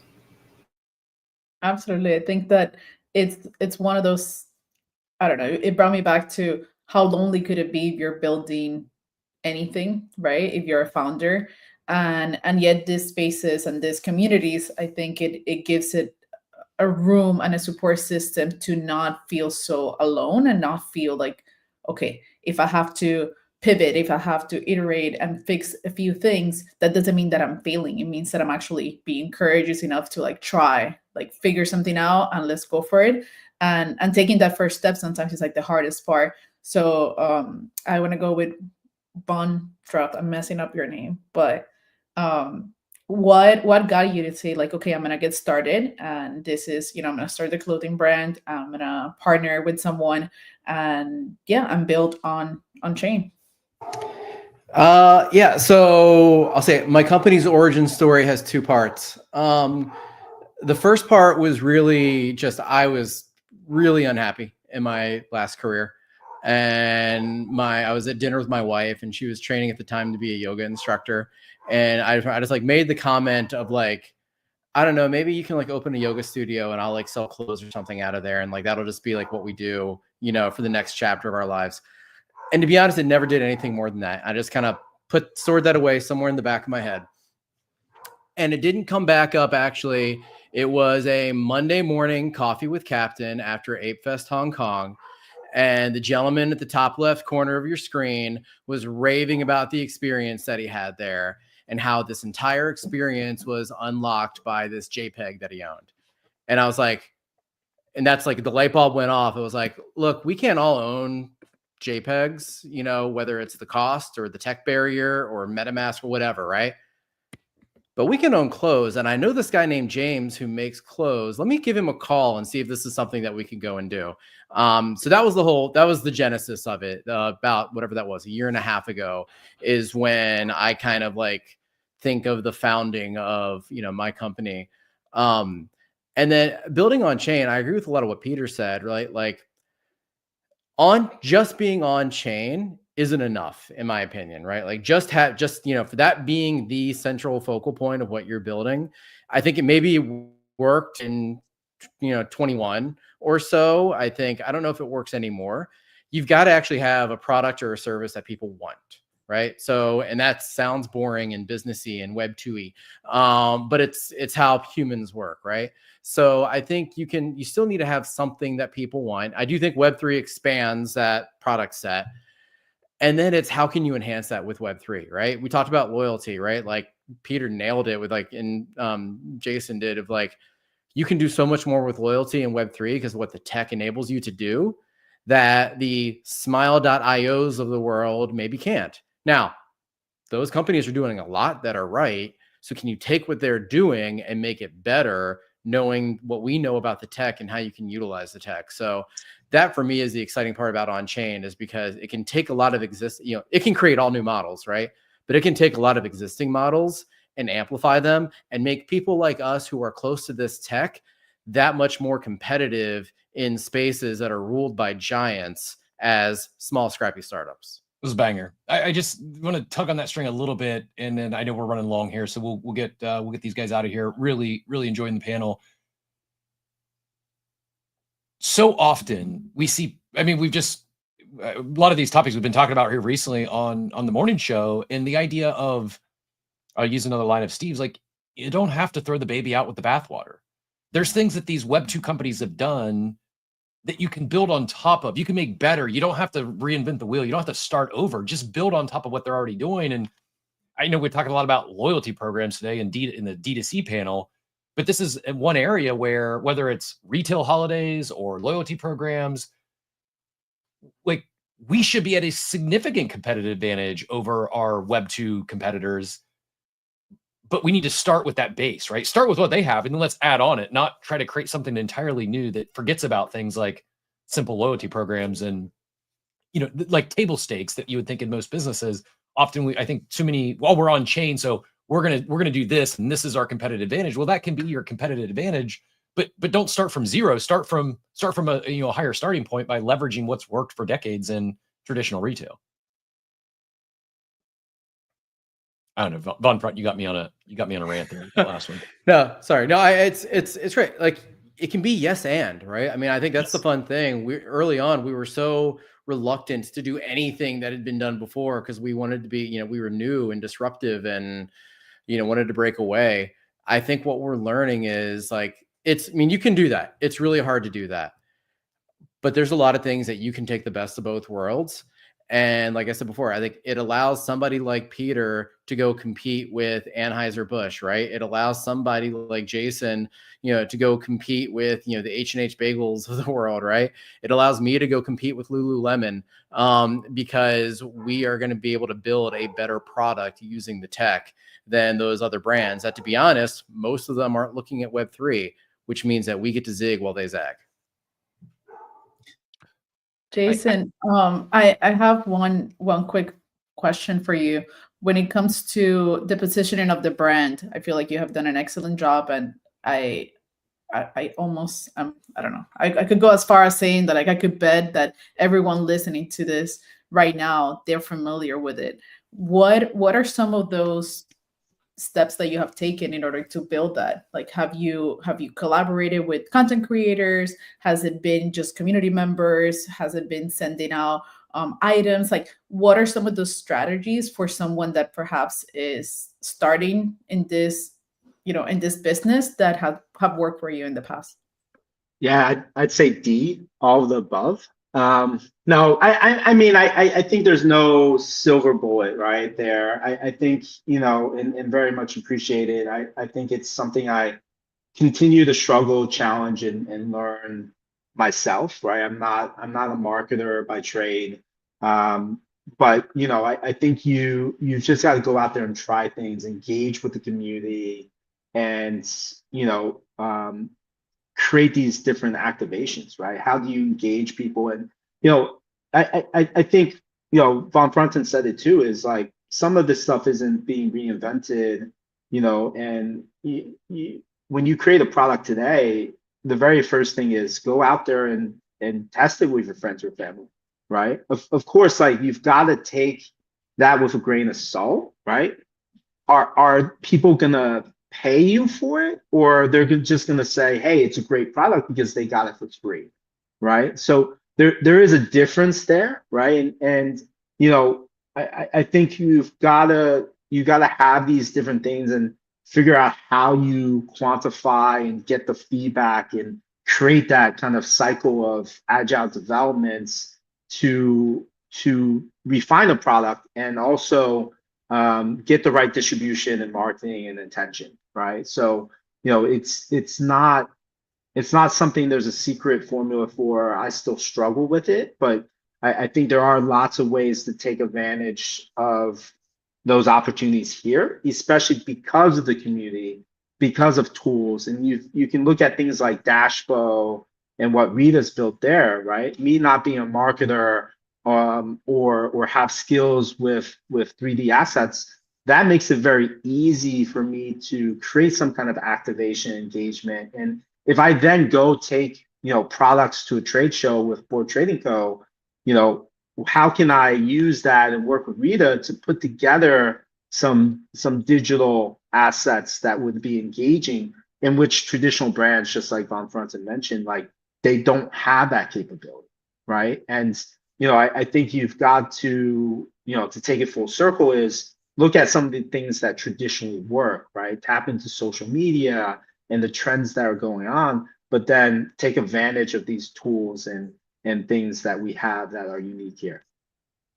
Yeah, I know we got Wabam and one coming up here in a little bit, and we got to do our giveaways, but I do want to build on that really quickly and go back to Von Frunten for one more question.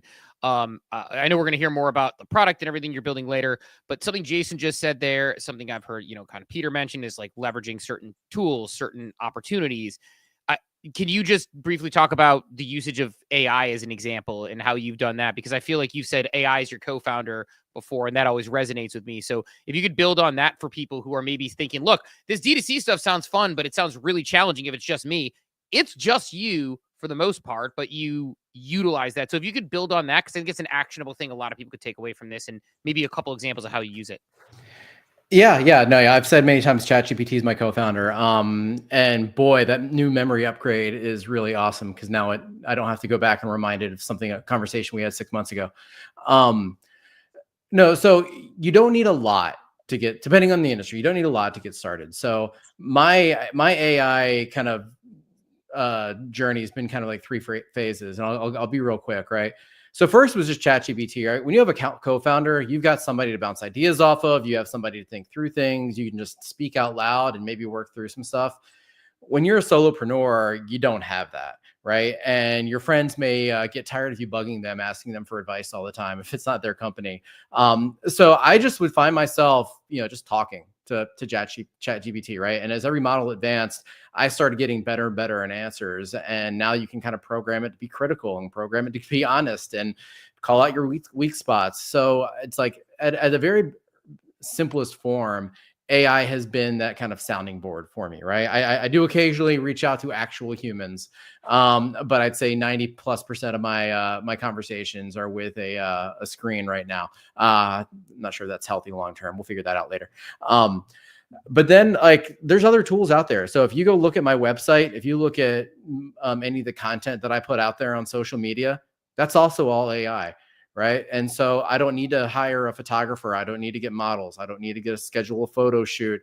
I don't need to be a video editor. I can do all of that now with AI tools. And so it has allowed me to get from 0 to 1 and maybe even 1 to 10 on my own for a lot cheaper than I otherwise could have. Right. If AI didn't exist, I doubt I would be here right now because I would have run out of money or I would have run out of runway of my skill set would not have been able to let me get to where I am. So I will say, and I'm more jump in my DMs. I'm more than happy to walk anybody through any of this.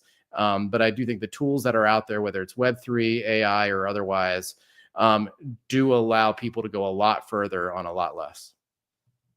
Awesome.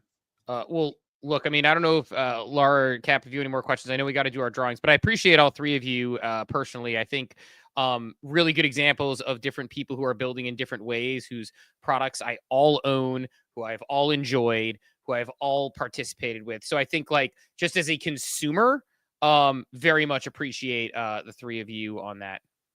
Second. I would have rocked the Vanga pullover, but I would have gotten accused of favoritism and giving you home field advantage, so I had to leave it in the closet. I can vouch. It's super high quality, and just if you're not following these individuals, follow them, connect with them, pick their brains. They're super helpful. They're some of the best builders in the space, and they're at our level. So even if you think, oh, these guys are so far down the path, they're way ahead of me. They might have experiences that you don't have. They might be further ahead of you than something, but they're a great example, just as Raheem and Vera were of this. They're great.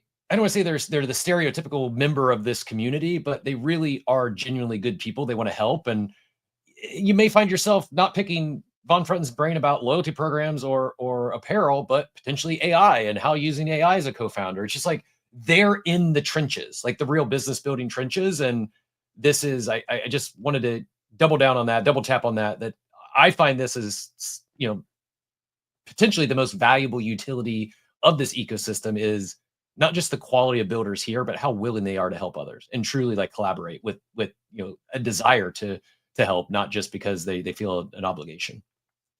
Yeah. Well, thank you three. Appreciate it. And I know we'll be hearing back from you again later on Front, but Peter, I got your beer from a vending machine in Lisbon. It was about the coolest thing I've ever done. So I think it's pretty awesome awesome to see. So congrats on that collab. And obviously, Jason, we go way back, lunches in Miami and whatnot, discussing the future of this space. So all three of you friends and great people. So thanks for jumping through this morning. Thank you so much. Thank you. Greatly appreciate Thank you. Cap, do you want to do drawings, or do we want to go into 1:30 panel and push drawings back just a little bit further? Because we could start the startup competition a few minutes late if we want. Or let me check with Mac because we've already bumped him once, and not that you have to be here for the live drawing, but since it is your product, I'd would love to give you some more flowers as we demo it. Are you good to hang out for another half hour, Mac?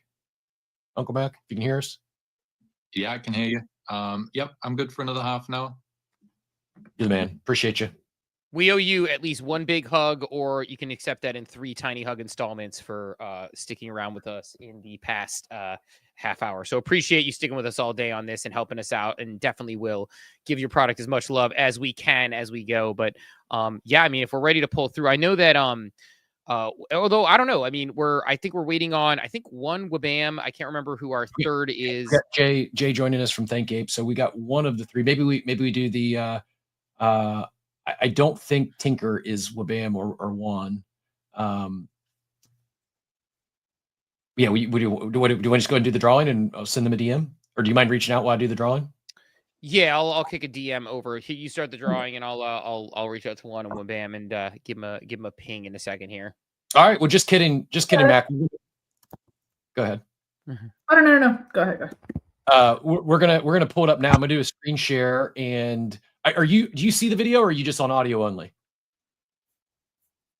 Mac. For me? Yeah. Yeah, I see the video. I'll put you on the video as well. Sweet. So you can help kind of talk through this as I pull it up. But as I'm pulling it up, do you want to? I know you talked briefly about the gold mining earlier and the project you built. Do you want to expand on this proof of winner? And this I think it's a pretty cool tool. You talk about there's a lot of Twitter pickers and stuff out there, but why not put it on chain and make it verifiable and provable? So do you mind giving us a little more background on this proof of winner and telling us what I'm about to share? Yeah, sure. It's funny you said putting it on chain. And I think the discussion that you just had was quite poignant on that as well. Sometimes it's important to put things on chain, and sometimes it's not important to put things on chain. So this tool's kind of a weird one. It takes all of on-chain metrics and data and stuff, but we don't actually put anything on chain. But it uses all of the data, and all of that data can be always checked, and you will always get the same result. There's no way to fiddle it. Not easily anyway, not to a way that you would want to even try and fiddle it. So that's kind of the thing of it. But how it came about is from the mine. So we did the mine. The mine has a pool. I explained it earlier, the gold cap, and that gives each piece of gold its value. So we originally created this tool as a way to give back to all the people who participated in mining, and also to increase that gold cap. So we used it ourselves. So people did pretty similar to you. They sent Ape to the contract, and everyone who did that, we put a massive pool of NFTs. We also gave away a G's, we gave away Zards, we gave away pretty much everything on Ape Chain you can think of. We gave it away, and we did it with this tool because we built this mining tech. I say we've built mining tech. It's all novel. It's all original and unique tech, especially our smart contracts.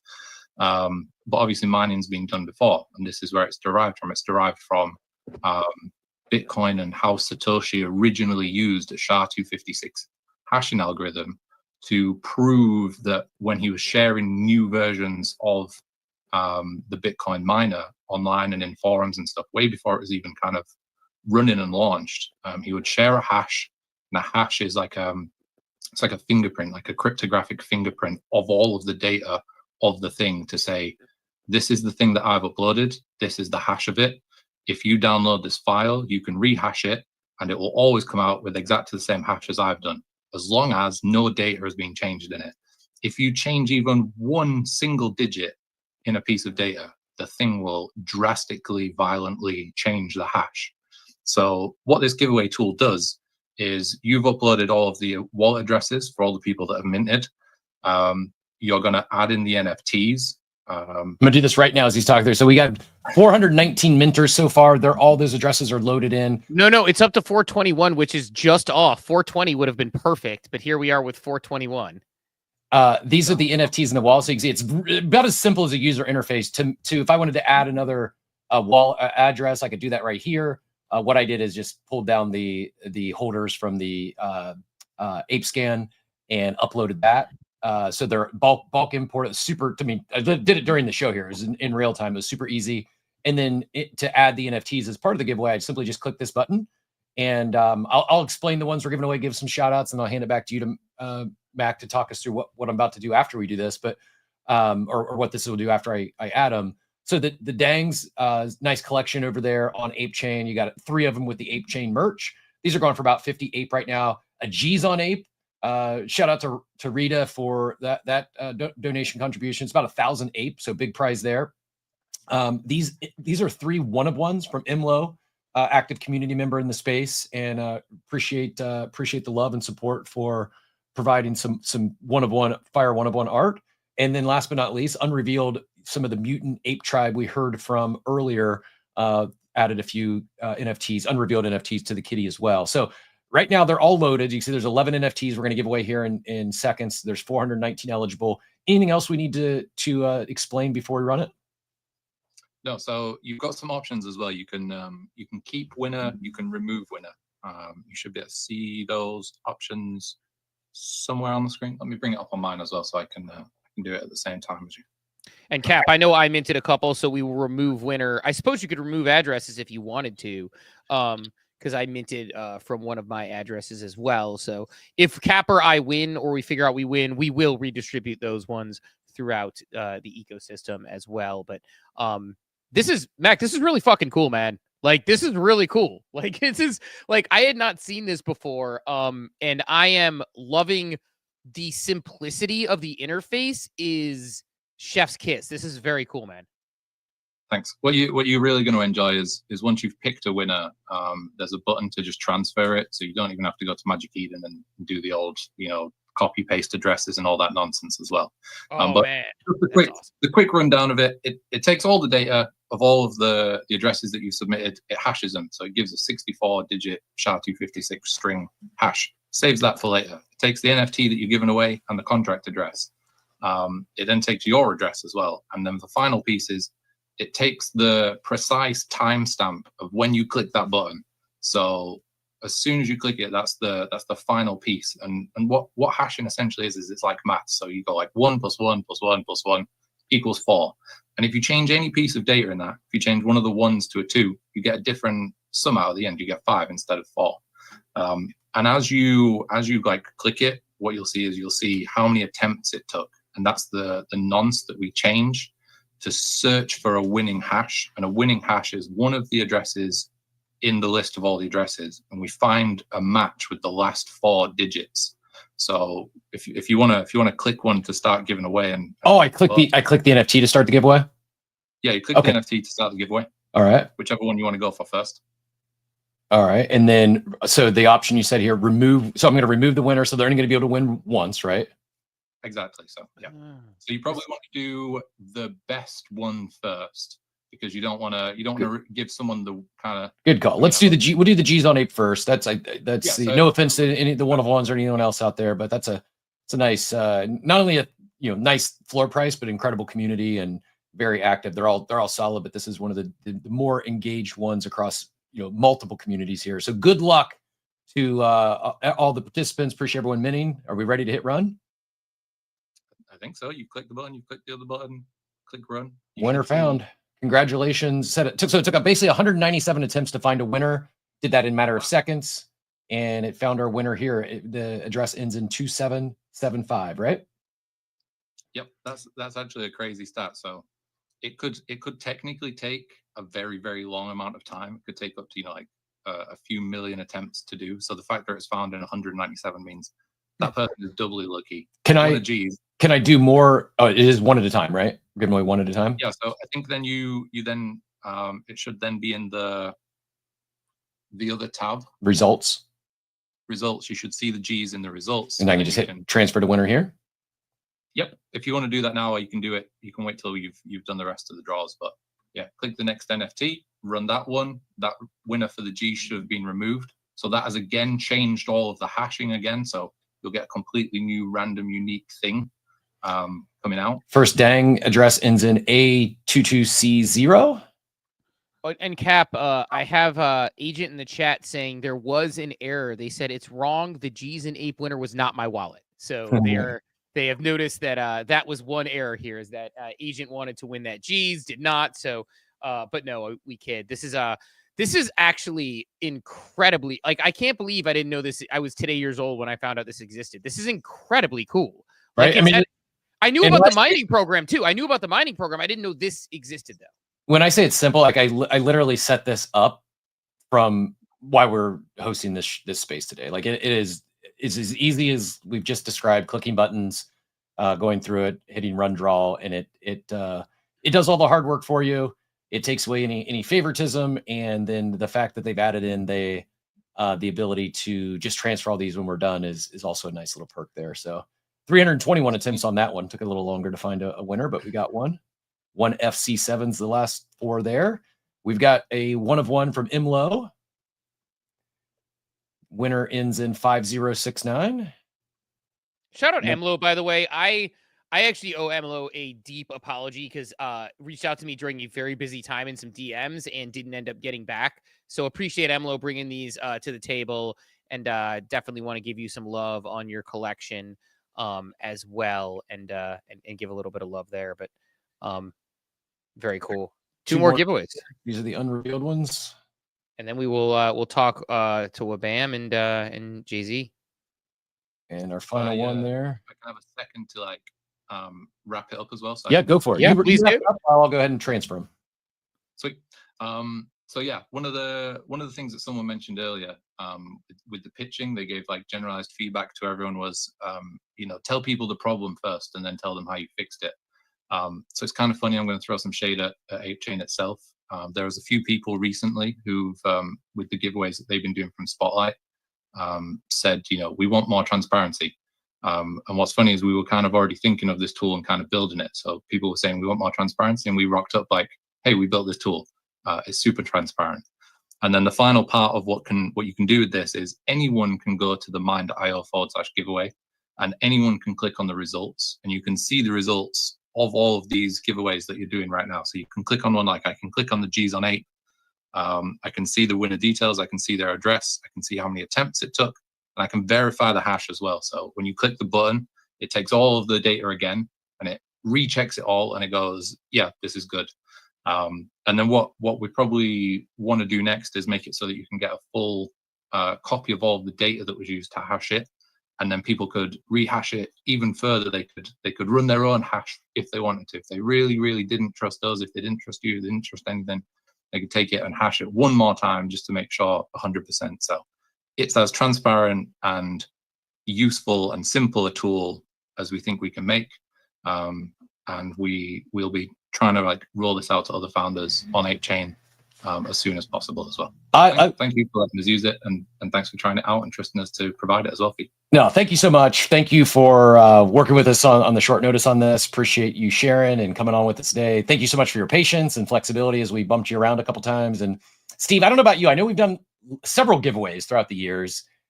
I just transferred all those, like what, a dozen NFTs I transferred as he was explaining that. I don't know if I've done a single giveaway and actually finished it, completed it in terms of transfer to the winner, just a single one in the time it took me to do a dozen there. So big fan. I mean, fuck Mac. This is like, I'm not kidding. This is like, I don't really genuinely, I don't feign excitement. Like, this is actually very cool. I mean, I think about the possibilities for something like this, Cap. It's like we have these today, and we'll know people who attended here today who we can then potentially do the same thing with. If we have NFTs that we mint as a, for Coffee with Captain, we could, find out people who are there every day and say like, okay, like we want to do a giveaway. Instead of saying, let's just pick one, we could say, let's pick from the people who went on and took an on-chain activity. This is really pulling together a lot we're seeing with the DDC panel and everything. So I know we got to get Wabam and Jay-Z in here to talk a little bit as well. But I'm very this tool like helps tokenize fandom in a way that we haven't quite seen as easily before, or as and not that we haven't had this sort of randomization, but Mac just said, what's the problem you're solving? Well, the problem you're solving is I can't do like VRF chain link randomization on chain super easy. Now I can do on-chain randomization very easily and feel good knowing that it's not gamified in any way. I'm not just picking randomly. It's all there. And so like the out of the box solutions for Web3, like these are the things that move us forward. This is something that literally any company around the world, Web3 or otherwise, could use if they are tokenizing fandom in any way, shape, or form. So I'm pretty stoked on this product. I'm pretty stoked on this product. Yeah, well, I'm going to use it again. I'm going to use it for sure. Oh, yeah, we will use this. Yeah, we will use this often with our daily show. This is it is a very useful tool. I mean, Garga said it earlier when asked, "What are you looking for?" See more of an ape chain and primitives for NFTs and social experiences, games, on-chain experiments, and SocialFi. This may check all those boxes, Steve. All of them, all of the above. So, yeah, let's get I think we got Wabam in the space, and we got Jay-Z here. So let's go ahead and kick off one of the most important things for a lot of people, which is getting funded on chain. Yes, and again, big shout out to Mac. Appreciate all your help and your team, and congrats to all the winners. Enjoy those NFTs and plug in if you have any questions. Reach out to those communities. I'm sure they would all love to welcome. I can't wait to see who won who won the G's and all those dangs. Go ahead, Mac. I saw your hand go back up. Yeah, just want to say thank you again, and also shameless plug. We're not a very big or fancy team, but we work hard. So I'm looking forward to hearing all this how to get funding stuff from Thank Ape and whatnot. We've submitted some on the Thrive protocol. We're waiting to click the button on the Swamp Roots next opening. We got so much more stuff that we're like sitting on and building currently as well. So yeah, help out a small team. Well, I love it. Not a big team, but you said not big and fancy. I would argue you're quite fancy. But go ahead, Cap. I was going to say he perfect segue and setup for our next conversation here. He mentioned the Swamp Roots program. I see we got Wabam on the audio spaces. Let's go to Jay here first on the video feed. This space, this conference day, ApeCon was Mac mentioned Swamp Roots program. We're here today because of Swamp Roots. And so before we even jump into talking about getting funded and all that you're doing and what's coming soon, just truly want to say thanks for all that you've done. I've been a recipient of a Built by ApeCoin program with my board shorts. Like I said, ApeCon is happening today because of Thank Ape and the Swamp Roots initiative. So on behalf of myself and Steve and Laura and everyone who's tuned in today, our winner is that 5,000 Ape to the winner this afternoon is coming from Thank Ape. And truly, we wouldn't be able to pull this off today without you. So truly appreciate it for all you do. And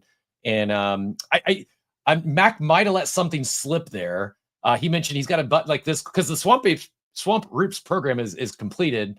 Did you want to hit on anything he might have mentioned in passing, or is that alpha we're not supposed to share yet? Yeah, so I actually mentioned it in a previous space, but we are reopening Swamp Roots real soon. So keep an eye out for that. I did share that in a spaces the other day, but going to make a more formal announcement about it when we are ready. A lot has been going on behind closed doors. We're really preparing for this, seeing the successes of the first Swamp Roots. Honestly, it's really exciting. There are a few grantees actually completing that program as we speak, submitting their final milestone. Honestly, like Introverse, for example, blew everything out of the water. Like they crushed their goals, and it's so exciting to see that type of stuff. But yeah, honestly, great job with this conference. I wish I was able to watch all of it. Unfortunately, I had to bounce in between meetings and then hop on here whenever I could. But you guys are doing an amazing job, and it's exciting that this is finally happening. Yeah, we're grateful to y'all, because I am, again, I'm not a feign excitement or say BS. Like, well, first of all, obviously a man of great style. We now have 3 of the OG Bored Ape. Laura's gonna go change and be right back, but I haven't, so I'm gonna go change. I know we're all like, no, but I kid. We're all matching. I'm guessing Wabam on audio is wearing the same one, but no, Thank Ape. Cap and I are both like somewhat obsessed with Thank Ape and Thrive as a platform, just seeing how it works. I mean, it's been so helpful to the community, including builders who have been on here today. So love that. But Want to get Wabam in here as well. And Wabam, again, I want to highlight something Garga said earlier. He said lawyers ruin everything. So I'm going to throw it to you with that. I don't agree, just for the record. I'm not going to say that, but Wabam, if you don't mind giving and hey, it's funny, he said lawyers ruin anything. I'm like, shout out Cam Wabam. But if you don't mind giving a little bit of your background and talking us through that, that would be awesome. Yeah, happy to, guys. Great to be here. Love to be on camera. I was a last minute substitute for Cam here, so I didn't get the full the full instructions. But if somebody wants to DM it to me, I'll hop on camera as well. But yeah, I'm Wabam. I'm a recovering lawyer by trade, but not practicing. Yeah, left my legal practice. God, like three years now, 3 years ago now, to jump into Web3 full time. Caught the Web3 bug in 2021, 2022, like probably a lot of people in here. And yeah, was lucky to be one of the folks that did well trading. Traded my way to the point where I didn't really need to keep practicing anymore, and left my legal practice and went full Web3.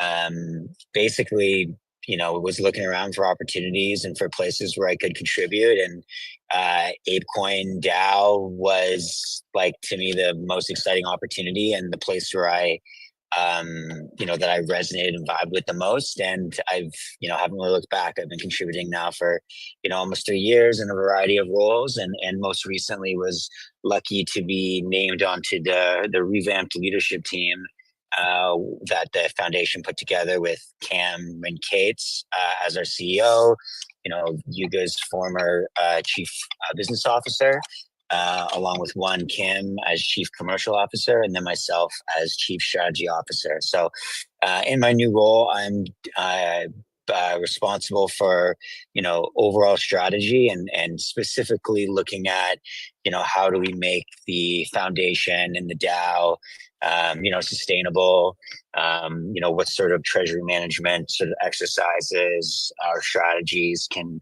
we be undertaking to, ensure we have runway, and that we're, utilizing our assets correctly. So yeah, really excited to be here. Happy to chat about. I'm also on the Banana Bill, which is our ecosystem fund where we invest into, teams and projects that want to build in the ApeChain ecosystem. So, excited to talk a bit about that and about how we can, support and fund, builders and creators in our space. It's awesome. We oh shit. My audio back? Okay. Your audio's there, Okay, it was just on my end.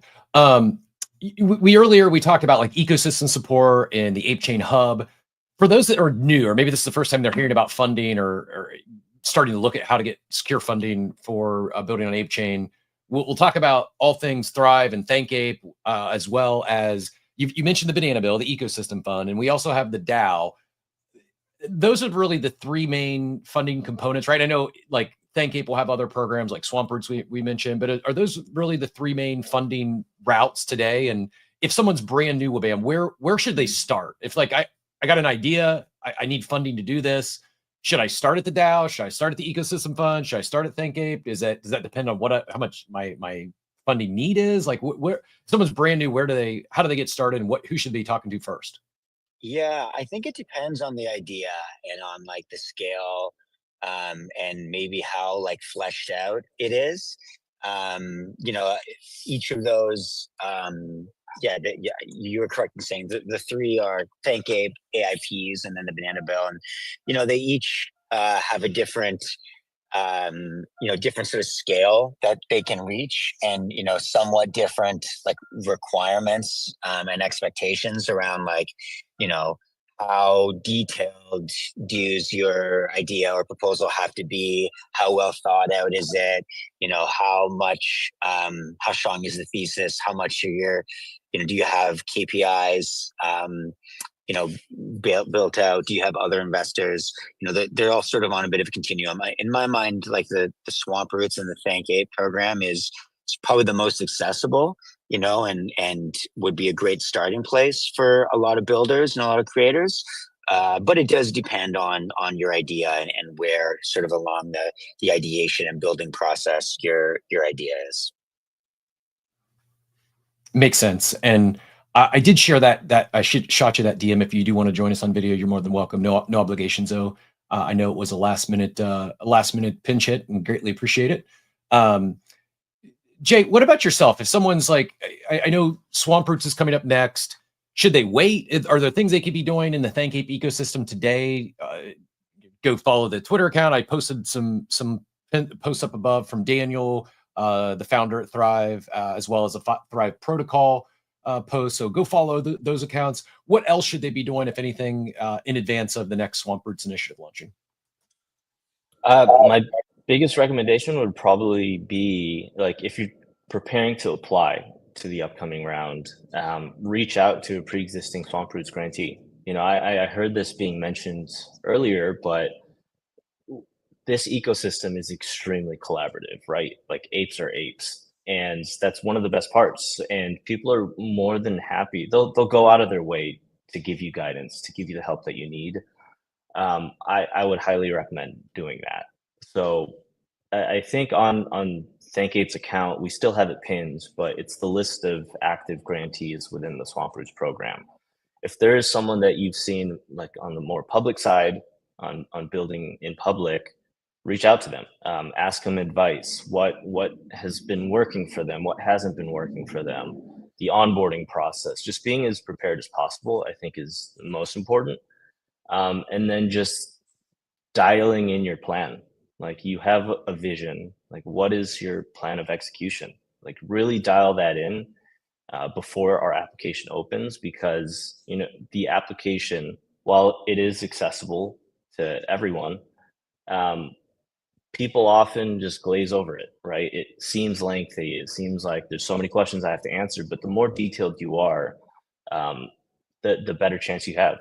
And, you know, it's really important to give as vivid of a picture of not only your vision of the project, but how you plan on executing it, right? Like, there's the saying of, you know, ideas are cheap, execution is everything. It's so true. And while Web3 is still relatively new, everything kind of seems like an idea, right? But it's how you plan on executing it, what metrics you're going to be following in that process, and how you plan on sharing that information are all really important pieces that, you know, I would recommend to have prepared for that application when it does open. It's great advice. And yeah, take the time. The applications, it may seem daunting. It does ask for a lot of information, but having raised funds traditionally in a past life, it's like, they should be, right? I've also seen, I feel like there's been a tone shift as well. Excuse me, not just from ThankApe or Thrive. And I feel as if there's always been, you know, a good level of due diligence done there from your guys' end. But I've seen some posts recently, I don't know if it was ThankApe or Thrive, just talking about, like, merit-based grants and rewarding results and those that are actually building. You mentioned about the results that Introverse saw with the game recently, and crushing their, you know, their criteria, their milestones.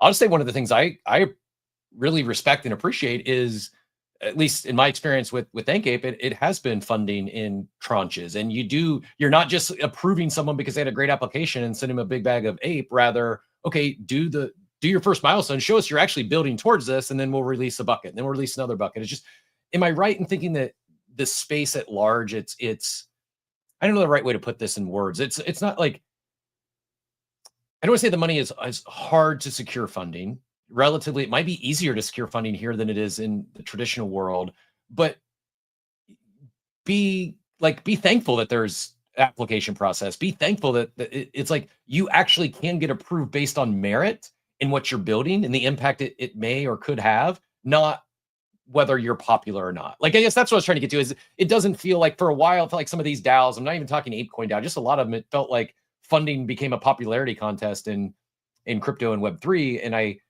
I feel we're heading into much more of a merit-based environment. Am I onto something there, or is it still wild, wild west? Yeah, absolutely. I mean, in the past couple of years, you know, a lot of these ecosystems, they're always looking for the next big product, like the next Poly market, for example, right? And the reality is that like you can't uncover that until you see the application, you give them the chance.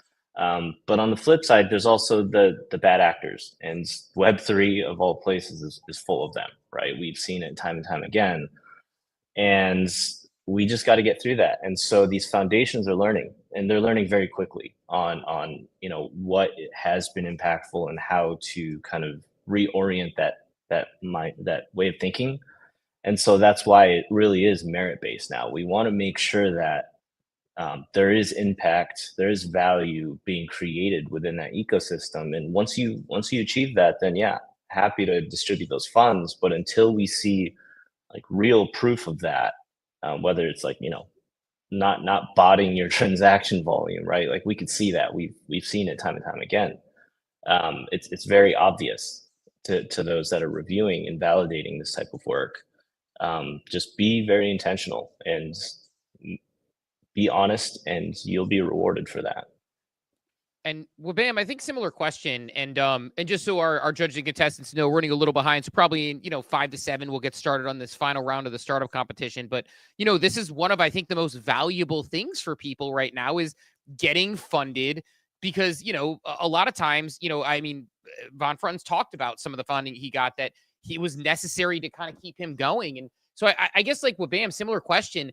We've seen some what I have felt, at least for me, similar, a swift sea change in sort of distribution of money to say, like, look, we need to have a clear benefit. We need to have a clear idea. We had no more dumb shit a few months ago, and it feels like we're sort of moving that direction. So if people are talking to Banana Bill or trying to get funded in some way, shape, or form, what is it something you would look for, a recommendation you would say to someone coming in for that? And I don't have Bam's audio. I don't know, Cap, if you do, or if that's the Cap thing. Oh shit! Looks like we lost him off Spaces. See if we can get it back up here. We have him. Oh, there he is. Got him back. All right, we'll try. Hey, guys. All right, that's I working. was trying to do on the video conference there, but I'll just do it on here. You're good on. You're live on. So we got your audio on X now, but your video is back live. So good as is, or you can mute the Spaces, and either way, but we can hear you. You're fine. Okay. Yeah. So in terms of Banana Bill, we're looking for projects with a thesis and like with a legitimate idea, a monetizable product, and something that drives value back to ApeChain and ApeCoin. So we're looking for like KPIs that can track the value, and we want to understand, what are you building, what are your goals, and how are your objectives measurable? So yeah, I mean, in this environment with the market where it is, we're being very selective about what we invest in. We're looking for good teams and good ideas. But yeah, if you've got a great idea, you've got a good team, we're extremely excited to talk to anybody who wants to build on ApeChain. So yeah, so come on over. Is there a particular type or a particular things that you think, like categories of things you'd be looking for, or is it just like, hey, we want to keep it broad because we want to encourage creativity, or is it no, we know that these are beneficial to the chain, therefore this is the type of thing we're looking for? We don't have like specific categories that we're looking for. Anybody can apply with any idea. In fact, we're looking for like things that are new and weird and different. We've obviously got right now NFTs are hot on ApeChain. The shadows technology is like a new primitive that is sort of ripe for experimentation. So folks that want to, try new things with NFTs, try new things with shadows, that's somewhere that like we're really excited to receive applications, and we think there's a lot of cool shit that people can do. But we're open to anything. You can bring an application for any category, and we'll read it, we'll take it, we'll review it, and we'll be happy to meet with you. Awesome. I think similar question. You walked us through a pretty detailed process there, Jay, as well. And I'm curious, like, are there things that you? Let me ask it differently. is there a certain type of thing that you would say runs to the top of the list, like after going through the application, where you're like, yes, we need more of insert thing here? Or is it just, again, do you keep it wide open blue sky, but you want people to have the ability to be creative? It's pretty blue sky, as long as it fits within ApeChain and it makes sense. We're definitely open to hearing that. But just as what Bam had said, NFTs are there, and ApeChain has really brought back that excitement. So leaning into that, like outside of the things that we already have, right? Like not that there's a necessary need for more NFT launch pads. If you can add a unique twist to it, that's a whole different story, right? And so like it's just leveraging what we know is working is obviously a good way to stand out, but then being innovative. Like we're really looking to fund cool, fun shit that people can, engage with on a regular basis. Awesome. I guess I don't know, Cap or Laura, if you have anything else, because I know we gotta get to our final judge round here. But I am like the thing I would ask is, I've been kind of doing this all day with various people, and then I'll kind of hand it to them for any final thoughts. But like, if you were giving, because again, part of the point of this is, for anybody who hasn't been listening in all day, is we want to give all the tools and opportunities you have to build on ApeChain, the launch pads, how to go D2C. We have a funding competition, all of networking with the right people. If you were to give one tip to somebody who says, I have an idea, I just need funding and I know it's there, and I'll start with you with Bam, what is the one tip you would give them to say, okay, this is where you start to make sure you give yourself the best chance to succeed? If it's an early idea, I would say reach out to Swamp Roots, jump into ThankApe, and use that as a sort of proof of concept. You'll get like a decent sized grant and a decent sized proposal, and then from that point, come and talk to us, put an application in with us after you've had proof of concept and you've built out your idea. Then bring it over to us. I know you're going to go to Jay for some question before we move on. Well, Bam, is there anything? Let's say it's not funding, but I want to plug in for support. We didn't really highlight any of those other open campus, any of those other initiatives. Any of those you want to shout out here before we move on? Like I just need business support. I need startup support, or this is my first venture. I don't even know what to do. I've been really impressed. I haven't personally went through any of those programs yet, other than the Built by ApeCoin with ThankApe, but I talked to several friends who are getting a lot of value out of those programs. Yeah, is there any of those that you want to hit on? Yeah, I mean, the APU is doing great work educating folks. It's a fantastic program. We're actually in the process of bringing on a partner success manager, and this person will be a great touch point for folks who are looking for support, that maybe isn't in the form of just a grant or funding.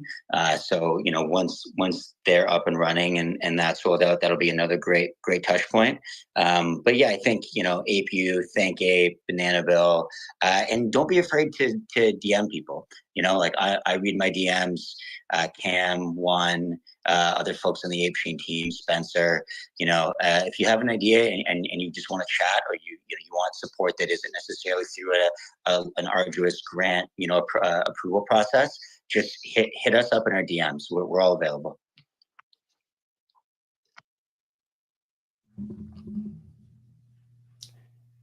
Appreciate it very much. So,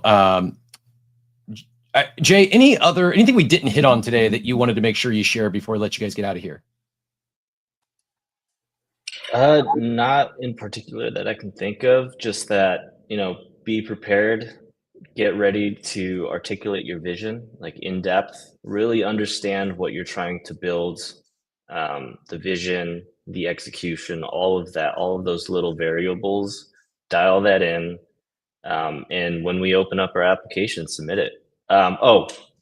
Also try, because this is feedback we've heard from various partners actually, is try to avoid using, I know we all love ChatGPT and using AI, and it's a very easy thing to copy and paste the application and be like, okay, what would this ecosystem need? And then it just spits out this AI version of what your vision is. it's very obvious. Like we see right through that. I think what's most impactful in an application is hearing from the founder's mind and their voice, like what that really is. AI is not going to be able to articulate it as well as the person that has that vision can. So be wary on AI and using that within the application, maybe to help grammar or something. But for the most part, speak in your own voice. Like that, it's very important that we understand your vision as deeply as possible. That's one of my biggest key advices outside of being able to articulate that vision. I love that one. I love that advice because we're all about using technology, using AI, and yet because we use it so much, we also come hyper aware of when something just sounds like, come on, you just wrote me so many paragraphs that you didn't write, and now I have to read them, and I know you didn't write them. So I can imagine for the application process how that could be exhausting, and maybe someone that took the time to articulate it in their own words is gonna now stick out even more. So I think even from that perspective, it's like I get it that you were trying to make that someone might be trying to make it fancier, and it's not that it's an issue to use AI, but it is an issue when they're articulating the whole idea for you, and now we're lost in was this AI's idea or was this your original idea that you're trying to enhance and maybe write in a different format. So I love that. And I think that it's going to help a lot of people. And hopefully that they tuned in. Once you start getting these applications, you're going to be able to tell like who's paying attention, who's listening to your advice at the end of the day. It's a great tip. I see it all the time. It's like, it's one thing if you write something and have AI as an editor because you have typos. Hand up. That's me. It finds my typos all the time. And sometimes misses them anyway. It's another thing if you get a prompt and then you edit it your own way. But if you just copy and paste, it is, at least in current state, super obvious. And I think people maybe don't realize that. Not just because it has a lot of M dashes and not just because it has certain things, but like it is just super obvious. So don't be that guy, right? Just go in and bring your own ideas, bring your own thoughts. And, these are two incredible opportunities that you have in the two people that we have on stage right now who are helping continue to grow the Ape ecosystem as we're hoping to do today. And I think I'm really glad this was sort of our final panel before we did the startup competition, because this sort of closes the loop on all the things we talked about of networking, distribution, D2C, how to get yourself set up, all these great conversations there. And then boom, here we are with the funding aspect, which I think a lot of people struggle with. But thank you both for your leadership and your help here. The funding is the fuel, sort of jet fuel that gets added to the fire of innovation around here. And I think it's important to have really good, responsible people leading it. So thank you, Wabam, and thank you, Jay. Thank you, guys. Thanks for having us. I wanted to say one last thing, that the accountability that you guys are giving to the builders, where yes, there is funding, yes, there's ways of getting the support and adding this gasoline that Garga was speaking on, but also the accountability, the KPIs, and all these methods that now are going to make this something more sustainable and encourage the people that want to build something long lasting to stick around and to come up with their own ideas. So thank you for doing that, and can't wait to see what's next. Preach, Laura. Thanks, guys. Thanks, guys. Thanks for pinch hitting today, Wabam. Appreciate that, and always appreciate Jay for everything he does.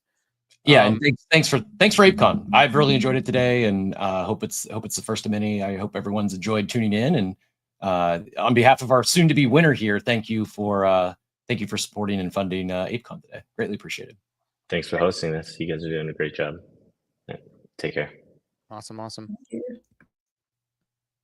All right, the time has come, Steve. We can bring it. Do you want to introduce our judges? We've got several guest judges in queue here, and then we will pull up our participants one by one. This will be a little more in depth. Some might have it's not required. There's no requirements. They are not required to have a pitch deck or a product demo, but it is optional. So if they'd like to present through a pitch deck or do a product demo, I do know at least one of our judges has a hard out at 3:30. So I think we have plenty of time with just the 5 finalists, Steve, to get through this, but we'll be cognizant of that time. And we want to be sure we give everyone, close to about the same amount of time, but we'll make sure if our judges have, any additional questions, we'll get those answered. And do we have a volunteer? Do we want to pick on someone? Steve, I'll let you introduce the judges. Then I guess if anyone wants to volunteer to go first, you can nominate yourself in the chat. If not, we may have to draw straws or something here in a bit. But do you mind taking us through some quick intros? Sure. No, this is about I'll as be right back. I just need a quick stream drop and I'll be back. But yeah, do a mobile stream drop. Yeah, there you go. We have we have a phenomenal group of judges here. I'm actually going to let them introduce themselves. Also, hilarious seeing Funky roll up in the straight chain and hodl hat was ready.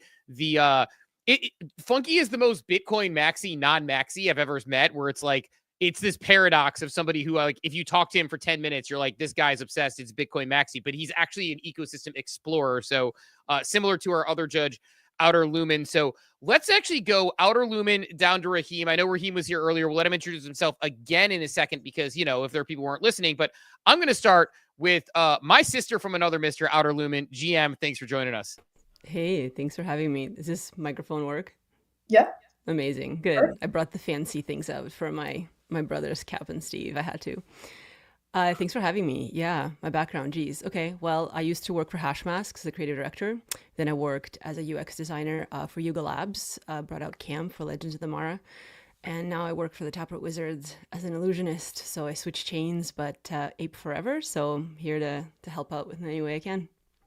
Yeah. Also just one of the, my favorite person to talk to about insights and like true story. Like my wife will say, like when Outer Lumen says we should hop on a call, she's like, budget 2 hours. Cause you guys are going to say you're going to do a 15-minute call and then it's going to be a 2-hour call. So always the deep convos. Funky, also practically my brother, if you change one letter in our last name, cause we have the same, how many people, last name Kaczynski for me. Funky's got one letter separation at the beginning there, but give your background a little bit. Thanks so much, Steve. Yeah, I had to come dressed as my character for my AI action figure because they said it went hard, so I just had to show up looking like this. But yeah, hey everybody, my real name is Ryan Hazinski, as Steve said, just that one letter difference with the H versus the K. I am the head of protocol partnerships for an enterprise grade institutional focused infrastructure provider. We're SOC 2 certified, run only fully owned bare metal called Global Stake. Met Steve and Cap, of course, try and listen to their show while I'm at the gym. I'm a regular panelist on Modern Market. You know, Raheem, I knew it was going to make him laugh as soon as he came on screen and saw me dressed this way. I'm glad that I put a smile on this man's face. And so hopefully putting smiles on everybody's face. But thank you for inviting me. This is really I'm looking forward to this. I used to be a 20-year classroom teacher in high school, so I was used to evaluating, you know, presentations and stuff like that. It's been a minute because I've been out of the classroom for 5 years, but looking forward to doing this and learning more about the incredible community that involves ApeDAO. So thanks for letting me be here. Right on. And by the way, we'll go to Raheem in a second. We mentioned one of the common ties here is Modern Market. I mean, Funky, I think I first heard talking on Modern Market. I'm like, I like this guy. And Raheem as well, often on there as well. B-Check and Legendary were our first round of judges. They listened to about 25 pitches and narrowed them down to 5, which you're getting today. Raheem, for people who missed your background earlier during the network panel, if you don't mind giving that as an overview, and then Cap, Laura, I'll let you all kick it off and pick a group to go. GM, everybody. I cranked up the AC in Dubai so I could match hoodies with you guys and stuff. But super awesome to be here. I am basically the co-founder and president for ArtStyle, an IRL community based out of Dubai. We actually announced our clubhouse, a Web3 Soho house, if you will, just today. I work with like a lot of... I know I can't. Sorry for the interruption. I'm excited to actually talk to you about this and for another time. But congrats, because I saw that go out today and it definitely popped in my timeline. Pumped about it. Yeah, can't wait to tell you guys about it. So let me just finish this off. And so I do like a lot of angel investing myself across DeFi, NFTs, gaming ecosystems, protocol level. I also work with like a lot of VCs and hedge funds in Dubai. So I feel like I've been on every aspect of this as an investor, as a consumer. So I'm excited. I'm excited to see what we end up cooking today. And yeah, let's kick it off. Right on. I'll let you pick a team, Cap, Laura, whoever wants to pick a team. But I will say, how about this, knowing that our time frame and what we're looking at? Let's say basically, teams come up, try and sort of like you have a little bit of a longer presentation. If you want to use a visual, you're welcome to. Let's call it 3 to 5 minutes for the pitch and then have a Q&A session with the judges. Let them sort of get their bearings about everything, to make sure that they are, able to really evaluate those. As a reminder to people, and similar categories from earlier: clarity, ApeCoin ecosystem value. Does it grow the adoption of ApeCoin, or utility of ApeCoin? Originality and execution readiness are sort of the things that the final five will be judging on. One of them picked from these group will win. Obviously, I now feel that pressure of I wish everyone was a winner, of course, but should be a fun one. So maybe say 3 to 5 minute pitch max. Q&A session for another 3 to 5 minutes. That'll give sort of 10 minutes a team. That'll get us right at that mark to make sure at most everybody's getting out of here on time with their hard stop. So I'll hand it over to y'all to start picking and swinging teams. So, and Von Front, I know after 2:30 would be the time for him, because I know he's got a thing. Yep. And he went first earlier, so I was going to not put him on the spot again. Just in order on my screen, we're going to go One Sky Collective, Oscar, with Dodd Protocol. That should put us past 2:30. We can go Vanga, Zoe, and then Zards to wrap things up. But One Sky Collective, if you're good to kick things off, give me a quick wave and we'll pull you up here in a second. Awesome. So yeah, we'll kick off with One Sky Collective. And also to all of our finalists here, again, no obligation, but if you'd like to either a brand account or your personal account, if you'd like it up on the audio spaces stage, just throw in a request so we can see you and we'll pull you up there as well. You're just going to make sure you leave that muted and keep your audio on, your mic on the presentation here. But with that, we'll bring up our first competitor here, One Sky Collective. Welcome back. Congratulations to making it to the finals. And as Steve mentioned, you'll have 5 to 7 minutes or so for your pitch, your presentation. It doesn't have to be that long either. Really take as much time as you like. This is semi-informal. We want you to have fun and really just want to get the information out there. So our judges will ask you some questions afterwards. We'll probably, Steve, I think that's a good idea. Probably try to keep it all into about 10 minutes for each individual. And that way we'll make sure we get in and out before our judges need to get out of here at 3:30. Sound good? No problem at all. All you. And I guess you can do just audio if you want. I can put on some light background music if you'd prefer. No, I'm perfectly fine. I think with my accent, the less background noise, the better. I'm a little jealous of the accent, but yeah, everyone is. Well, I'll bring it started. Thank you so much. Good luck. Thank you so much for having me here. I'm super excited to get through to the final 5. My team and I have worked so hard to get here. So what I'll do is tell you a little bit what we're doing, why we're doing it, and how we're going about it, and also what we hope to bring to ApeChain. I come from a health promotion background, and I was an advisor for the Faculty of Sport and Exercise Medicine. And my approach to getting people more active was not to blame them for activity or blame them for obesity, but try and guide them into ways in which they could nudge themselves into being more active. And when I realised I get more involved in sustainability, and I realised that on one hand I was very good, I recycled my plastic, I drank a water bottle, I did many things, but I also fly to the USA every single year, which counteracts what I'm doing. I noticed that the messaging in the climate community was quite harsh at times and quite blame-driven and very crisis-driven, and that we were telling people how bad things are, how bad things are becoming. And what research shows is that people don't actually react positively to that. They tend to think there's no point in doing anything because it doesn't really matter. And what we're doing One Sky, our app, is showing that yes, it does matter. Whether you are eating vegan, flexitarian, or vegetarian meals, if you are switching off your computer and that pesky microwave clock at the end of the night, which actually costs you about $20 a year if you don't shut it off. If you do these actions as an individual, you might think it's nothing, but collectively, if tens, hundreds, if millions of us do this, we make a huge impact. And that's what we'll do in the platform. We'll give people the opportunity to tell us what they want to do, how they're doing it, how often they're doing it. We'll give them points and badges for reaching milestones. The points they can then transfer into planting trees, into repurposing plastic. And I say repurposing plastic intentionally. We are not recycling plastic. We've got a partner in Indonesia who pays locals to collect the plastic, work in a factory, to break it down and remake new products. Our rationale is that we can turn the tap off by getting people to change behaviours, but we also want to help mop up the mess by monetising plastic waste so that local communities are less likely to throw it into rivers, which then go to the ocean. So it's really important we do that. And how we do that financially is our income streams. One of our main income streams is NFTs. We're using them to raise funds. Users, when they buy them, can see how many trees that NFT plants. They can see how much plastic it repurposes. Our NFTs will not be AI driven. They will be by actual artists and National Geographic and Time magazine photographers. We want to only showcase some of the best natural world art that there is. We also have advertising. It's called a view to plant. So it's a cringing name, apologies for that. But basically, viewers will be tracked watching adverts from sustainable brands and sustainable organisations and conservation organisations.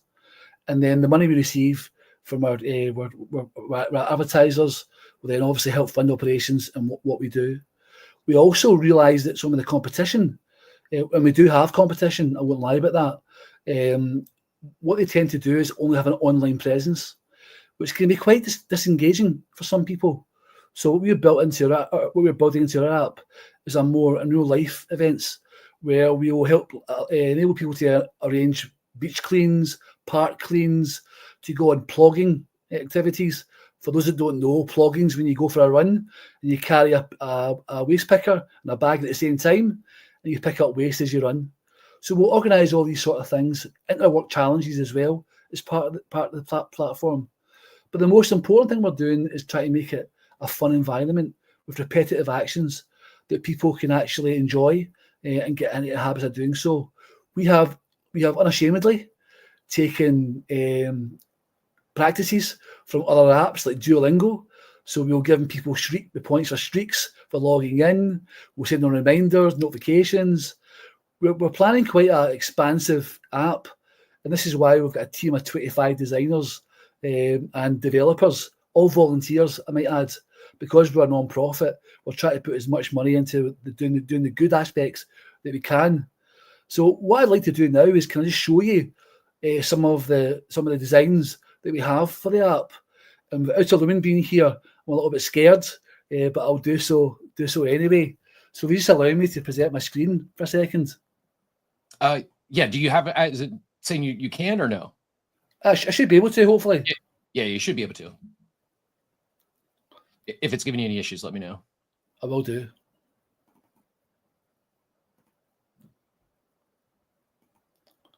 Tell me if you can see this okay? Oh, there you go.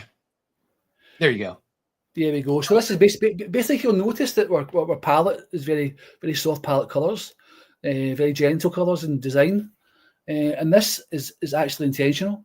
And it's because research showed us that the demographics more likely to adopt such an app and to adopt sustainable practices are Gen Z, millennial females. Not to say that the young men in other age groups won't get involved, but our target research has shown this is the kind of audience we're looking for. You can see here, we have a kind of basic dashboard giving people what they can do, modules they can log into for logging their water bottles. One of our partners is an organisation in the UK called City for Sea. They basically have an app, which is a map that shows you where you can refill your water bottles for free. They've got 500,000 users, and as a partner, they're going to be referring those users to us. You then see Vampire Power. This is one of my favourites. These are the little items that we basically leave on all night long, not realising just how much energy they're using and how much they're costing us. So basically, users will be able to click onto each app that they're closing off, and they'll get points. Same with the meals. We recognise that reducing meat is very important, but we don't differentiate between those who reduce and those who remove, because if I'm someone who eats 10 steaks a week and reduce it to 2, I've made a huge impact. and we don't want to blame people for what they're not doing, but instead encourage them for what they are doing. I'll just end that now. We're also building community pages, so that people can create groups, create challenges, join groups. We feel this interaction is important because other research we have has showed us that individually people would rather work in tandem with others. So basically our plans, the future, I mentioned in the pitch, I'm a sustainability champion for the UK government and UK government departments. I'm in talks with them for us to use the app within their departments. The UK government has a pledge for net zero, and we've realised that staff have to play a role in this. We've tried other apps. I got the feedback from all those apps, and I've essentially built the app around their requirements. A little bit cheating, but it made sense to build something that I know a target market absolutely want. How are we going to enhance the ape chain? Well, basically, it's through transactions and through users using the chain. Every user will eventually have a soul-bound NFT, which shows their impact and their achievements all in the one NFT. That's something we'll do for version 2. But in the interim period, it'll be through selling NFTs. I will add as well, one of our partners and co-founders is the chair of the World Calisthenics Organization, who are a sporting organisation based in Los Angeles, but have got athletes all around the world. These athletes have audiences not in the millions, not in the tens of millions, but the hundreds of millions. And we will be having them as backing us and supporting us online.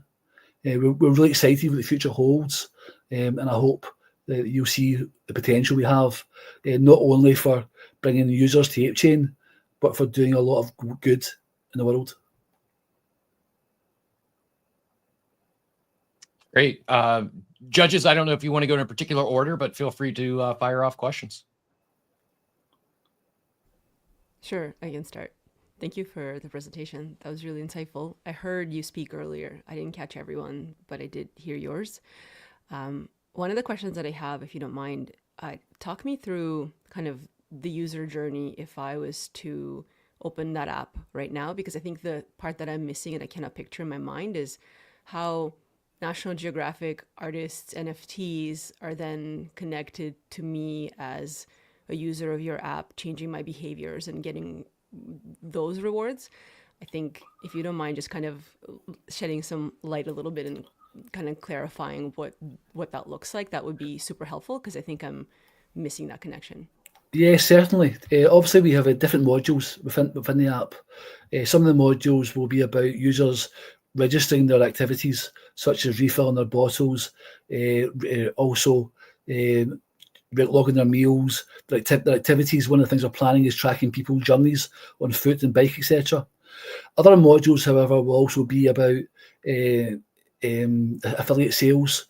So we're going to have a kind of e-commerce page where the points to use can be converted into discounts on sustainable products from sustainable brands. The NFTs will fit in that kind of module where it will be a purchase, almost like a donation to the work. But what we're doing, rather than just a donation and saying thank you for donation, we're saying thank you for donation, and here's a very collectible piece of art. So you'll see many organisations will have donation pages on their apps, but what we'll see it is rather than donation to do it, we'll put it for an NFT. Another reason for using NFTs, because not everything has to be on chain. Another reason for using NFTs is gatekeepers. We want to be able to then sell merchandise with the artist's work on t-shirts, tote bags, all sustainable, not made from plastic or polyesters or anything like that, to encourage people to buy more sustainable clothing. So the actual flow, the process, the customer will come in and they'll be given a first time they log in, there'll be a kind of guide to each page as they open it up, explaining to them the rationale for what they're doing, why they're doing, how they do it. And then the tabs, they'll have different tabs. They'll have tabs for the activities. There's also things that are kind of one-offs. So we're partnered with Refill app. So there'll be a page where they can sign up for that. They'll be able to sign up for Vinted, which is a second-hand platform. If they can join the local vegan or a vegetarian group, they get points for these things. So what we have is like a activity boards of different things they can do, and buying the NFTs and supporting work that's happening at ground level is one of those options. Okay, got it. Yeah, no, that's super helpful. So really the kind of Ape Chain is just one part of this bigger picture and bigger app that you've created. Yeah, because what we feel is I've always believed in ninja activities where you get people on chain by not telling them they're on chain, not making it super obvious they're on chain.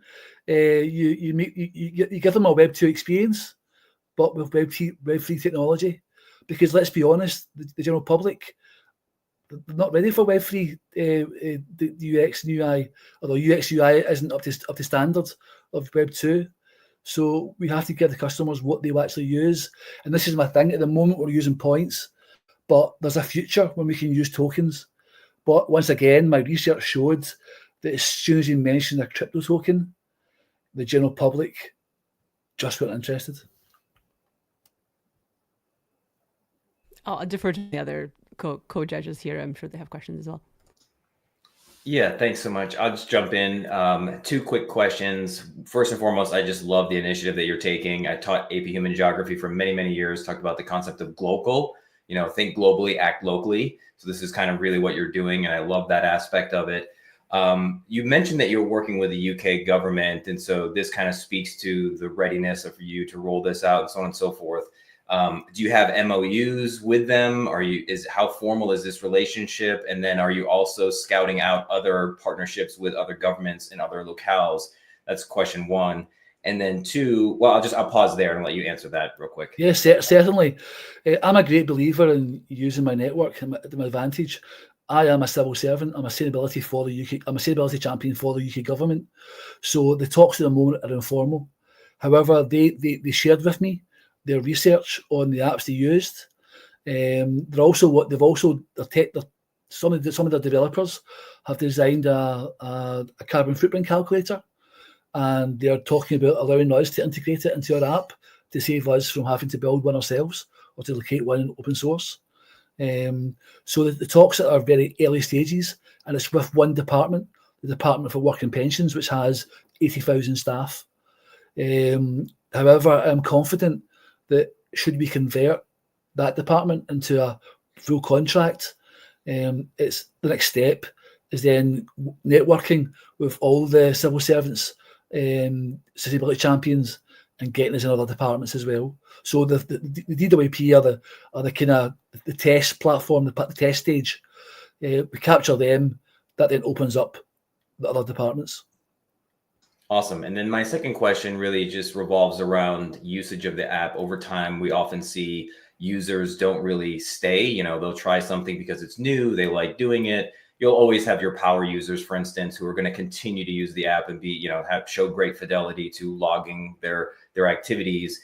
But what are you doing or thinking about how to keep people, like the stickiness of the app? Because this might not be something, to your point in the very beginning of your presentation, talked about how many people don't go out of their way to do these good things, although certainly they do have clearly an impact when there's a lot of people doing it. Have you guys thought about the sustainability of keeping people on the app once you get them to sign up, and maybe some of those incentives long term that's going to encourage that? Yes, one of the things that inspired me to do this was actually as a user of competitor apps. There's an app. What a lot of the things we're doing, I'll be honest, are not unique, but it's how we're doing it that makes a difference. Some of the apps would have a single focus. You go in, you watch a video, they plant a tree, and that's it. Now, it's no matter how strong-willed you are, that gets boring after a while every single day. And as much as I love planting trees, I stopped doing it, and I hate myself for doing it. But the apps didn't interest me. So as I mentioned before, we're copying tactics used by apps like Duolingo, where we're giving streak rewards, where we are sending notifications to people to remind them to log in, etc. But we also realise that although giving people the option to plant trees and repurpose plastic is very good, some people want other things. So once we actually grow, we'll have raffles where people can win discount prizes, etc., from same platforms. We're actually in talks with a gaming company to build a small game within the app as well, because people like that tap stuff. And that's something we're planning. We're also looking in the future for IoT, so we can actually connect to people's energy systems in their homes and track how much energy they've actually reduced and stuff. AI to verify meals. At the moment, we're based it on trust, a lot of it in trust. Thankfully, I share the beliefs of some of your earlier speakers who believes that inherently most people are good. You always get people who will game the system. You can't avoid that, but most people will do the right thing for the right reasons. So we are. This is my I had an argument, not an argument, discussion with my developer team leader who wants to ship fast and get the MVP out and get feedback. And from a UI UX point of view, that makes sense to get feedback from users. But I realise this is version 1. It's not a minimum viable product. We have to deliver full value to the customers that we're first going to use. And from then, we can then evolve and develop. Thanks so much. Go ahead. I was gonna say maybe time for one more question. Raheem, if you had any for Yeah, just a very quick one. Have you thought about, you have like the refillable water bottles, because right now the 2 revenue models that you mentioned, where you're obviously like raising money through the NFTs and essentially like the ad revenue. Have you thought about, like, from the get-go, like you mentioned that there's like they're collecting points. Have you thought about like selling your own bottles with the IP that you have, that you get a boost on points with your account? Same thing with the meals model, that maybe you could partner with like certain restaurants and be like, okay, you're a vegan restaurant, that maybe if they use a code that we generate every day or whatever, that we get like a cart and you guys get a cart, because that way you'll have like a lot of cash flow coming into your ecosystem and you're not just like reliant on ad revenues. Yes, to be honest, we've in the future we've thought of several monetization schemes. For the water bottle, we've looked at the sourcing water bottles, basically print on demand, etc., and putting on our own labels, etc., using NFCs at the bottom as opposed to NFTs. Where they can scan that and log their refills automatically. We're also, this is something for the future, our partner Sector-C are partners with two supermarkets in the UK, Sainsbury's and Marks and Spencer's. And what they do is they basically work the refillable pastas, rices, the detergents, that sort of stuff. So our plan in the future is hopefully to work with them. One of our other partners has a contract with Starbucks, and our goal was eventually to tie in with them. He's quite high level contacts, so we're hoping to utilise that. So when people go into Starbucks or Costa or anywhere else and use their reusable cups, they can automatically scan our app and get the points, etc. For the monetization of the meals, we spoke to another app called Fork Ranger, and we're looking at working with them. They're an app that actually people sign in and they give you the menus for vegetarian meals and the shopping list, etc. So we've got a lot of things that we're looking at for the future. But for the kind of the first phase, we're basically looking at what the DWP asked for. Right on. Well, judges, thank you. Judges, give a think through your scores, what you thought about this one. I know you're going to have 4 more to compare it to in these pitches, but thanks for the coming up and bearing your heart out in front of everybody. This is not an easy thing to do, and we talked about it earlier. Actually, B-Check mentioned it, and I think we were talking about it offline. It was like, this is a hard thing to do. The 90-second pitch followed by this pitch is very difficult on the spot like this, especially in a virtual format. So really good job conveying your ideas, your thoughts, and everything, and appreciate you taking the time today.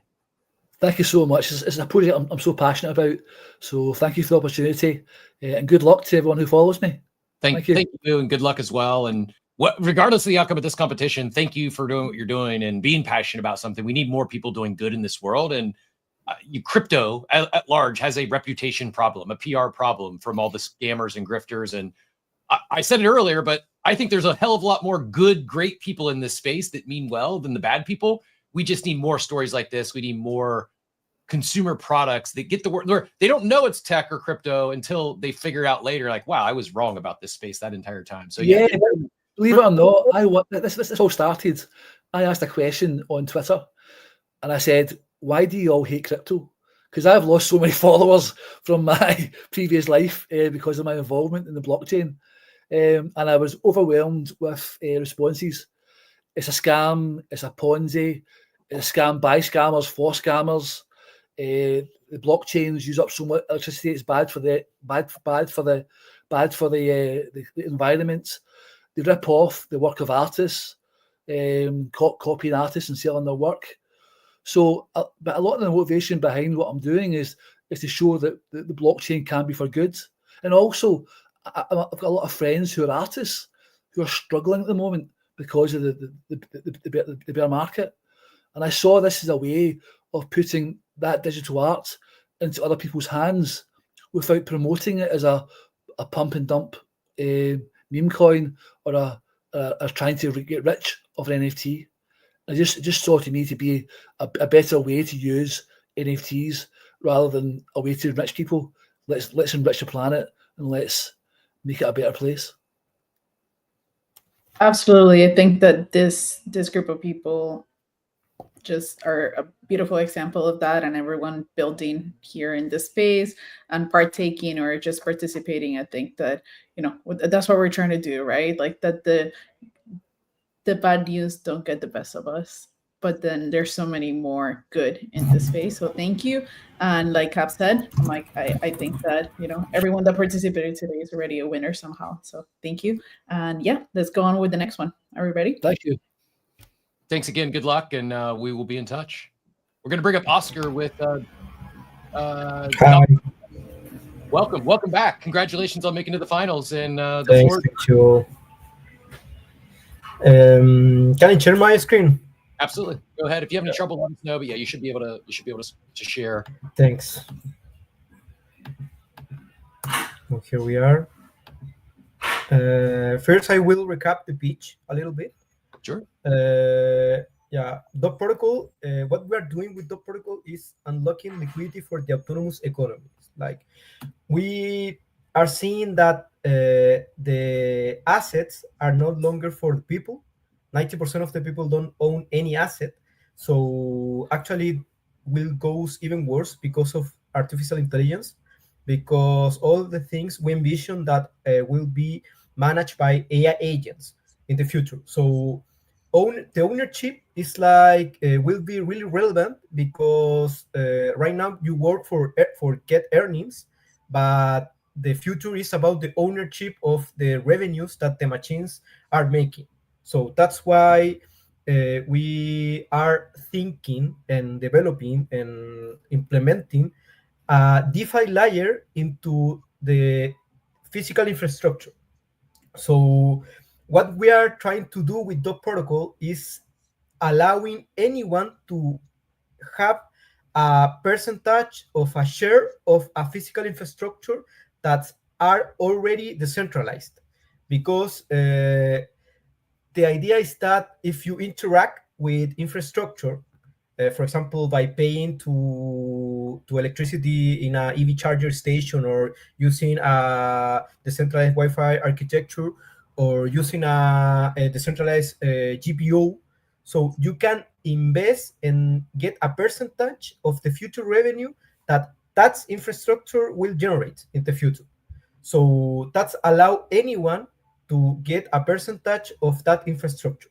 So how it works is like, we have a platform. Actually, we have like two platforms, but one platform is where you can create and tokenize the device. Right now, we're working with Deepin device because it's easier. And in that platform, you create custom rules for the distribution of profit. So, for example, this device will generate a certain amount of money based on the historical data. So it will be distributing the earnings one per month, for example. So you can invest in a 10% of that future revenue, and it works similar to when you invest in a DeFi protocol, because you put stablecoin and you receive API. Here is like the same, but the difference with the current DeFi status is that you are investing actually in the infrastructure. So your money is received that rewards for every earning that that machine generate goes to your wallet, and until the expiration of the contract. And what we have right now, we have this is the platform where you can create those smart contracts. And actually, for what we are thinking on Ape, for example, I create one. It's like, for example, you can create a different kind of mechanism for distributing rewards among the, for example, if you launch a specific NFT or a token in the Ape ecosystem, so you can link that token into this concept that we call profit pool. It's like the system where you distribute that earnings from a specific infrastructure. In this case, it's like, for example, imagine that Ape have a judge or a service that you are making money with that. So everyone can invest in the future revenue of that infrastructure, like the judge. And in with this system, you can distribute to among all the current holders of that token or your investors. So, for example, in this case, we have, for example, an EV charger. So you can buy a participation of a percentage of the EV charger, and the stakeholder receive a participation regarding that the current amount of tokens they hold right now. For example, this account holds 50%, so he will receive 50% of the revenues that that device will generate or infrastructure generates. So that's like this platform is like for making this kind of, in a simple way, those contracts, because it works like a studio. And what we're working right now is the consumer app that is looking like this. It's like if you want only invest, for example, in a percentage of a decentralized infrastructure, you can do it in an easy way. Just put the amount and selecting the type of infrastructure you want to invest, and here it will be displayed all the asset regarding your selection. So, for example, if you want to invest in Wi-Fi networks, or you want to invest in EV chargers or solar panels or whatever, the centralized infrastructure we have available in the platform, it will be here. So you will have the possibility to invest in those yields. So the cool part here is like all these will be linked, because right now, for example, anyone can create a distribution pool and promise that you will distribute the future revenues, because like here is like you are creating an escrow contract with distribution rules, so anyone can do it and promise whatever they want. But the cool idea and what make us different is that we're trying to solve this problem using agents and a mechanism for doing this. So the idea is that the infrastructure that you want to connect into this escrow distribution system is linked in a hardware way. So, for example, in the case of the solar panels, in the inverter, we have a software that runs into that, and all the money that receive the solar panel goes directly into crypto. So when it's in crypto in a non-RAW system connected with the fiat account, we can pass that money into an agent that runs into a trusted executor environment. So the administrator of the infrastructure doesn't have the private key. of the account. So the idea is that the money of the infrastructure goes directly into the wallet of the agent wallet, and the administrator can't touch that money. So it depends on the rules of that of what the of the agent, how to proceed with that money.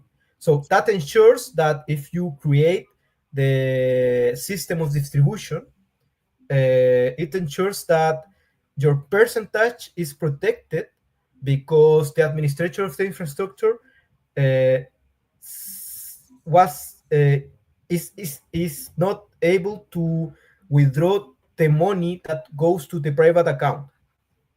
So that's like the mechanism we're building right now. But right now in the platform, you can create those profit pools where you can define different kind of rules of distribution, and could serve like a airdrop mechanism as well, or could serve like to engage the community with a specific type of investment you want to make. For example, like the use case I mentioned before, like for example, create a buying a yacht for services, and so everyone can invest, and the holders of a specific token receive a percentage of the future revenue of that. You can do it in the platform, but that process, that use case is like trusted, because obviously your community need to trust you in order to put money into a promise. That's what we're trying to solve with this kind of tools, like building the agents, building other kind of stuff. It's like top protocol about. Very, very interesting. Appreciate you sharing. We'll turn it over to the judges. Outer went first last time. Maybe we'll go in reverse order. If I think Raheem's still up there. Unless we lost him on our. Are you done sharing, or did you want? Is other things you wanted to share on screen? Yes, I forgot about that. Here's like, it's like when you combine the agent tech and the deepin devices, because here you have deepin devices that are connected into the dot protocol architecture, and those devices are depositing the money into the distribution smart contract. So for example, if you invested into this EV charger, this EV charger will be distribute your percentage to your account. So here you can see the agent that is called Dobby, and the agent is managing right now six chargers. And if you hold a token of those chargers, you will receive revenues. That's like, and here is the architecture, but this part is like more technical. It's like for showing how the rack of the agent works. Very interesting. Let's go Funky first, and then Outer, if you have any questions for Oscar. Thanks so much, Cap. Yeah, I mean, this is really cool. I probably have too many questions to ask in the limited time that I actually have, so I'm just going to stick to the most important one, I think. First and foremost, do you already have partnerships in place for like Helium, for instance, or these solar power panel providers, or the East charging stations? Do you already have those partnerships in place? And two, would there be any sort of geofencing, or is this completely decentralized where anybody could invest and come along and just do this and make some kind of passive income? Yes, we're working on partnership. We have right now one partnership with a EV charger company, and we're working. We're trying to make a partnership with Blink in Miami. We're based on Miami actually, and we're working on that. But it's like we have finished. We're right now we're in a pre-seed stage, so we're building, finishing the MVP, all the stuff, put all together, and we're working on that right now. But right now, actually, we're trying to make the partnership with Helium, with other deepin providers here in Miami. We want to be in touch as soon as possible with Borderless Capital, because they have invested a lot in deepin devices, deepin startups. So we want to talk with them. we're making some partnership, but it's like we're in finishing all the tech right now. And in regarding your second question, everyone can invest in those assets. So let me show you, because we're working on this dashboard. Because right now, when you go to jobprotocol.com and go to the platform, it's like it's difficult to understand, because it was conceived for a technical guy. But what we are working right now is like this platform that this platform will list all available opportunities in Deepin, so everyone could get into this platform and invest. So seeing the information, the financial information about the asset, and those values are calculated based on the blockchain information. So, for example, if you have the EV charger depositing the revenues, the EV charger needs to deposit into the blockchain. So you can see all the information and calculate in real time the yield. So that's the idea. It's like linking the dipping device into the token, because otherwise it's like, for example, right now I have a lot of for example, there is a lot of RW based projects and dipping projects that are more like in order to participate in the decentralized physical infrastructure economy, you need to buy their token. For example, if you want to buy, I don't know, participate in an RWA projects, it's like buy my token. But what we're trying to solve is like investing directly into the asset that actually is making the money. So that's the difference. It's like here you invest directly into a specific hardware and to a specific physical infrastructure that is like for you is great, because, for example, if you use the local infrastructure that you have in your community, like a automatic laundry machine, a automatic coffee shop, or I don't know, in the future automated shops, or wherever that is running using agents. Probably right now in the future will be a lot of infrastructure that will be automated.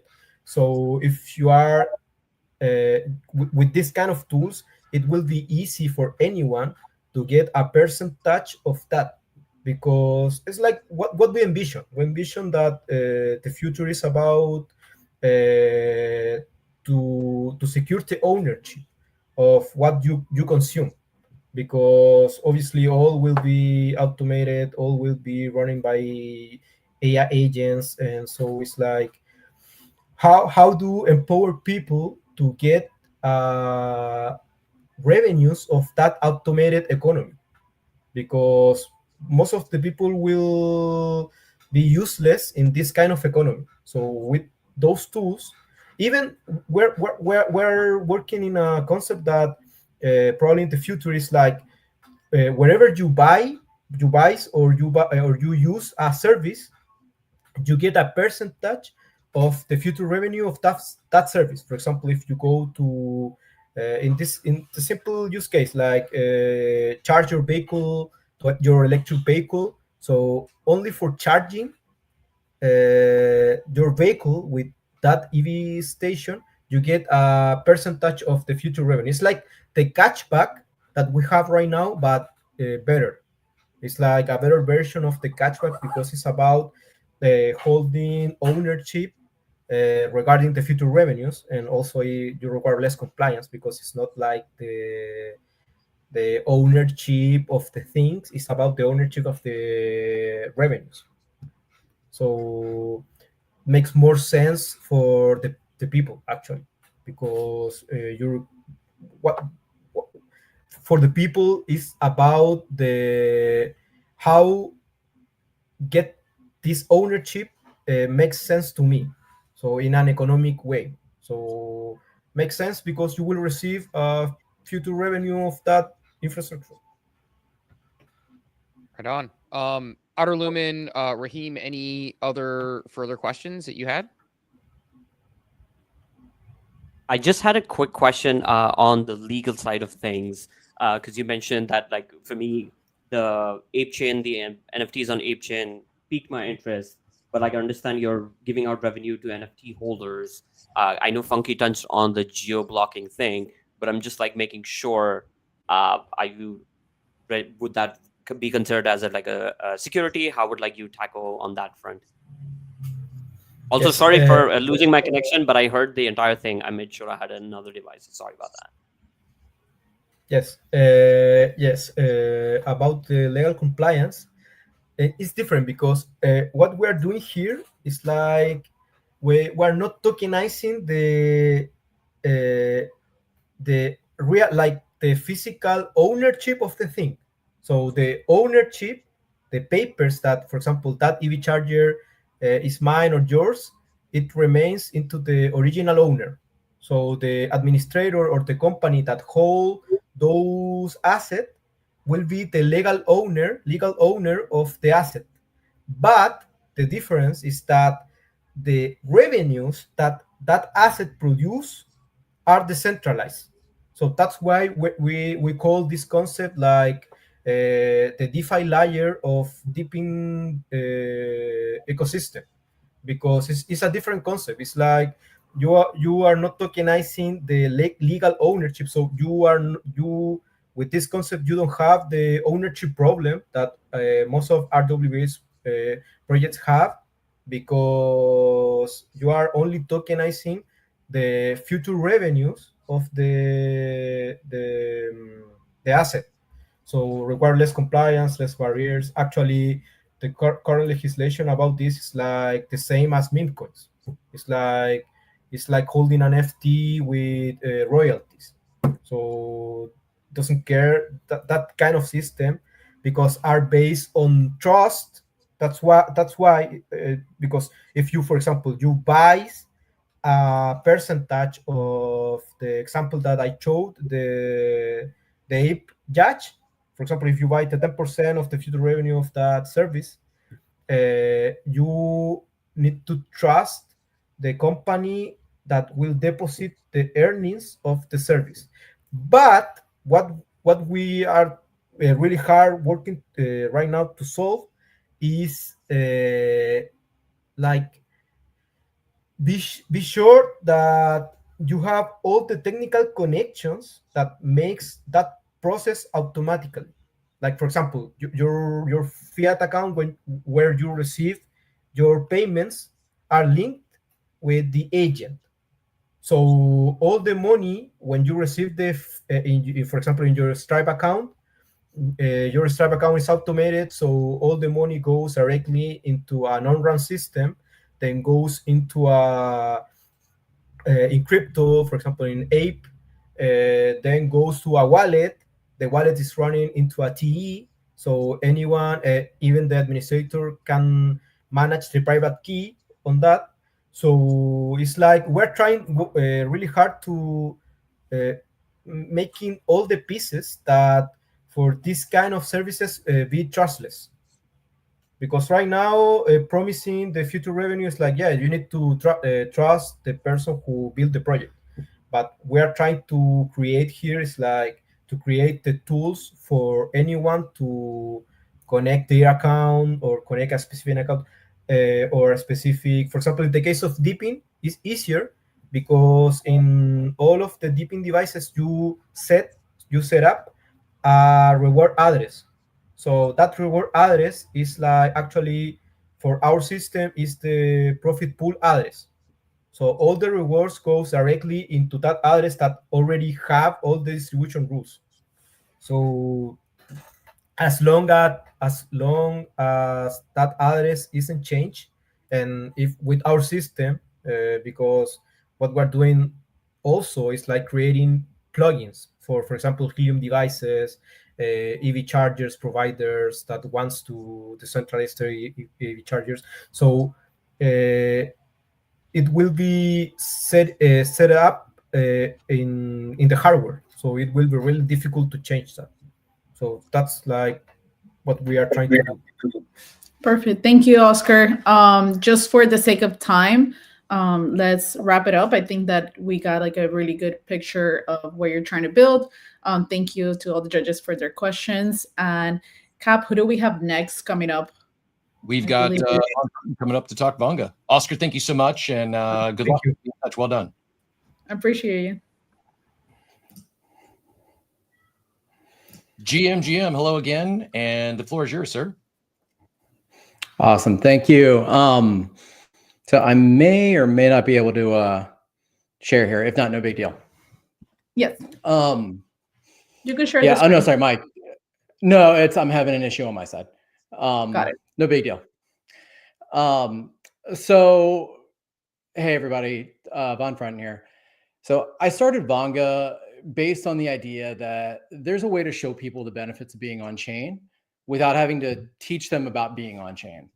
I think mass onboarding happens to the blockchain when people actually don't realize they're using the blockchain. So instead of doing this with JPEGs or tokens, I decided to do this with clothes. Why clothes? Well, first, everyone wears clothes, most everybody, meaning we aren't having to teach them something new. There's also, it's a very large market that really hasn't been disrupted in some time. If I just look at the athleisure market alone, right? Think, hoodies, leggings, sweatshirts, pullovers, things like that. That is roughly a $660 billion, industry globally. And most brands are still, stuck at selling better looks, better fabrics, and that's all. And that's where they stop. Separately, the industries where their customers are participating are bleeding engagement. So one of the industries that we're targeting, actually, I'll get into this a little bit, for example, are gyms and fitness studios. So in the US alone, there's some roughly 150,000 gyms currently. But if you look at their engagement, about 50% of their members actually don't show up after 6 months. So you have this industry that hasn't been disrupted really in a long time, and an industry that needs disrupting, and you have a very common customer in basically people that are wearing, in this case, athleisure wear as the common denominator. Most of these gyms are small, independently owned, and so they don't have the tools to build their own kind of retain loyalty and engagement platforms that some of the larger chains would have. So that's where we come in.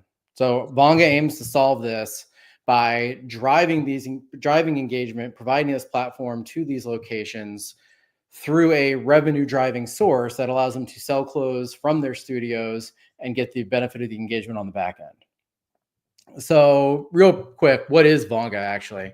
So Vonga, we are premium clothing focused on athleisure right now with NFC chips embedded in every single one of our items. So basically, customer comes in, takes their phone, taps it to their, to the chip.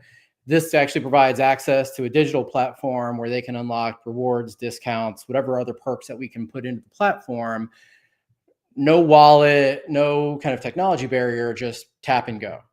So for a customer, it's clothes that they're going to want to wear anyway. We do focus on premium. We said premium athleisure. We do focus on actually making high quality clothes that even if there was no tech side, they would want to wear anyway. To these gyms and studios, like I said, it's a revenue producing plug and play loyalty engine that kind of turns something they're already trying to sell and grow their revenue from into a re-engagement tool. How we differentiate ourselves from other clothing brands, like I said, most clothing brands are stopping at the sale. Once I've sold you the clothes, mission complete. That's really where our relationship with our customers starts, because we get to have that ongoing loyalty that's enabled by the tech that we're kind of embedding in each one of our items. It doesn't require the studios to change systems, so we're not a traditional loyalty platform where they now have to go integrate something into an existing system. All they have to do is really carry our clothes, and we can kind of help manage everything on the back end. And as I've said before, unlike a traditional loyalty and rewards program that you're going to have to pay for, this is actually a revenue generating loyalty and rewards program that comes along with the clothing that they're able to provide to their members. So through all this, our goal is to create a new category that we're calling Wear to Earn. So when it comes to the ape ecosystem, we look at this in two different ways. So in terms of ape chain, everything that we're doing is on chain, right? Every scan, every reward, every visit we're going to be recording it on chain. So trying to, it allows us to collect that data, really deeply understand our customer, and then benefits ApeChain, because now we're going to have more people that probably don't even know about ApeChain, may not even know about the blockchain. We're going to have a way to onboard them onto ApeChain. This means that we're now tying real world behavior to on-chain activity, which is something that we haven't seen many customer, kind of consumer apps do, and we haven't seen many real world brands do. Our goal isn't to stop there, though. It's not just to bring them on chain once and claim a digital twin of their clothing. Our goal is to create this to be an engagement platform. So partnering with these studios, partnering with these retailers to create campaigns where they are coming back every day, every week, every month, interacting with our brand. It'll drive from a chain standpoint, daily transactions, daily users. From our standpoint, we now get to be top of mind with our customers on each and every day and understand their behavior at a deeper level than most brands, because everything is on chain and we have that kind of full customer picture that we're able to create. Over time, our goal is to kind of start to embed ApeCoin into this as well, where you can earn, spend, unlock value through campaigns with ApeCoin. I do say over time, because as I opened up with, the best way to onboard people into a blockchain is to not let them know they're on the blockchain. So we want to be really, really clever of how we do that over time. But we do see a path forward that does allow us to eventually start to feather this in and introduce them to the concept of being on chain. So we look at this, really, it's, call it a Trojan horse, call it a bridge, but really it's trying to turn close into this connection point between people and kind of an on-chain environment that allows ApeChain not just to be an online network, but a network that's in real life too. So I mentioned we're starting in fitness, but there are multiple use cases that we're exploring. Think, pro shops at golf courses, merch stores at sporting events or concerts, restaurants, or even just more traditional retail. Really any place where we can find an intersection of clothing being sold and a need for that business to drive deeper customer engagement. So we think there's going to be a lot of opportunities where we can find that intersection. We're not just building a clothing brand, right? We see this more as I'll call it a human-friendly on-ramp to the blockchain that isn't just on your computer, but it's in your closet, it's walking to your gym, it's on the street. So we are already moving. Our e-commerce platform is up. The first iteration of our tech is live, continues to evolve. We're right now on track with our fall selling season to be in at least 8 locations, hopefully more by the time the selling season's over, and expecting that to grow going into the spring. And, I'll end with, I mentioned that, we're building a bridge that seeks to connect real life behavior to on-chain value. So I'll close with asking, who's ready to cross that bridge with us? Look at the Shark Tank-like ending, judges. You read my mind. Any questions, judges? I'll jump in. Yeah, just because an ignorance question from the tech side. So first and foremost, the NFC chip, I mean, how does it work insofar? Like, I mean, obviously you're going to wash these clothes, right? I mean, is it something where it's going to be waterproof, where it's not going to get damaged? Or is it just matter for that first time and then it's going to be connected to you somehow with the phone? So kind of was curious about that. And then if you already have suppliers and, how's the build out already coming along? Yeah, so we've worked with a couple of different chip manufacturers. They are waterproof. This shirt particularly has probably been washed, I don't know, a dozen or so times. They're heat proof. We've actually tested them up to 800 degrees in like a screen printer just to double check. And those worked out just fine. So if anyone knows of a reason to heat clothes beyond 800 degrees, let me know. From a supplier standpoint, we're currently working with IYK from a chip manufacturer. We have talked to others as well, just from, I always like to have backups. But I said, we've worked with a couple of these manufacturers. And so I talk about the initial iteration of our tech.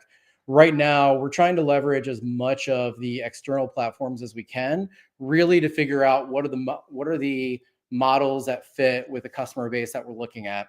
And so once that model is fit, then we'll make the decision of, do we continue to build on somebody else's platform? Do we go build our own platform?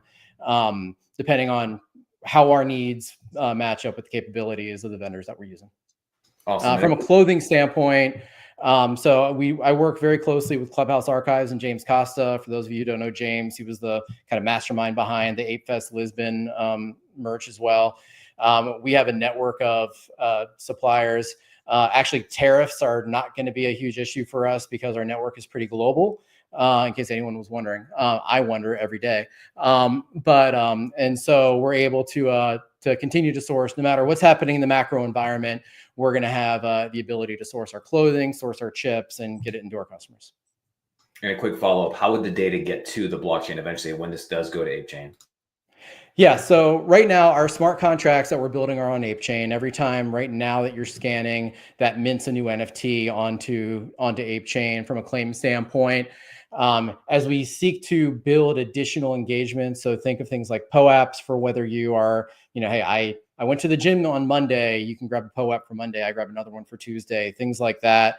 We're talking to a couple gaming companies as well, even just to have, not intense games, think like Wordle level of complexity, but again, more ways to engage the brand, to engage the customers with the brand, more ways to have fun activations for our retail partners that just kind of keep us in top of mind in a very lightweight way that isn't going to ask them to do a whole lot, because we know kind of changing consumer behavior is one of the hardest things you can do. We're not going to look to do a really heavy lift up front. We're going to look to do a series of light lifts, and hopefully over time that starts to nudge people more in our direction. Can we ask? Yeah. Okay. I wasn't sure. Thanks for the presentation. This is super cool.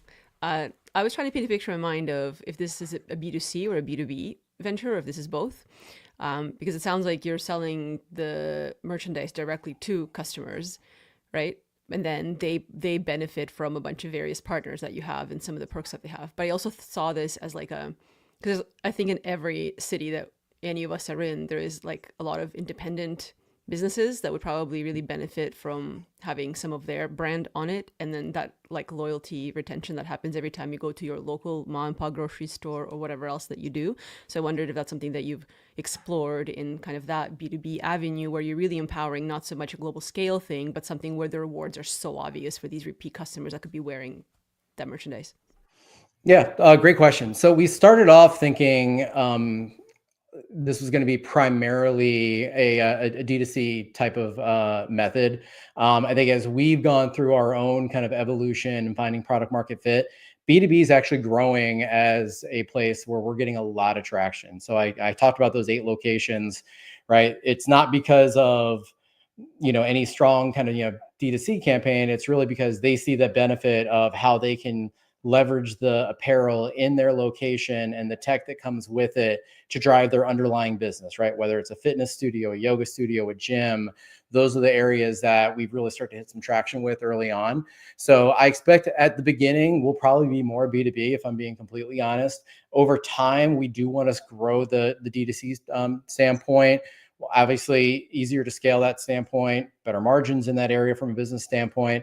But we're not going strictly one way or the other. We're kind of letting the market come to us a little bit, understanding where we have that product market fit at this early on, and then we'll look to scale accordingly.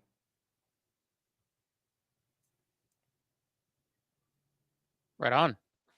Yeah, well, my question was very similar to Art Illumin, so I wouldn't repeat myself. But I want to give you flowers. I love the bit about customer engagement and keeping that loyalty after people buy clothes. That I used to work in the fashion industry, and that just like straight up doesn't exist. And the idea of collecting POAPs, especially in like places like concerts, and the concept of super fans and building that out based on like the merch or the clothing that you wear is something I'm like super passionate about. So I just wanted to give you your flowers for that.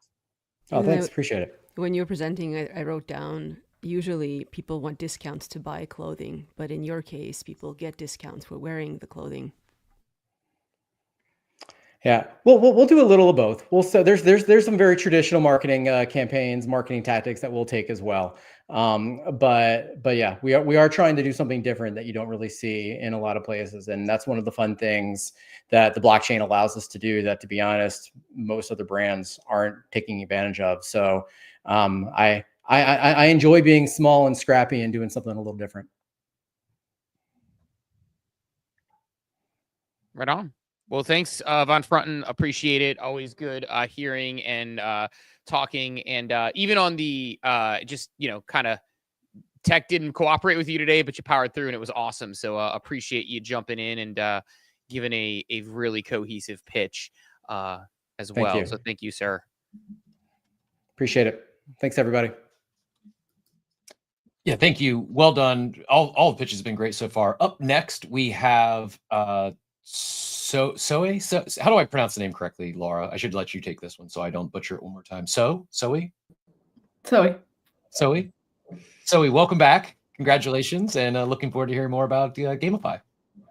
Thank you, guys. Really big shout out also to 10Cape. I've heard earlier Jay-Z was talking about introverts and the fact that we brought the transactions roughly 1 million transaction on chain was mind blowing also for us. So I really loved also UCAP pinned the tweet we made on our official account. And today I would like to deep dive a little bit more on Gamify, which is a product powered by introverts. And it's a sort of evolution, if we want to say, of introverts into prediction market. So there's a huge wagering component. Let me share a presentation. Okay. Let me know if you can see my screen. It should pop up if you use the present and pick a screen. And if it doesn't, oh, yeah, there you go. You're good. Okay, perfect. So I would love to deep dive on what we are doing to gamify this biggest unspoken Web3 narrative. Basically, Web3 is a PvP market, right? And what we want to bring back to the space, since everyone is kind of competing for resources, right? For liquidity, mind share, and everything. What we want to give back to the space as a solution, it is a sort of battlefield, literally, where communities are deciding who deserves the most and the best all these resources. And we do that through entertainment. So we have a gameplay where people play with their resources, with their time. And on top of that, we have prediction pools. So they play with liquidity, and on a side, also social activities. So basically for ApeChain, we are building the following cases, but just the sky's the limit. At the beginning, we would like to introduce Orange versus Aqua. I would make a demo just real quick. And also, we would love to bring together in competition all the NFT collection, but also all the memes, or anyone who wants to start a competition using ApeCoin inside the wagering pools. And in a long-term vision, we would like to bring all these over in other side. So this is just an example about how big it can become a competition, because a lot of times people are asking how it can become. It can become as a NFT battle royale like these, as a bracket tournament, or it can be a one-on-one, community gameplay. So it's really up to the communities participating what they would like to do. At the beginning, we will run competition by our own, but in the future you will see a button and I will show you also in the demo where communities autonomously can start their own tournaments. We are already in partnership with multiple communities, more than 30 on ApeChain, and we are bringing over ApeChain more than 35 communities so far for enlarging the ecosystem, bringing more volume, more users, transactions, and so on and so forth. So let me share again my screen and I can show you a demo because the product is ready and it's working. And there we go. Let me know again if you can see my screen. I'm not sure if you guys can see that. You're live now. Oh yes. Okay, perfect. So basically, this is how it looks like. It's a really degen platform. So there is a huge aspect related to speculation, if we want to use that word. and you literally go big or go broke. So people are watching at the beginning a section of all competitions, for example, Orange versus Aqua, as I was mentioning earlier, but also they can participate not just in the game, but also in the wagering pools. So basically anyone can join one of the investment pools, and each pool can have also a threshold, so we can make fair all the competitions. And once the pools are arriving to a certain threshold, the game can start. I will make you an example. So here we will have an overview of the leaderboard and of the competition with all the active players, with their relative scores. And when we go to play, the pools get into the full degen mode. We called it like that because they get locked. You cannot stake or unstake anymore your ape coins inside the game. And it's up to the communities in game. I play with Aqua because I'm Aqua. And it's up to the communities in game deciding who's the winning pool. So the winning pool will then get merged with the losing pool, and then all the money, like all the liquid money, will be redistributed inside the winners. So inside the leaderboard based on the best performers of that specific community that won.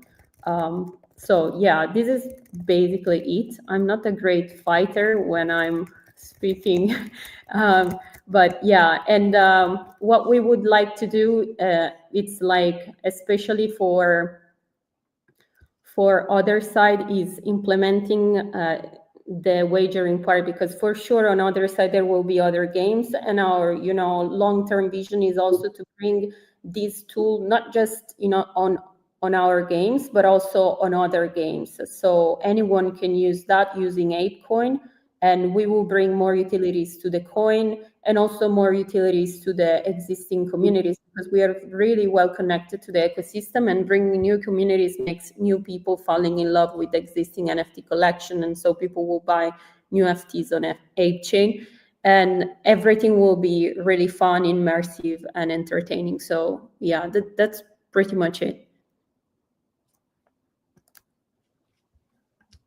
Let's go to the judges. Oh, go ahead, Cap. Sorry. Going the same way. I just, so many of these I feel are building for more than just themselves, and whether it's collaborations or actually building tools and ecosystems for others, that's been my big takeaway of the day, is really is a chain of collaboration. And yeah, go ahead, judges. So feel free to fire away. Funky, you got any questions for Zoe? No, I'm still mesmerized by actually seeing the actual gameplay. Like, I mean, I can't believe that. Was that in real time, or was that actually? So I guess my question would be, would it work that quickly even if it were on chain, or is it just like the settlement happens on chain? Because normally we are used to blockchain games being very slow and clunky and whatnot, and that seemed like incredibly responsive. So just kind of curious about what's under the hood. So yes, this is a good question, because we worked on that for over more than 1 year to make it performing it good. First of all, the game per se is not on chain. So we are having servers with different geographical zones, so people get connected in similar geographical zones, so it's lagging as less as possible. And that's really important, because in the past, there were people in America and people in Europe not being able to have, a stable gameplay. So that was a really good point. And what we do, it is to read your wallet. We have, you can connect your wallet at the beginning, and we are reading all your assets. So if you are having an NFT belonging to a specific community in the competition, you can have a multiplier in your score. Or if you want, for example, have a multiplier coming from our own collections from, the platform, we will just read your wallet, and, we will understand which are the assets that you can use in game to compete and, score higher and higher and scale the leaderboard. And, the game is performing so well also because, first of all, we fell in love with the models of Rida. And I really have to shout out for Rida, because he made an incredible job. I remember in 2023, we had a side event during Ape Fest in Hong Kong in the Soho House, and we were probably the first people trying to make so many 3D models of apes, just because we wanted to have a competition live inside the event where we were in collaboration with Animoca and some other games. And it was extremely difficult to make that level of quality for a model with a high performance in game, because it needed really a lot of vertex polygons. I'm not getting too much technical in this stuff because it's really difficult to understand, but Rita made all the assets for the apes game ready. So everything is really performing well. And what we would like to do, it is to, at the moment, we are avatarizing some of the collections that are in need for an avatar in game, for example, some NFT collection on ApeChain. But I would really like to address anyone who needs a 3D asset to Rida, because really whatever he did was really, improving also the quality of the game, like the performance. And yeah, it's more than 1 year that we are testing this gameplay. So yeah, it's really performing well, and everything is live. So you can choose a PvP battle between, people that are inside the game. You will see the people inside the game once you join the competition, but it's random. So you cannot pick Raim, for example, and decide just because you're orange and he's aqua, whatever, it's really random. And whenever there is nobody inside your server, you can also fight against AI. So it's a PvE, but you score less points compared to have a PvP battle. Very cool. So that looks super awesome. Thank you for showing that. Yeah, like that gameplay, like definitely mesmerized me as well. I love the fact that you're bringing other communities outside of ApeChain. I think that's kind of nice to see people being onboarded. I want to pick your brain about, I think, especially because you mentioned you have like servers in different parts of the world based on your geographic reason to basically reduce latency. Of course, running gaming ecosystem, running servers is an expensive overhead cost. Considering business models like this are based on attention as well, because you are kind of building like that wagering ecosystem that, like, okay, you have the aqua versus orange battles, but obviously like the more you'll do over time, you'll have to come up with like different battles to engage different people. So it's like, it's not like you can make a business model, like you can make a product and you don't have to keep iterating it. So I think one of the things that Web3 struggles with a lot are business models. A lot of products just don't have that. How are you? Like, I'm curious to know, because I understand your business model is based on volume, I guess.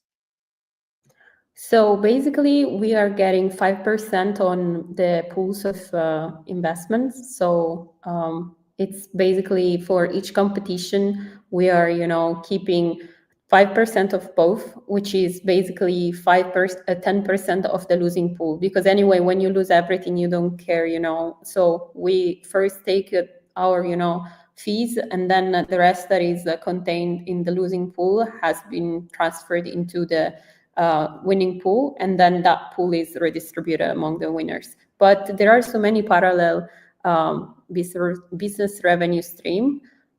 I was these days I was in so many spaces because of the launch of the Formula Ape, and a lot of people were like brainstorming live with me in the spaces. That was really cool. And so really the sky is the limit, because a lot of people were suggesting really smart ways to monetize everything. Very cool. Well, look, thank you very much.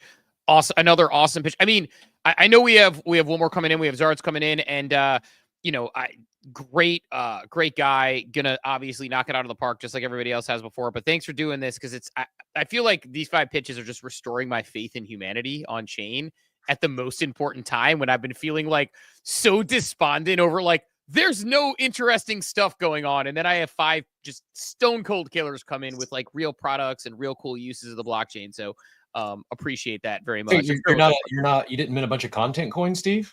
No, there hasn't been a single content coin pitched to me today. Not one.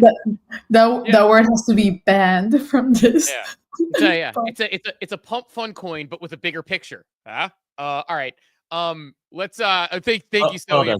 Yes. Yeah, well done. And let's bring up Zards to bring us home. And then what we'll end up doing here afterwards is we will clear the room in totality, Let the judges use the private room to discuss. When our winner is announced, we can maybe bring them back on. So if you're listening and you win, maybe pop back on as a yay hooray. We can talk about that a little bit, but it'll just take 60 seconds. Yeah, we'll when we say discuss, we can keep the video live. We'll just discuss in the private chat, and then if our winner wants to jump back in, you're welcome to. But no, yeah.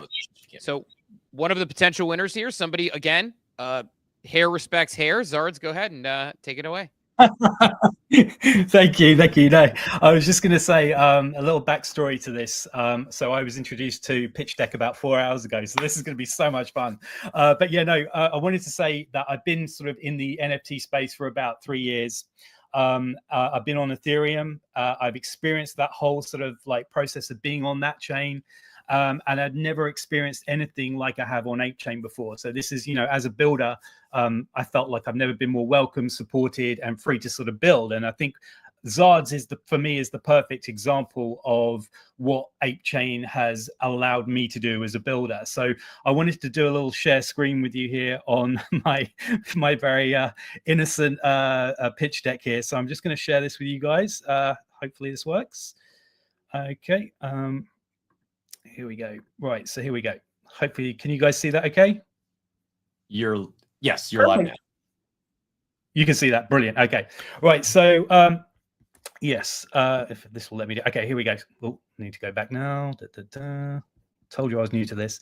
Okay, so just the quick facts that we were talking about earlier on today. Obviously, Zards sold out 5,000 in 20 minutes. We were the top 6 winner for ApeChain Spotlight. We have a fully built up DApp, and this was the first physical and digital tie-in book for ApeChain. We also noticed some areas that we wanted to sort of fill the gap for Web3, especially on ApeChain. And we noticed that the NFT space needed deeper storytelling and world building. ApeChain lacked a narrative-driven flagship project. We needed to have something that sort of filled the gap for the growing demand for play to earn and mixed media. And lastly, we wanted to have something where there was organic onboarding from Web 2 to Web 3. Now, this sort of screen here I'm showing you now, it just shows you some of those basic areas that we've covered. So we have our DApp, which is on our website. Hopefully you guys can you see this screen here now? Sorry. Yeah, coming through clear. Brilliant. Okay, so this is our main website. These are the 3 main areas that we wanted to focus on for our holders. So we got our inventory checker, our training, which is soft staking, and then our prize wheel. So going back to our little page here, this is where we're focusing on the utility. Utility was the #1 thing that we wanted for our holders. We wanted people to have something to do. Once they've got their NFT, what can I do with that NFT? So we wanted to create an experience that was immersive for our holders. So you come to our site, you can check your inventory, you can see what Zards you hold. So if I just show you this here real quick. So this is your inventory. It will load which Zards you're holding, give you information on which guild they're part of. If you've got a complete guild set, which is all 13 of the guilds that we have. So it's a really sort of in-depth area to sort of build out your collection and see what you've got so far. Going back to our little pitch deck here, we also created our guild guide here for everyone, so everyone can see which guilds there are to collect, you know, and obviously, as I say, if you have all 13, you have multipliers within our collection too. We had a map, which is, again, building out that lore. We've got lore scrolls here at the bottom, and also little visuals of some of these areas as well from our map, just to sort of bring things to life a little bit more. We also didn't believe in having any follow-up collections for Zards, so we are introducing things like, for example, potions. This provides actual meaningful utility built on top of the existing collection, so nothing stagnates. It's always has an ability to move the project forward. That's coming very soon in Q2, and you'll be able to use Zards tokens for that. Going back to that deck as well. Last but not least, we wanted to show what Zards is offering outside of the NFTs. So obviously we've got our storytelling through the book on Amazon. We've got our Discord, which we're going to be involving games and more sort of user interactivity there. We've got the metaverse, which I'm going to talk about a little bit more in a second, which is for the other side. We're going to be having our other side build out. And then this summer, we're going to be releasing our MMO game called Zard's Dungeons. And that's going to loop in things like the magic points and also the Zard's tokens as well. But it's going to be a world that you can spawn into. It's going to start off really small to start off with. And users can sort of see each other. They can, cast spells on things. They can have little areas where you can have treasure hunts and solve problems together and start using spells as well. So that's really cool. And then last but not least, we've got rewards, which you're obviously getting through our training portal. So talking about training, I just want to open that up real quick. So here we are just showing you the Zard's training. So you look at the Zard that you have, you click on it, you select the training time frame that you want. So it's either 7 days, 14 days, 30 days, or 90 days. And then you click on that, and then you start training your Zard that way. So you just click on it and then click on Start a Zard's Training. Then down at the bottom here, you'll see all of your staking history, and it will show you when you started, as well as any multipliers that you may have picked up along the way. So if you have all 13 guilds, for example, all 13 staffs, you'll get a 4 times multiplier on your Zard's tokens and your MP, which is magic points. Then I wanted to show you here, when you have your magic points, they get fused to the metadata, as you can see down here.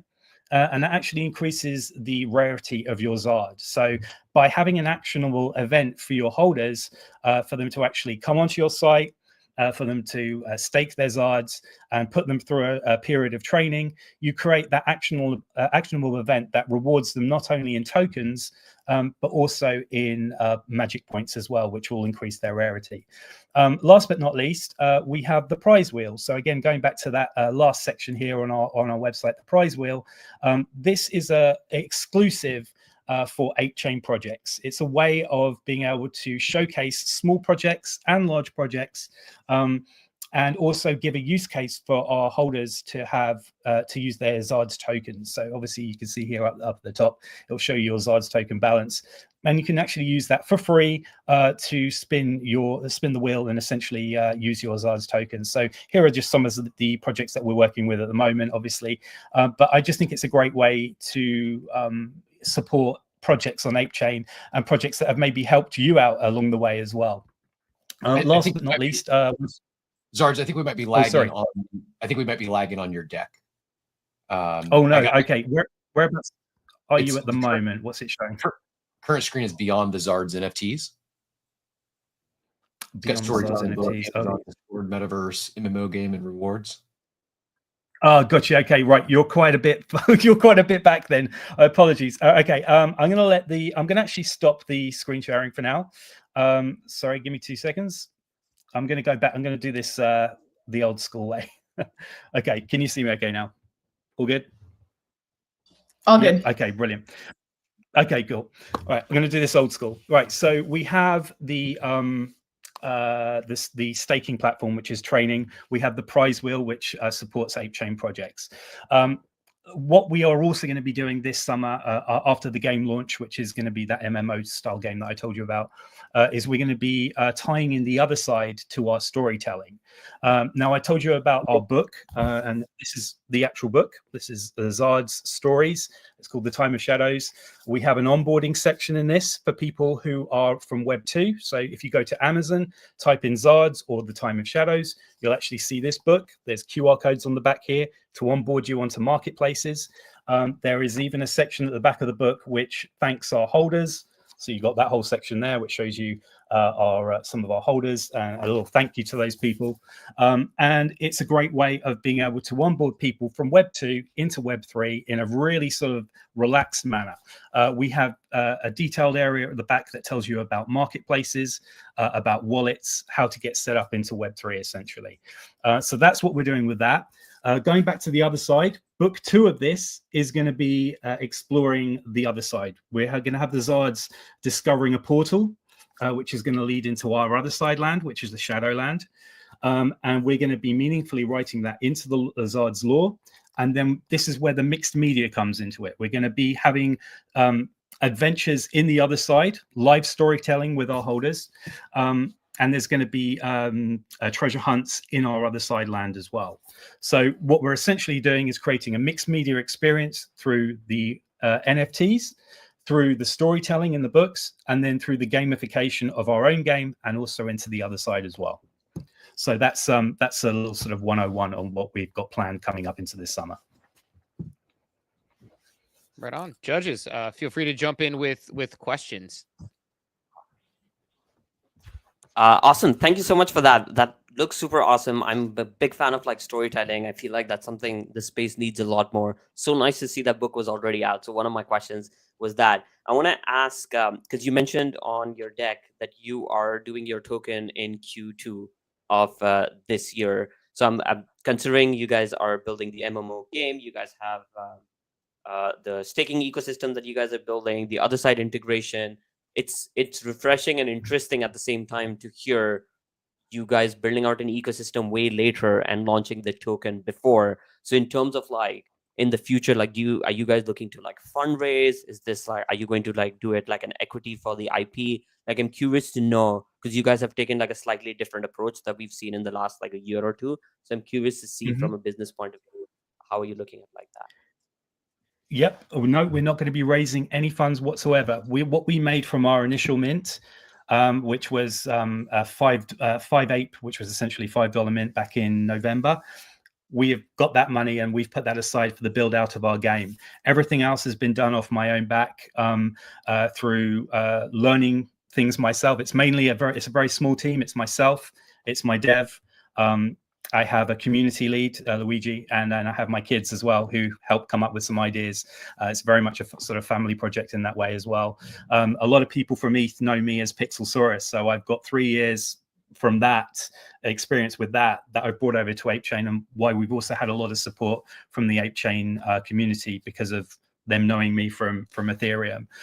So yeah, what we've essentially done is with that token, which is already out there, it's a utility token. I always said that we never want to add a pool to that token because we want to bring 100% of the value from within our community and within our ecosystem. So, and again, that's recyclable. So when you sweep Zards, you get tokens. When you train your Zards, you get tokens. When you spend your tokens on the prize wheel, those tokens go straight back into the token pool, and we start all over again. So it's a way of being able to just continually look after the ecosystem. As for the game, that's the great idea. The great thing behind that is that we're building it out slowly. So we're going to start off with a small map. If you guys are familiar with Pixels Online, it's going to be kind of similar to that, but we're obviously going to be in a sort of cave environment with lots of different sort of diverse environments within that. And we're going to start off small, and we're going to be very honest with that because I don't want to be coming out with a fully fledged game. We want to say this is how we're going to start off small, and we're going to grow and evolve with our holders. And I think there's some honesty in that I personally love, and I'm looking forward to sort of growing that with our holders. You sort of anticipated my questions, Zards, insofar as I was going to ask about the timeline for the game development, like when it would be out and so on and so forth. You kind of already addressed that. So thanks. It really looks interesting. And you also kind of answered, like, because I thought it looked very cute, right? And just like, but knowing that your kids are involved, like, that's really cool. Like it's a great family project to build out something like this. And I'm sure they're learning a lot about blockchain in the process. Thanks. Yeah, they are. Yeah, and look, hands up. I'm a kid myself, basically. I'm 45 years old this year, and I've never grown up. I'm into Lego. I'm into all the stuff I loved as a kid, and this project is genuinely a labor of love for me. So everything that you see, all of the ideas have come through growing up, not growing up, and just loving things from my childhood. So that's what it's about, basically. It's about having fun and also having an escape for you guys, for families, for kids, for degens. It can be literally anything to everyone. And I know that's a bold statement to make, but it really can. It's family friendly, and it's an escape that you can have after you've had a long day at work. That's the dream. Love that. Well, look, here's what we're going to do next. I really appreciate you, Zards, for coming up. And, again, appreciate you. You're another one who shows up every day, and we appreciate your insights, and you have a warm zest for life, which I think is awesome for sure. But thanks. That said, we're going to do this. We're going to remove everybody except the judges and the hosts. So don't be offended when we kick you out of the room, because what we're going to do is let the judges use the private chat to chat things out. We've gotten some insight from Outer Lumen that we can add. And what we'll do is Laura and I will do a little recap while Raheem and Funky talk it out in the private chat. So Zards, I'm going to remove you from stage, and then I'm going to start kicking people from the room again. Although kick from studio, not ban from studio. Got to make sure that I do it correctly, because I don't want to ban anybody. So we're gonna kick from studio one at a time, and just kind of keep it a nice, clean studio backstage. Thank you to everybody who has been in the green room and helped us test this out on our sort of maiden voyage here. And thanks to the judges as well for frankly helping us get through this. I know you stayed longer than asked, and Raheem's done double duty, so you guys are the best. So go ahead and use the private chat it out there, figure it out, and kind of talk it through there. We'll keep an eye on that. Take your time while we do the recap, so the two of you can kind of talk things out. We've gotten some insights from Outer Lumen, and in fact, I can even share those with you in the chat if you want as you go. But I'll kind of kick off, and then I'll go, Laura, get your thoughts, Cap, get your thoughts. Look, while they discuss the winner and chat it out, I said it earlier. One, ton of learnings today to do this again in the future, but really happy with how it all went down. Garga was pretty awesome, on the opening keynote. Really enjoyed all of the panels.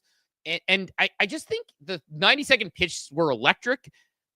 I personally very much enjoyed this portion, because I feel like I've been a little despondent about things being built on chain, what's getting attention. And I don't know, I guess give me your take on this, Laura, but I felt like we got to see real builders and get this life breathed into the ecosystem across ApeChain, which felt really, really awesome.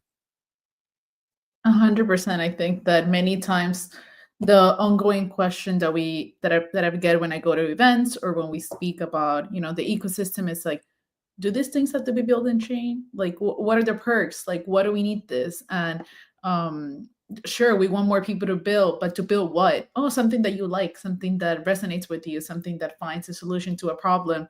And today we had such a variety of answers to that question that it's not just coming from my own, right? Like, and I don't know, I think it expanded my view on how to use the chain, how to implement like different ideas, different solutions, and also like the impact that you could create in whatever aspect and realm you are currently in, or that you have been intrigued for a long time. So I don't know, I like I said, I'm like, it sounds so cliche, and I'm like, I caught myself like every time I've been wanting to say that today, but it's the reality. It's the opportunity of just coming on here, even if it's like the 90-second pitch, even if it's, top 5, it's already a foot in the door. It's like, if someone didn't get to be here with us today for ApeCon, and like they listen to the replay, they watch the replay, they might resonate with one of these ideas, and they might make it a reality. And maybe a few months from now, we'll go back and like, oh, remember when that was just an idea that was sparking up, and now, like you said at the beginning, now they're creating a brand new idea, but this is how they connected initially. So all these potentials just inspire me, and I'm grateful for the judges as well for, asking all these very great questions and really being into their pitches, because it is a lot of information. It is a long day, and to have like the same energy throughout and the same engagement and excitement, it's great. So thank you. Cap, any recap thoughts as the judges kind of deliberate a little bit? Shared some Outer Lumen's insights, and I know they are. It's it went pretty well when they are agonizing over the ultimate result, which I feel in my soul. I get it. And I totally understand because it's hard when you have one winner and you have 5 really good pitches who have gone throughout the day, who answered all the questions, who worked really hard to kind of dive it in. So just, it's a difficult thing and a difficult task for sure from them. But Cap, any thoughts while they further agonize? Really enjoyed the day. I have a lot of thoughts and things I think that went really well, things we could do a little differently next time. And appreciate everyone who tuned in, appreciate everyone who participated today. powered through any technical challenges, and truly a building and public day for us. So thank you all very much for the support. Big thanks to our sponsors one last time. Our ThankApe really making this entire day possible. Their Swamp Roots initiative, I can't speak highly enough about it. The ThankApe program in general, and Thrive. If you've not yet set up a Thrive account, a ThankApe account, do so as soon as possible. The next ThankApe season or the Swamp Roots initiative is not live yet, but it sounds like it's coming very soon. And I would say this, even if you, because I've submitted a lot of grants and applications that we've not got before, but I think every one that I've submitted has helped me do better the next time. And this is a team that'll give you feedback. This is a team that will, I think there's, even if you don't secure funding, there's a lot of benefits that can come out of this ecosystem and the processes. Some of the other support systems that were mentioned today. I kind of like you said it earlier, there's like a restored faith in this space, that it's not just a giant DJ casino. There is actually a lot more being built than today's iteration of a meme coin launchpad, and get really excited to think that while we've been here for several years, it's also a reminder of how early we really are when you hear a lot of these ideas and things. It's like inevitably, like some of the, like, it's going to be the way forward with some things. It's just, we're going to have connected clothing. Like, it's just, this sort of stuff it really does seem inevitable.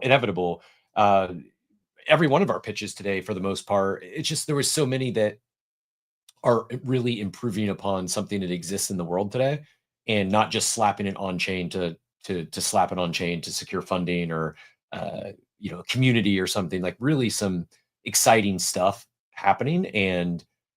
But that said, they're all at ground floor, right? Like, the tech really has advanced leaps and bounds in the last few years in terms of being consumer friendly, where the tech can be hidden.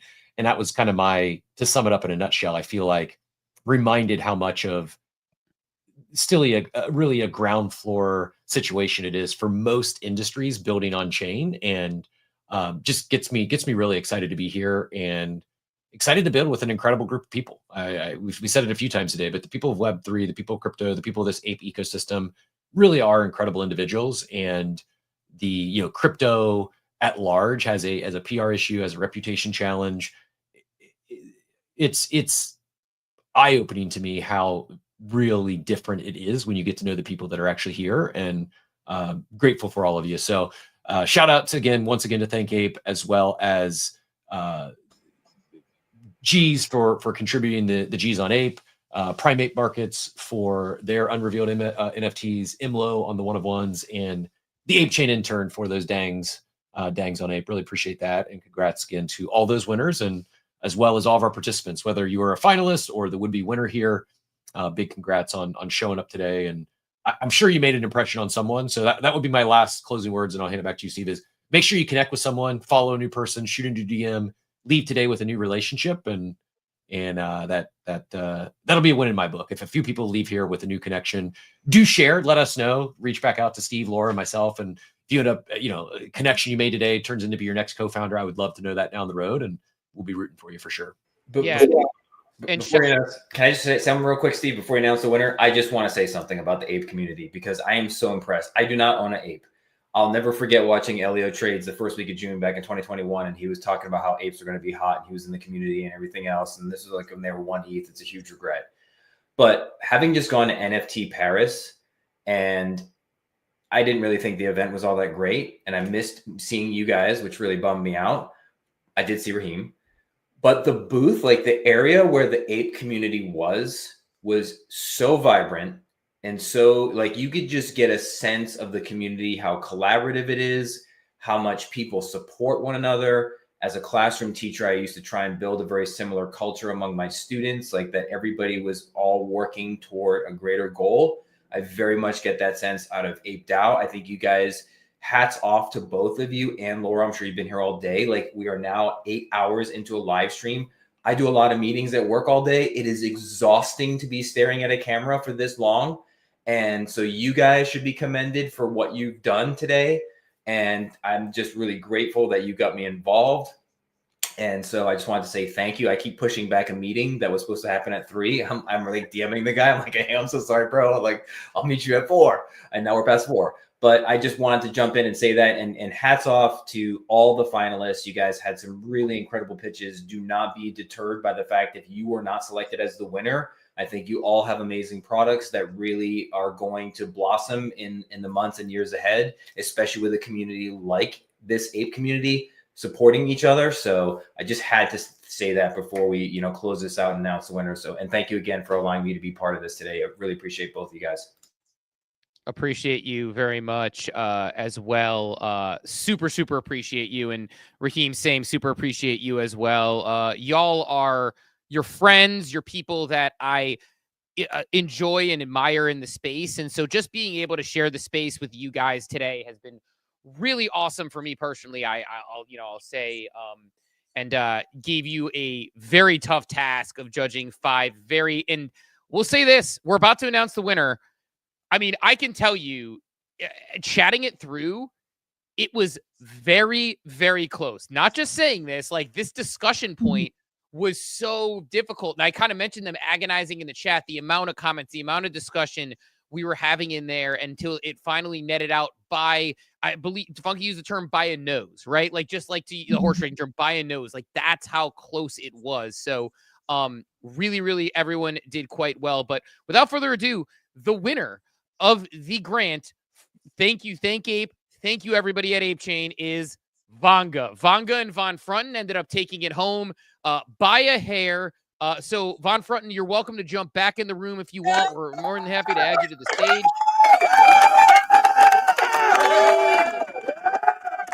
Congratulations. Welcome. Like I said, welcome to jump back in if you want to make it, Von Frunten. If you can't, totally cool. I know it's been a long day. But while we get Von Frunten to go up here, Raheem, real quick, want to throw it to you. Any parting thoughts, as well as, any thoughts on you want to comment a little bit on what you were saying, maybe even in the chat about Vanga, how they barely edged it out, and your thoughts of what you really like there? Yeah, thank you, everybody. Like, I mean it from the bottom of my heart. Like, if you think about it, like the diversity of everyone's pitches were like so insane. We had like, building like fashion ecosystems. You had like IP. We had like game, dope protocol, something like you don't hear about every day. I think like being in the space, you don't often come like across like new ideas. So thank you. Like, I mean this from the bottom of my heart, and I want to echo what Steve was saying. I think like, in some ways, like I want all of us to realize that we are pioneering the Web3 space. Like every single one of you, whatever you're building, whatever struggles that you have, it's going to revolutionize what happens in the future, what happens with ownership. And I hope all of us, we are proud of every single thing that you're doing, regardless of whether you win or you don't. You guys are doing an amazing job. It was super difficult. It was quite hard. But I guess sometimes these things can be a bit tricky and unfair, but like super grateful for everyone. Vanga, hats off to you, and excited to see everything that you do, as well as everyone. Von Frunten, awesome to see you up here. Really glad. Actually, shout out Laura at telling us to extricate ourselves from the voting process because you're a friend, and it would have looked really. If I did it, it might have looked kind of weird. But I'm gonna go grab my Vanga pullover now. Yeah, these guys obviously liked it as well. Any thoughts? I know we put you through the ringer today. You had a great 90-second pitch. It was super tight. We put you on the spot. You went first. Not an easy place to be. You came through in the afternoon. Couldn't do the screen share because of some technical issues on the StreamYard end, but you were able to still deliver a very thoughtful and compelling pitch. Any thoughts on the competition in the day? Gosh, a lot of gratitude right now. Thank you. This whole process, I mean, we've been, it's funny, there's been DMs of those of us who are all part of this, like going on in the background of like people who are pitching, people who are like, audience members. I just want to say like, Steve, Cap, Laura, thank you for this whole process. Like the winning has been, I'll process that here probably over the next couple hours here and maybe even longer. But I think the whole process of getting the story together, getting like it was a sharpening the saw kind of experience for a lot of us out here. So I just want to say like incredibly well done, how it was structured, how it was organized, going through all this. Thank you for that. Raheem, Funky, thank you both. Really appreciated you coming in to help out with this. I'll echo a little bit. See, I think what you and Laura were saying earlier of like, I probably came out of this more inspired than anything by listening to everybody else. To see all the really just cool, diverse use cases of blockchain, cool things that people are building. I want to play that video game too. Like there were just so many cool things, and like it's the thing that like it's the thing that wowed me about blockchain back in 2021 when I really started getting involved in NFTs. I love seeing that people are building. It's not the stuff that hits the timeline. It's not the stuff that, you know, gets the views on X, but it's the thing that inspired me to get into the space. It's the thing that inspires me to stay in the space. And I just walk away from this day inspired and grateful. What a day. What a day. And thank you, Ape. Thank you. Thank you. I appreciate the kind words, and hearing you share that, like that's makes the whole day worthwhile. Like to hear that, you know, hopefully a few others took similar inspiration, and you've got a few extra thousand ape to help build Bonga now. But I really was hopeful that would be we all were hopeful that would be like just a cherry on top, and not why people came today. And I truly mean that. I hope everyone else that whether they participated or just tuned in felt it was worth your while. And we will probably at some point. I should have had that's one feedback for future, Steve. We should have grabbed a survey for those to knock out for us. Just a quick one to wrap up, meaning like what we could even do better next time, what they would like to see, what they really liked. But stay tuned for that. Maybe we'll do something on coffee. But truly, thank you for the kind words, and really appreciate everyone who participated today. I too leave inspired, and big shout out to thank Gabe for making it all possible. Yeah, Laura, any thoughts before we let everyone get out of here? Just appreciating each and every one of you, and like everyone that made this possible. Like not only our sponsor, Thank You, but everyone that participated. To be honest, just like I've said at the beginning, we had no idea how many people would apply. You know, we're like, okay, we'll see. And if not, we'll have to promote more. We'll have to like encourage people to do it. Like, we're not really sure. And we didn't even have to do that. So just like that, we were expecting like on like Spaces tours. Like we were planning like a few people trickling in. Like a marketing campaign. I'm like, we need to show up. We need to tell people to apply, why they should care about this. And the fact that so many people with concrete ideas and like how great their pitches were, right? How great, how prepared they came. That's also, it was hard. I was like, should we have interviews before this or just go live and see what people put out there? So there's a lot of things in the background that obviously not everyone is going to know, but because we were there building this out, there's a lot of things that, yes, we could improve, but also a lot of thought and a lot of heart put into making this happen. And hopefully that show throughout our conversations, throughout, you know, how I can't believe it's been 8 hours. Like, I'm like, okay, thank you for reminding us. But I'm like, it's been 8 hours of live streaming. I think this is the longest live stream I've ever done in my life. And like I said, I was like, somehow I have energy. I was like, somehow I'm like happy and excited. And, you know, sometimes I'm on a video call for 2 hours and I'm like drained. I'm like, okay, that's it. Oh my God, I can't do this anymore. But here, being with friends, being with people that overall, like, I feel like the word for today is inspire each other and uplift each other. It's in our power to lift those voices up, and that not only the bad stories or the scammy stories or whatnot are the ones that fill our timeline. Like, what we engage with is what gets the views. So for us to be more conscious of like little decisions that we make every day, let's empower those creators, those builders that we resonate with. And why are we engaging with that? You know, why is this tweet triggering me to reply? And then why, when someone that I really admire and care for, I'm like, whatever, you know, I don't need to engage with this. So just some things that came to mind. And congrats on winning. Oh my God, it's very exciting, and I'm really glad that we weren't the ones judging this. I think like if one takeaway from this is like, yes, I was like, as host, we shouldn't be the one judging, because I was having a hard time, like, just every time that, like I said, I was like, I took a bunch of notes, like if I was judging myself, I'm like, I all over the place. I was like, this would have been a really, really, really difficult position. And yeah, so thank you to the judges for taking this task so seriously, and we appreciate how kind and caring you have been throughout. Yeah, thanks to everybody. Cap, I have the Coffee with Cap and outro because we didn't make a custom one for anything like this, so that's the way we can play ourselves out. I will say, if you're on stage right now, do us a favor, hang out and you can close the window, but the StreamYard, I think, needs to get your recordings on, so we don't want to lose that in case we want to repurpose anything later. So you just leave it on the side, mute it, get off stage, it'll be fine, but the StreamYard will have the recording going through. You can mute your mic and your video, just don't close the browser until the recording stops. It'll show in like the bottom right corner there. Once it's 100%, then you can shut down the browser. And also, I know there was a handful of individuals and teams that didn't make it through today, whether it was studio was capped and you couldn't get in, and then or you had to take a call or a meeting. My apologies. We did our best to get everyone through.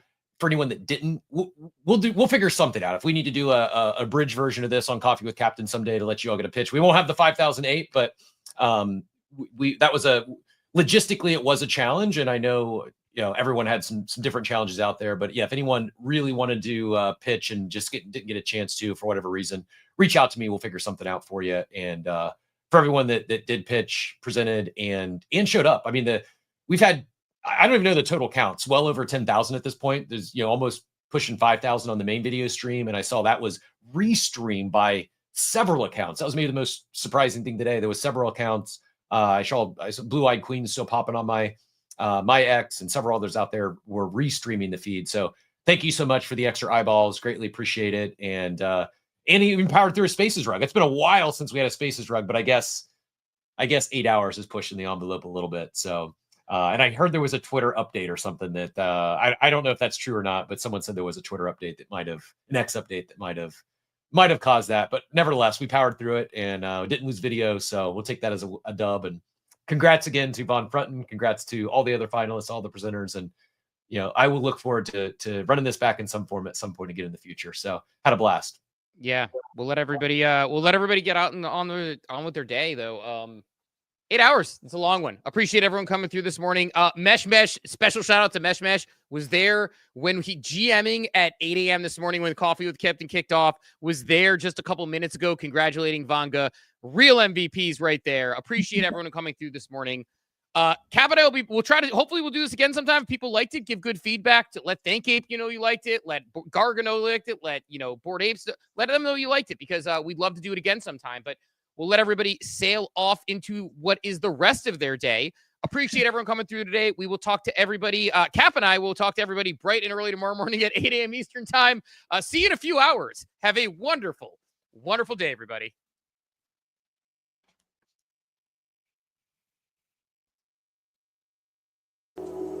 Thanks for tuning into Coffee with Captain, powered by ApeCoin. We hope you enjoyed the show, and remember, nothing we discussed today is financial advice. Until next time, keep exploring, stay curious, and we'll see you soon. Have a great day. Welcome to the future.